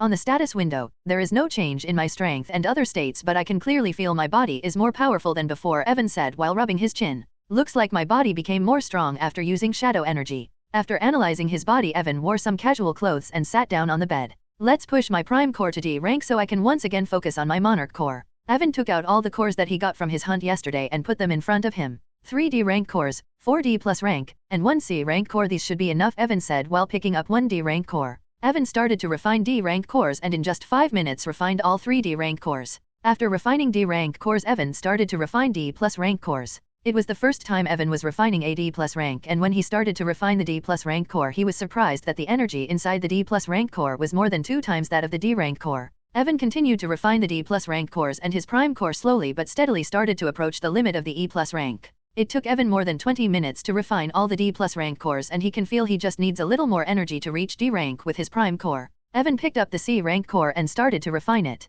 There is too much energy inside it, Evan muttered while refining the C rank core. He can feel there was at least 4 times more energy than a D plus rank inside this C rank core. After 15 minutes when Evan refined around 1/4 of the C rank core his Prime Core suddenly stopped absorbing more energy and the surrounding mana started to rush toward him. Evan dropped the C rank core and focused on his Prime Core which was advancing to the D rank. Everything was going smoothly and his core was absorbing surrounding mana to complete its evolution. But suddenly a black water drop that was hovering around his heart where his Monarch Core was located moved towards his Prime Core. Evan, who was focusing on his Prime Core, didn't feel anything at first, but when the black water drop came near his Prime Core his heart skipped a beat and he tried to control that black water drop. When Evan tried to control the black water drop, which was actually 1 unit of shadow energy, it stopped near his Prime Core. Swish! But suddenly a strong suction force came out from the prime core and absorbed the 1 unit of shadow energy. Fu *K Evan cursed when his prime core absorbed the shadow energy, and even before he can think anything else, the mana from the surrounding rushed towards him with even more force. A small mana whirlpool formed above Evan's head and his prime core started to absorb a large amount of mana. Although the size of the whirlpool was much smaller than the whirlpool which was formed when his monarch core advanced to D rank, it was still larger than before. I am not feeling any pain. Surprisingly, Evan didn't feel any pain. When his prime core absorbed shadow energy, he thought it will break apart because it is a higher level of energy. After 1 minute, the whirlpool above his head disappeared and his prime core successfully advanced to D rank. Even before he can assess the change in his prime core, some notifications started to appear before him. You successfully refined 1 unit of shadow energy with your prime core. Your prime core mutated because of the shadow energy. Because of the mutation, you successfully refined 1 unit of shadow energy with your prime core. Your prime core mutated because of the shadow energy. Because of the mutation, when you absorb a shadow core using your prime core, there is a 2% chance you will receive one of the skills of the monster from whom the core was extracted. Boom! Suddenly a large amount of energy came out from Evan's prime core and started to refine his body. Evan felt his mana reserve double, and his physical strength increased to a completely different level. The pain that Evan was feeling after using the shadow energy started to lessen, and in just 1 minute the pain completely disappeared. Soon his prime core also stopped releasing energy that was refining his body and successfully stabilized at D rank. Evan stood up after his core stabilized and checked his body. I am not sure, but I think my physical strength is increased by at least 2 times, Evan muttered in a shocked voice, because he never expected that his prime core will mutate and his physical strength will increase by 2 times. Evan's physical strength was already compared to a C-rank monster, but now he himself doesn't know just how powerful his physical strength is. Looks like I will not have to wait for a long time before I will be able to kill monsters with just a single punch, Evan muttered while punching the air in front of him. When Evan punched in front of him, a small gust of wind was created. After checking his physical condition, Evan once again looked at the notification that he got earlier, and a big smile appeared on his face. I never expected that my prime core will get a mutation because of shadow energy. When Evan absorbs cores using his monarch core, there is a 3% chance he will receive a random skill of the monster from whom the core was extracted. There is no restriction on which type of core he absorbs using his monarch core. There is a 3% chance he can get a skill. But although his prime core mutated, he can just get the skill if he absorbs a shadow type core, and the chances of getting the skill are also lower than his monarch core. Even if there is only a 2% chance of getting a skill, it is already more than enough, and I can clearly feel my prime core became more powerful than before, Evan said in a satisfied voice while checking his body.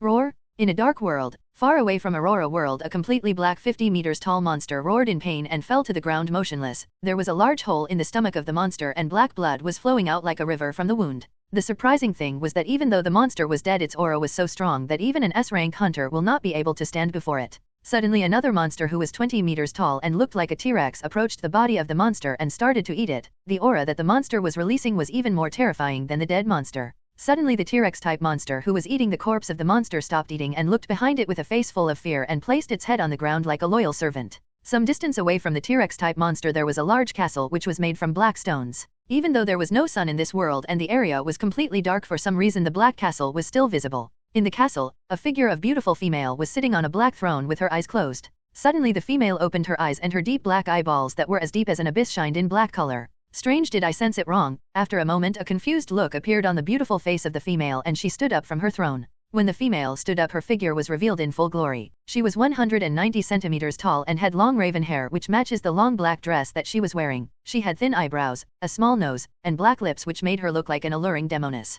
After standing up, the eyes of the female once again started to shine in deep black color and she stood in the same place without moving. Time continued to pass and the female stood in the same place while her eyes shone in black color like searching for something. After more than 15 hours the eyes of the female returned to normal and she said while massaging her eyes, I must have sensed it wrong. I searched the entire world but didn't find any traces of shadow energy. Just as the female said this, her face changed because she once again felt someone using shadow energy, but when she tried to find who was using it she wasn't able to find anything. I am sure it was shadow energy, then why I can't locate who is using it, the female said, and a deep frown appeared on her face. But suddenly a shocked look appeared on her face and she muttered, there can only be one reason I wasn't able to find the person who used the shadow energy, but that is impossible. The female shook her head and said, there is no way someone awakened shadow energy in a lower world where I can't see because of world restrictions. But her face changed once again and she looked at a high-level platform behind her throne where she was sitting earlier. On the high platform, there was another black throne, but this throne was at least 2 times bigger than the throne of the female. Even though there was no one sitting on that throne, it was releasing a pressure that made everyone kneel just by looking at it.